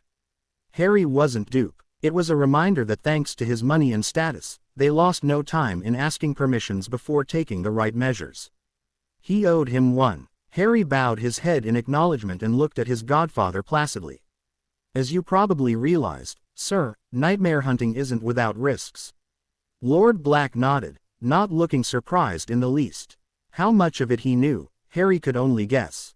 "The staff heard strange things last night. I was called to be informed of your injury, and, minutes later, that you disappeared from your room after a failed attempt to close the bleeding wound on your." A bit later, your friend Luna, whose absence is quite noticeable by the way, called for the healer and treatments went as well as magically possible. Sirius leaned back in his chair and simply waited a moment. Luna silently opened the bathroom door, looking less tired than before, and drew her tongue to Sirius, who had his back to her. She walked to Harry's bed and sat on the edge. Harry managed to hide a small smirk. "Miss Lovegood, how nice of you to join us. I have relevant information I would like to pick your brain with. Foremost, I would like to thank you for taking good care of my careless nephew. One victory over his teacher and he think he can take on the world." Luna nodded, her face businesslike. "I can honestly say, Mr. Black, that Harry's performances are quite adequate." Harry's cheeks reddened and for a moment and Sirius was a bit put off. Very well then. I heard the staff speaking of the moments that followed your disappearance. It has all the merits of a ghost story. Sounds of footsteps in empty corridors, of battles like two furious knights in full-plated armor going at each other's, visions from the corner of the eye of a girl in a light summer dress, walking barefoot, cold spots and Merlin knows what else. Luna looked at Harry, and Harry at Luna. They were both frowning. Now that they thought about it, the hospital was curiously deserted of all staff back then. How bad is the corridor we fought in? Harry asked, a thought nagging at him. No damage was reported anywhere in the building, frowned Sirius. Luna bowed her head, got up and took her leather-bound journal in search of past experiences. Do you have an explanation for this? Harry asked his godfather. The latter rose both hands up. I think you currently know a lot more about nightmares than I do. I don't know of any magical force that, once gone, restore everything back to its original state. Luna frowned and was about to ask something when a light and cheerful knocking had them turning toward the door. A middle-aged woman with fashionable spectacles, dressed in garish colors, stood at the door with a sickly sweet smile stretched on her lips. Her eyes had Harry thinking of a shark which just smelled blood. Dear Sirius, my friend. How is your charge? The wizarding world is in chaos since the morning edition. Harry Potter in critical condition at St. Mungo's may have been a tad overdone, from where I'm standing from. Harry's brain sped up to incredible speed, especially with the kind of night he had. This couldn't be anyone else than Rita Skeeter, the Prophet's ace reporter and serious informant of anything mundane happening. Harry doubted Rita had a spy in the night staff of St. Mungo's, but then again, he saw stranger things. The most probable theory is that Sirius invited her. He would have to play friendly, and let his godfather put the pace. At this particular moment, he had no need, reasons or interests in opposing his godfather. You must be Miss Skeeter, Lord Black's friend, he said on a weaker tone than before. As for my wound, I would say that it was quite an accurate description. I would have been in serious trouble without Healer Trani's fabulous skills. Rita's eyes sparkled, the scoop she was baited with sounding juicier by the minutes. Really? How serious are we talking about? She asked, conjuring a chair at Sirius' side. Harry slowly opened his made-up dress shirt, showing the very distinctive ripping of a claw wound and that the pink marks weren't a bad dye job. Rita's eyes widened noticeably, horror and excitement fighting on her face. Oh Harry, my poor boy. Who would do something so cruel to such a sweet young man as yourself? She asked, quickly pulling a parchment and quill from her purple purse and putting them on a desk meant for flowers pots. She sat just beside it. Rita, Sirius scolded with a light smirk. Poor Harry was up all of last night fighting nightmares for the security of all Britain. Don't tire him off too fast with your questions. Hidden words. Ask me, not him. I have answers ready and there are things I don't want to be public just yet, Harry thought. Fighting nightmares. Dear friend, don't jest with me. Those things are unkillable. None have ever been able to face one and live to tell the tale.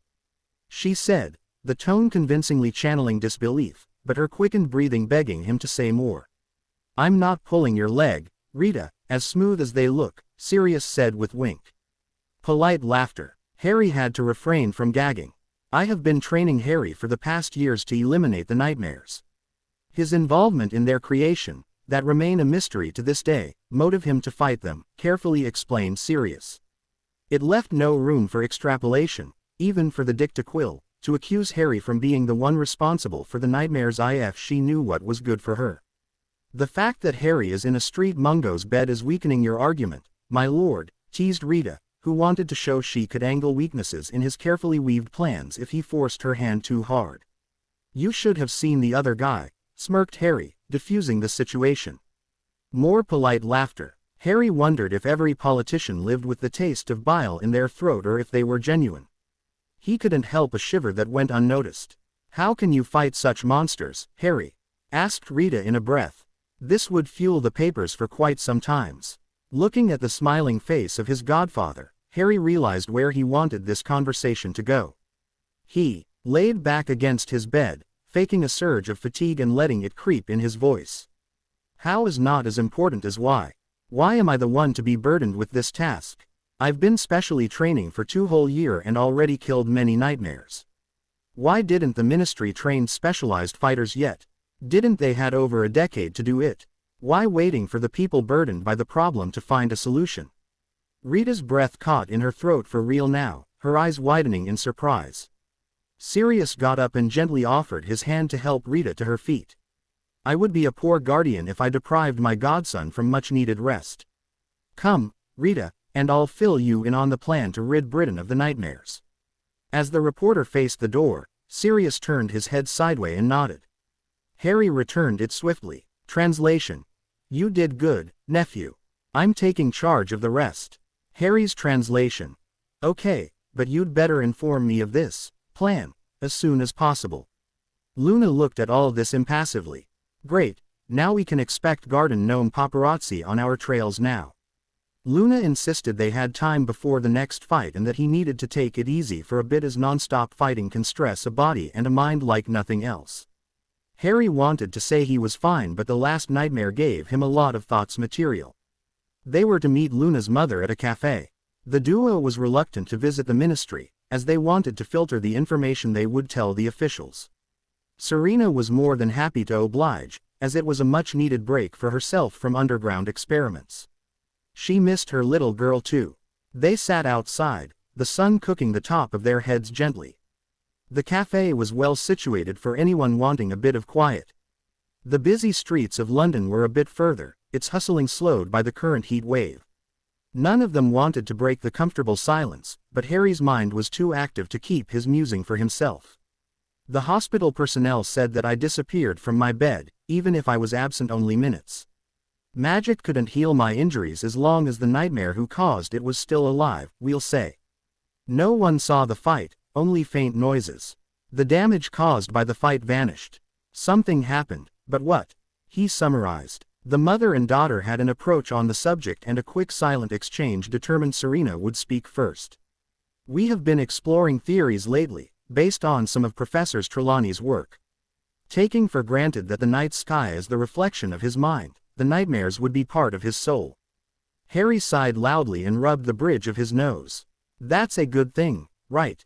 Each time I destroy a nightmare, a part of him die, right? It is undoubtedly a good thing, Luna said, but it implies a lot more. The foremost question would be, why didn't his soul departed when he failed a death curse? If it rebounded on him, like the popular belief goes, he shouldn't be roaming around, in any form. Harry looked at Luna and her mother. Something keep his soul anchored to this world, then. What could do that? Harry asked curiously and disgusted. We don't know yet. We've got a whole team of unspeakable on this. You understand that this kind of knowledge must be kept under wrap, Serena insisted. A way to keep your soul around makes it easier to come back in the case of. Serena rolled her hands around, searching for the right expression. Death, Luna completed simply, before taking a sip of her latte. Harry felt a lot more tired suddenly. Would it mean Voldemort could come back even if he solved the whole nightmare mess? What about the invisible fighting part? Was I apparated in a pocket dimension of something? Harry asked, feeling a bit blasé. Serena blinked twice and Luna smiled brightly. I told you Harry was smarter than he looked, Mother. Luna quipped. How did you guess, Harry? Harry looked at both of them, unblinking. Was there anything to be surprised of anymore? Guts instincts, Harry deadpanned. What else have you figured out? The nightmares draw your physical self in a dream dimension. No changes made in the environment should cross, so knock yourself out. It explains how the nightmares can bypass laws of physics and magic alike, Serena said, in conference mode. One good news, at least. What about the shards? What are they exactly? Shard of a dream, Luna said with finality. Serena looked a bit lost. Luna, we have no evidences, we made no successful analysis on it and none, other than the two of you, can even hold one. You can't just assume. It is the shards of Voldemort's greatest dream, Luna stated, staring at her mother with unnerving intensity. Serena couldn't hold her stare. Nightmares looking for shards of a dream. I guess that opposites attracts even in this case, Harry shrugged. He learned not to contradict Luna when her stare turned too hypnotic. Serena shook her head, defeated. They needed more data, more research, but they had no other leads anyway. I may have a solution for the shards issue. The more of them are in one place, the more nightmares should be motivated and empowered. You can't possibly fight nightmares as strong as the last one on a regular basis. We'll go home tonight as I've got something set up in my lab. Luna nodded and Harry held his head with his arms propped on the table. He wondered if that was all part of Sirius' plan. Dad, what are you doing? Lucius Malfoy looked up from the Longbottom's family tree scroll he paid good blackmail material for. Knowing about one's ancestry always paid off when the time came to undermine their credibility. I'm working on some social relations, Draco. What are you doing up this late? You have potion tutoring tomorrow with Professor Snape.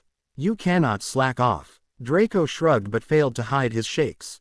He slowly walked to a stuffed chair and sat beside the fire, near his father and facing the door. It was beyond suspicious. I just couldn't sleep, I guess. Lucius sighed. Draco was sensible, way too sensible. He would never be able to dab in the dark arts much.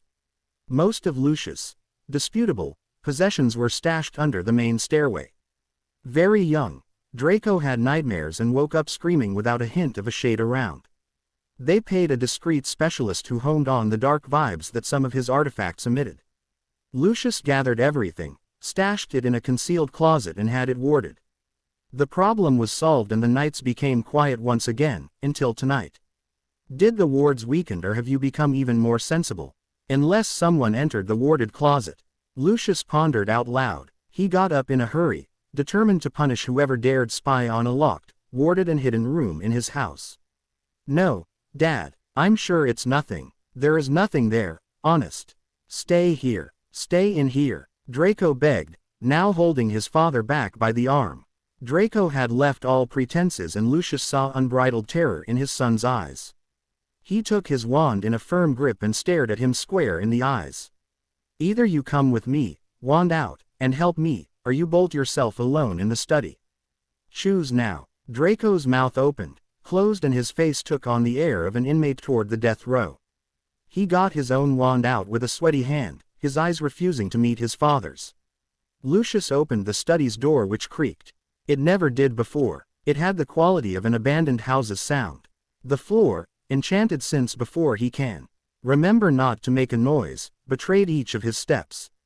Lucius walked slowly, looking at each corner of his own house who now felt foreign and hostile. A single lamp lit the main hall, hiding part of the stairway but showing clearly that the door to the warded room was wide open. Behind him, Lucius heard and felt his son's whimpering. He felt no better but the notion that he was the grown-up, the adult, pushed him to move further even if the primitive part of his brain yelled at him that age wouldn't save him. It offered no protection to what was on the other side of the open door. He felt an eternity pass between each steps to the violated cache, but reached it all too soon. He lit his wand wordlessly, as if his voice would stab the silence and what it hid, betraying his position. Light flooded the room, showing everything of no importance and failing to reveal what he didn't wanted to see. A haze, a stray movement and the clear picture of the inside of the room changed. A dark shape bent over a box and took something out of it. It had no arms, no hands he could see, as if Lucius was looking at it with his eyes crossed. It exhaled a long breath, as if relieved of something, at long last. Lucius took a better look at the object it held. It was a small, black diary. Cold ice replaced his blood, as this was an object the Dark Lord gave to him in secret with very strict instructions on what to do with it. This situation fitted none of the scenarios he gave him. The creature inhaled, and Lucius swore he could see a green and silver mist rise from the diary to the thing's head. As the thing finished its meal, Draco's whimpers were continuous, and got louder. Lucius' nerves were high-strung but he found himself physically unable to move due to the fear. The nightmare turned toward them, less definite than ever, more implacable than before. As it closed in on them, Lucius felt his fear rise even higher, his vision dimmed red on the borders and his sensations dulled to a numb cold. All he could hear now were his son's never-ending screams as nothingness engulfed him. If you die in a dream, you die for real. Harry woke up with a start, not even remembering falling asleep. What was it he dreamed again? You okay there, Harry? You look a bit out of it, Serena said, putting a new mirror on fixations.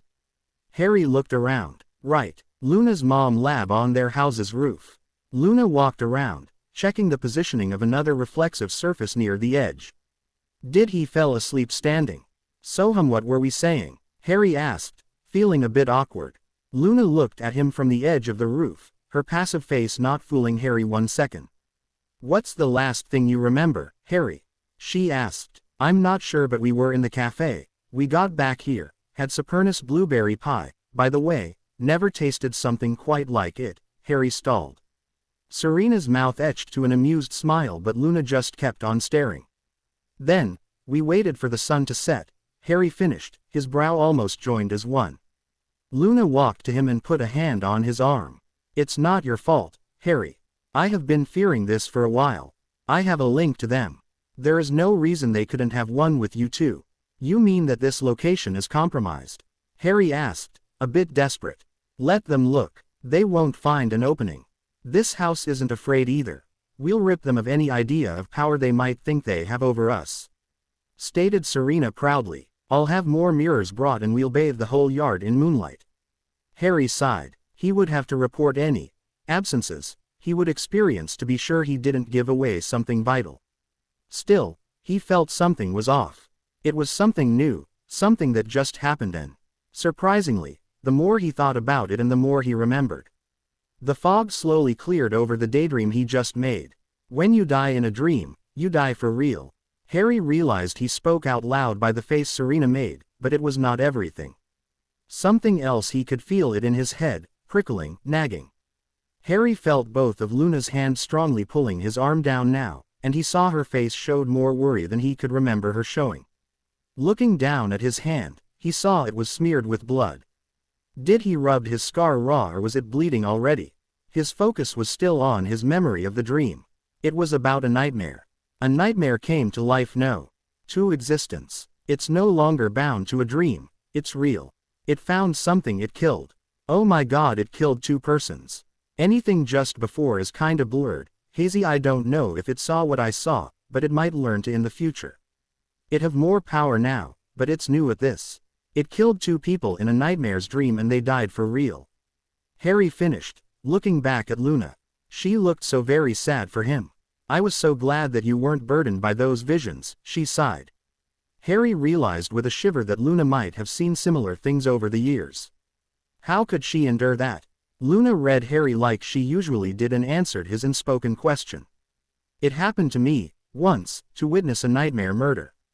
I like to think we are making a difference now. A clipping sound rang and Serena dusted her hand loudly. Okay, kids, it's ready. Put the shards in place, she said, not looking at them. Harry finally looked around and was partly blinded. He knew the theory, but seeing it was something else entirely. How could moonlight be so bright? Still, even with so much light, it didn't look like day. This light was nothing like daylight. Mirrors all around the roof and the house caught and bounced moonlight to a convergence where a crystal sat. The way it worked, the crystal received the light, condensed it at its heart and radiated it like a midnight sun. Harry and Luna looked at each other and walked in front of the crystal. They each took the dream shard they kept with them. Luna put it over the crystal and let it drop. It fell down straight, slow as a feather, and started to pass through the crystal. It stopped at its heart, visible even in the intense light. Harry did the same and something new happened. Once they were together, without a flash or a sound, they merged. It was too soon to tell if the new shard was bigger, as their size was hard to figure to begin with. This whole mess will never cease to amaze me. It makes sense in a way, but somehow it was unexpected, Serena observed critically. Harry had to wait 2 more weeks before meeting with his godfather. Luna's journal put them on a tight schedule. The first location was in the middle of the water. Luna had no clues as to how to reach the correct location in time, and she hinted it was part of finding the nightmare. They took a ferry, in the dead of the night, hoping they had the right one. They didn't. They had to travel over open water on foot. Harry knew no water walking charms, but Luna had a way around that. Unfortunately, she lacked the power to do it on the scale needed. So, Harry had a crash course on the water-repelling spell. He charmed all of their clothes with a special focus on the sole of their shoes, to repel water. It had to spread far enough to support their weight above water, but it finally worked, as long as they walked at a brisk pace. If they stopped, they would sink to the bottom dry but without oxygen. The nightmare appeared as a wave trying to knock them down. As they were both water repellent, Harry figured the wave would need to take the form of a drill to try to pierce them through the spell. What do you know? As soon as he thought that, it tried it. Harry smirked, dodged the spear-like wave, cut it from the body of the water with a sweep of his staff and kicked the water near the middle, about where the stomach of a man would be, with a lot of imagination. The water didn't splash but kept its integrity and shot right up from the kick with no common measure to the force applied behind it. Freezing spell on my mark. Go! Shouted Harry, drawing his wand. The duo's spell struck at the apex of the nightmare's course and, as it came down, Harry struck it with a thick reductor curse. It exploded in a rain of tiny chips of ice, dissipating in the water. One of the shine remained and Luna pointed in the water. A shard hovered under the surface, perfectly motionless despite the lightly waving water. Luna let herself sink slowly at its level to grab it, her other hand firmly gripping the end of Harry's staff. Harry easily pulled her up and they started the 5-mile-long walk to the shore. The next night, they chased a unicorn in a muggle forest. The nightmare was a splinter stuck under one of its hoof and it had the creature mad with pain. Luna had enough of the chase at one moment and asked Harry to turn around once they had it cornered for the 4th time. Harry did and his eyes bugged out when the very particular sound of clothes falling on the floor reached his ears. He heard Luna cajoling the beast to let her look at its hoof. When she took it out, the nightmare disappeared in smoke. Wasn't a splinter beaten when it was finally taken out. The unicorn stomped the ground in relief and licked Luna in the face, sending her giggling. It sped away, leaving Luna to gather her discarded clothes on the ground and a small shard where the unicorn stomped. They dropped both shards at Luna's place the next day. Searching the bottom of a wishing well to find the nightmare was a false coin hidden amongst the good ones. The queen's face never looked that serpent-like. Fighting a dark rhinoceros at the zoo. Back at Luna's home, crawling under a bed with a child lying awake in it, scared shitless of the strange noises in the room. Causing an incredible racket at night in a public library, until the ghost of a past librarian had a fit, its greatest nightmare come true. The nightmare appeared in the form of unending strong whispers, the kind that are even louder than actual talking. A quick sonorous charm on the ghost who made its most professional hushing sound and the whispers were no more. Luna found the shard under the small bell librarians hate so much. Back to Luna's home. Rinse and repeat for 2 weeks.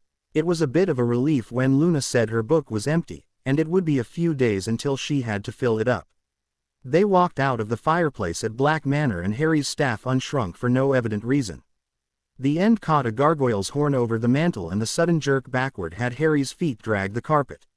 It slipped from under his feet predictably and Harry fell flat on his back, knocking the wind out of him. Some things never changed. I'd say this was a 7.5 off a 10 pointers, Harry. Try harder next time, Sirius said, closing a book at their arrival. You know how far is my desire to disappoint you, sir. I will work on it, growled Harry, getting up. Creature appeared with a crack and a slight bow. Harry painfully relieved his shoulder of the flat backpack and handed it to Creature with his staff. Thank you, Creature. We will be staying a few nights, if you'd be so kind to prepare my room and the guest room, Harry said. He couldn't treat someone who did his laundry and cooked his food with disdain, even if the elf wasn't the most pleasant one to be around. Yes, master, I will set Tinny to the task, sir, he answered with a polite bow. Miss Lovegood, it is always an exotic pleasure to meet you, started Sirius, but losing the momentum of his tirade when Luna inserted her 2 cents in the smallest pause in his speech. The pleasure is always greater after a long absence and I wished I could have made this a bigger one, she said with a smile. Harry tried to stop his lips from smiling but he knew he couldn't keep them from trembling. So true, claimed Sirius, unperturbed. It jumps to my mind I haven't seen to your mother in ages. Oh well, if you'll excuse us, I have to speak to my nephew in private. Why don't you freshen up for dinner? Luna made a small bow at the casual dismiss and Harry sat in a sofa in a calculated relaxed stance. He was a bit tired and would like nothing more than to sprawl eagle-style on the floor, as his bed was still far away, but there was no way he would show weakness in front of his godfather. I take it you had a busy time? Asked Sirius, politely interested. That would be an understatement. The next few days will be an appreciated reprieve and a time to update other matters, Harry stated on the same tone. Sirius flashed a smirk, amused, but decided to play oblivious. I'm surprised you had the time to think of anything else on your road trip. What could put a break in your planned vacation? A vacation I planned in his back, he means, but that he was still aware of, thought Harry, feeling the slightest frustration of that day.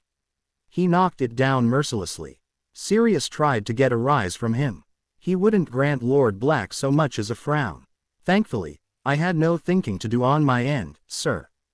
God only knows what would happen if you would, let me interfere unbridled in your business.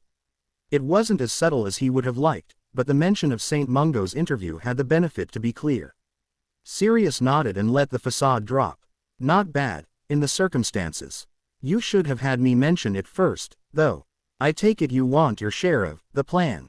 You understand that for it to work, I can't tell you the whole of it. If you taught me right, I should be able to figure out the rest, no. Nagged Harry. Smart boy, but don't think too hard, you'll burn very necessary brain cells in the process, Sirius shot back. Oh har har, spill it now, Harry deadpanned, too tired for mind games and tirades. We'll have to work on your humor too. Here's what you have to know. Elections are in 2 months. Were you aware of it?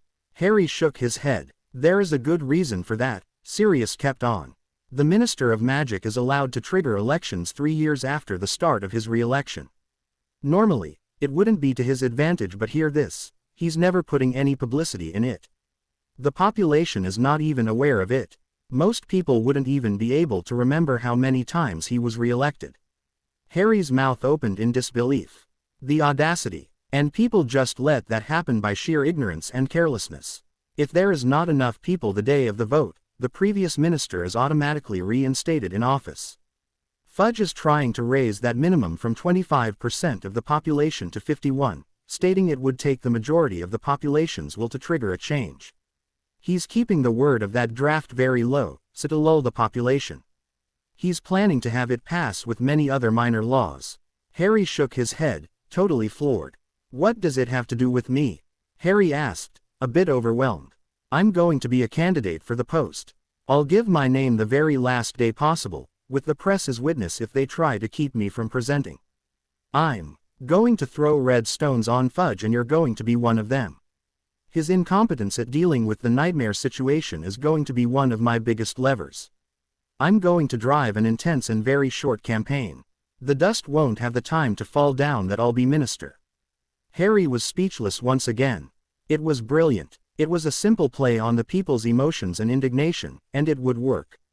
You'll have other roles further down the road once I'll be elected, but for you to play it right, you have to be informed only after my sounding victory, Sirius finished, pressing his fingers together. Harry knew it was useless to ask about what Sirius expected of him after his election if it worked as well as it sounded. All he could do was to ask questions about his role before that time and try to extrapolate from there. I have nothing against helping you reach that goal, Godfather, but how will the Pureblood Corps react to this? How can you expect support by driving the Nightmare's destruction forward? Surely they know the Nightmares are connected to Voldemort and won't act against their former master. Asked Harry. Sirius' face turned grim as he delivered the news. Lucius Malfoy and his son are dead, killed by a nightmare. It has all the obvious signs of it, but something about that particular murder got the investigation under wrap by the Unspeakables. That was shocking news, particularly since Harry could identify the murders. He was the unwilling witness. Now, if Lucius Malfoy, a publicly known Imperiist, victim of the Dark Lord in obedience, was toughly murdered by a nightmare, none of Voldemort's followers were safe. One thing was sure about the old Slytherin house, they were survivors. Right now, Harry, you are closer to the unspeakable than I am. The case is nightmare-related too. Any information you can collect might help, but I don't expect you to pry much out of them. Harry nodded. He was still shaken from what he just learned, but not enough to realize that Sirius just tried to put him in a stupor so he would obey without asking more questions. He truly was a master manipulator. Thankfully, he taught Harry well. What about Hogwarts? Surely will Fudge grill you about what your plans for the old school is, since you'll probably promise to get rid of the nightmares, Harry pondered, looking at the truth in the face. He knew he would have to go there too, someday. Don't worry about that just yet. My promises will be to fight the nightmares in the open and to search for a permanent way to deal with them, which is infinitely more than what Fudge has going on. Still, I can't blame him much. I have an ace he doesn't. I'm ready to bet my good looks that you are the only one able to battle them, with your friend Luna. For some reason, he smirked. He didn't want to say more about it, and using flattery about Luna and him was to shut him up. The next rebuke wouldn't be so nice.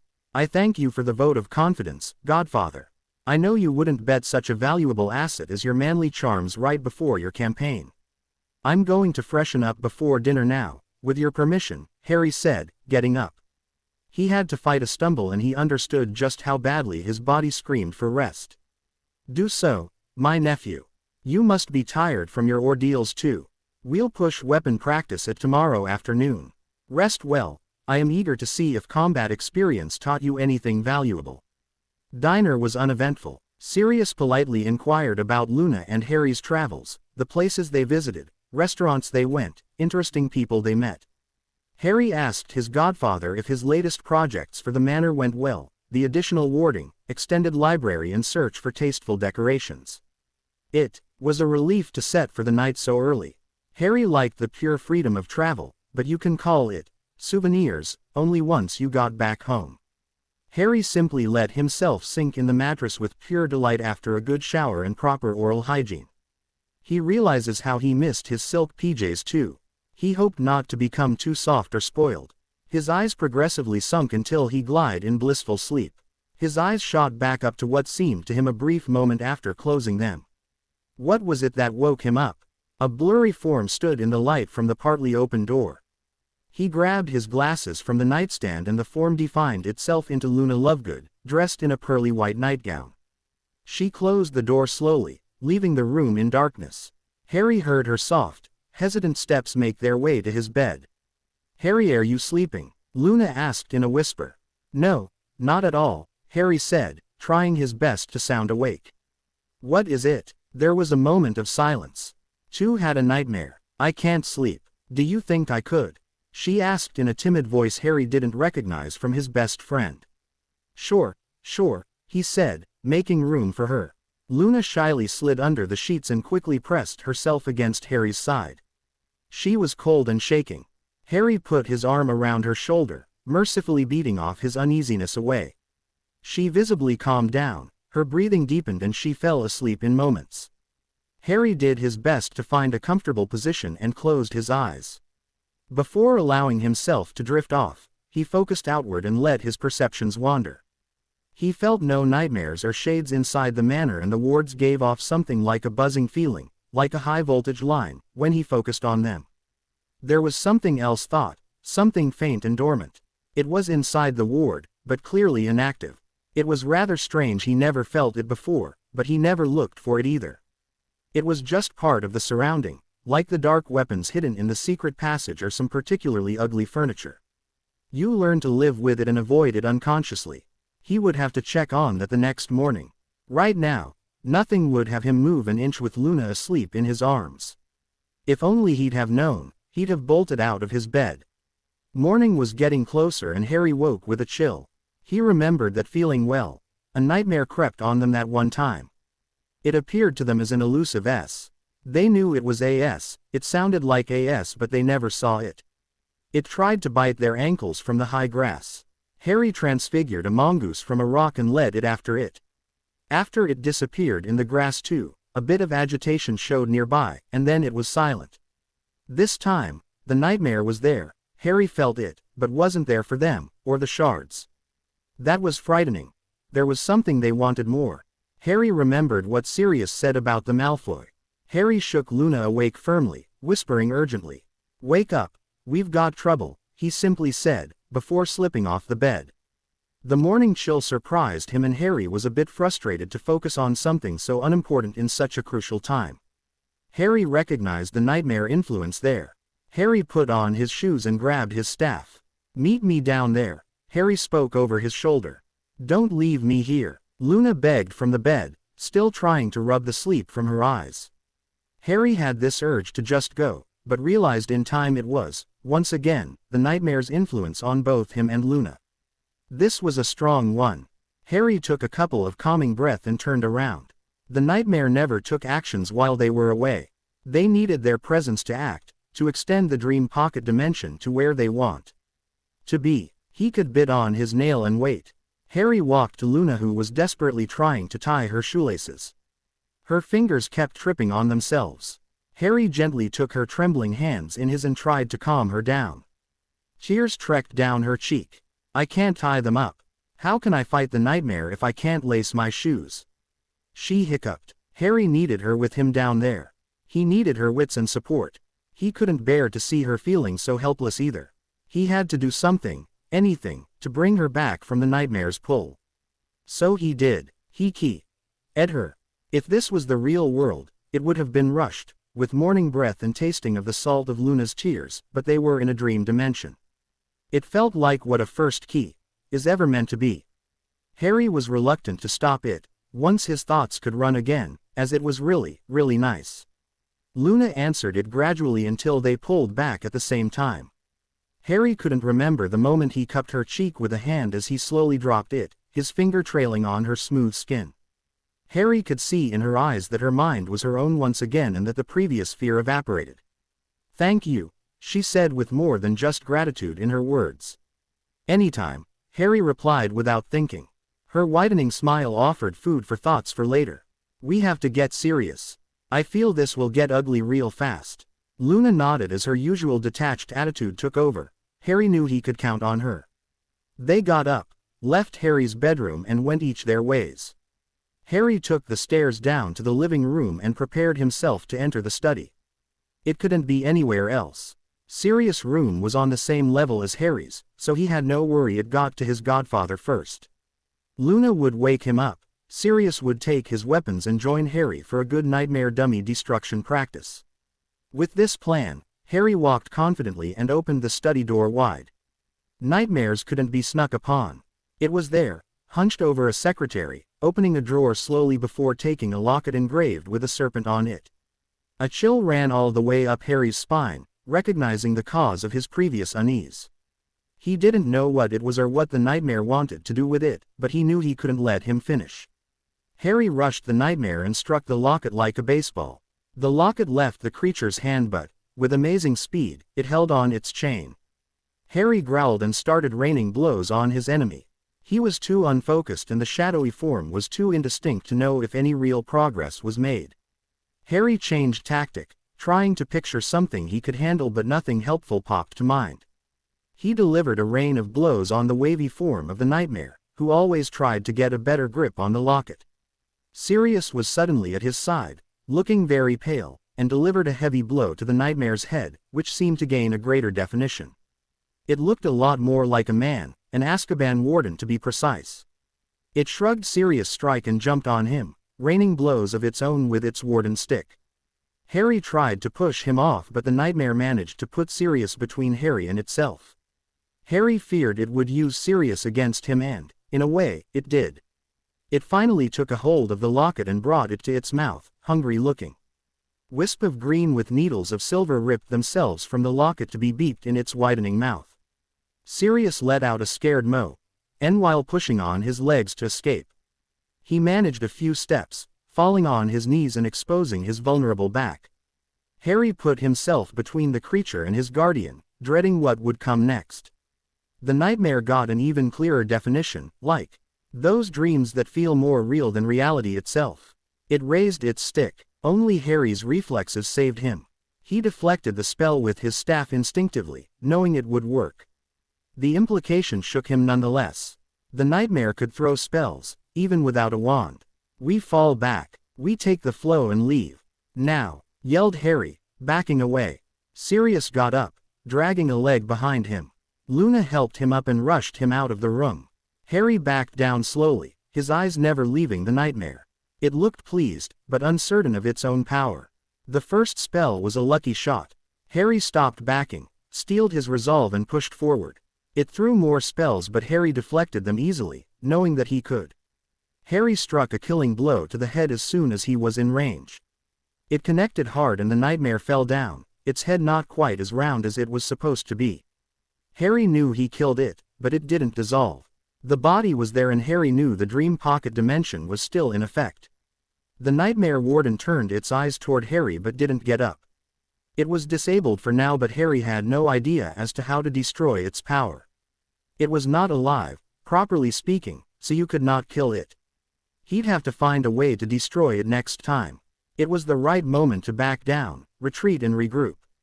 Harry went in the living room, following a bloody trail, and used the flow straight to Luna's home, the safest place against the nightmares.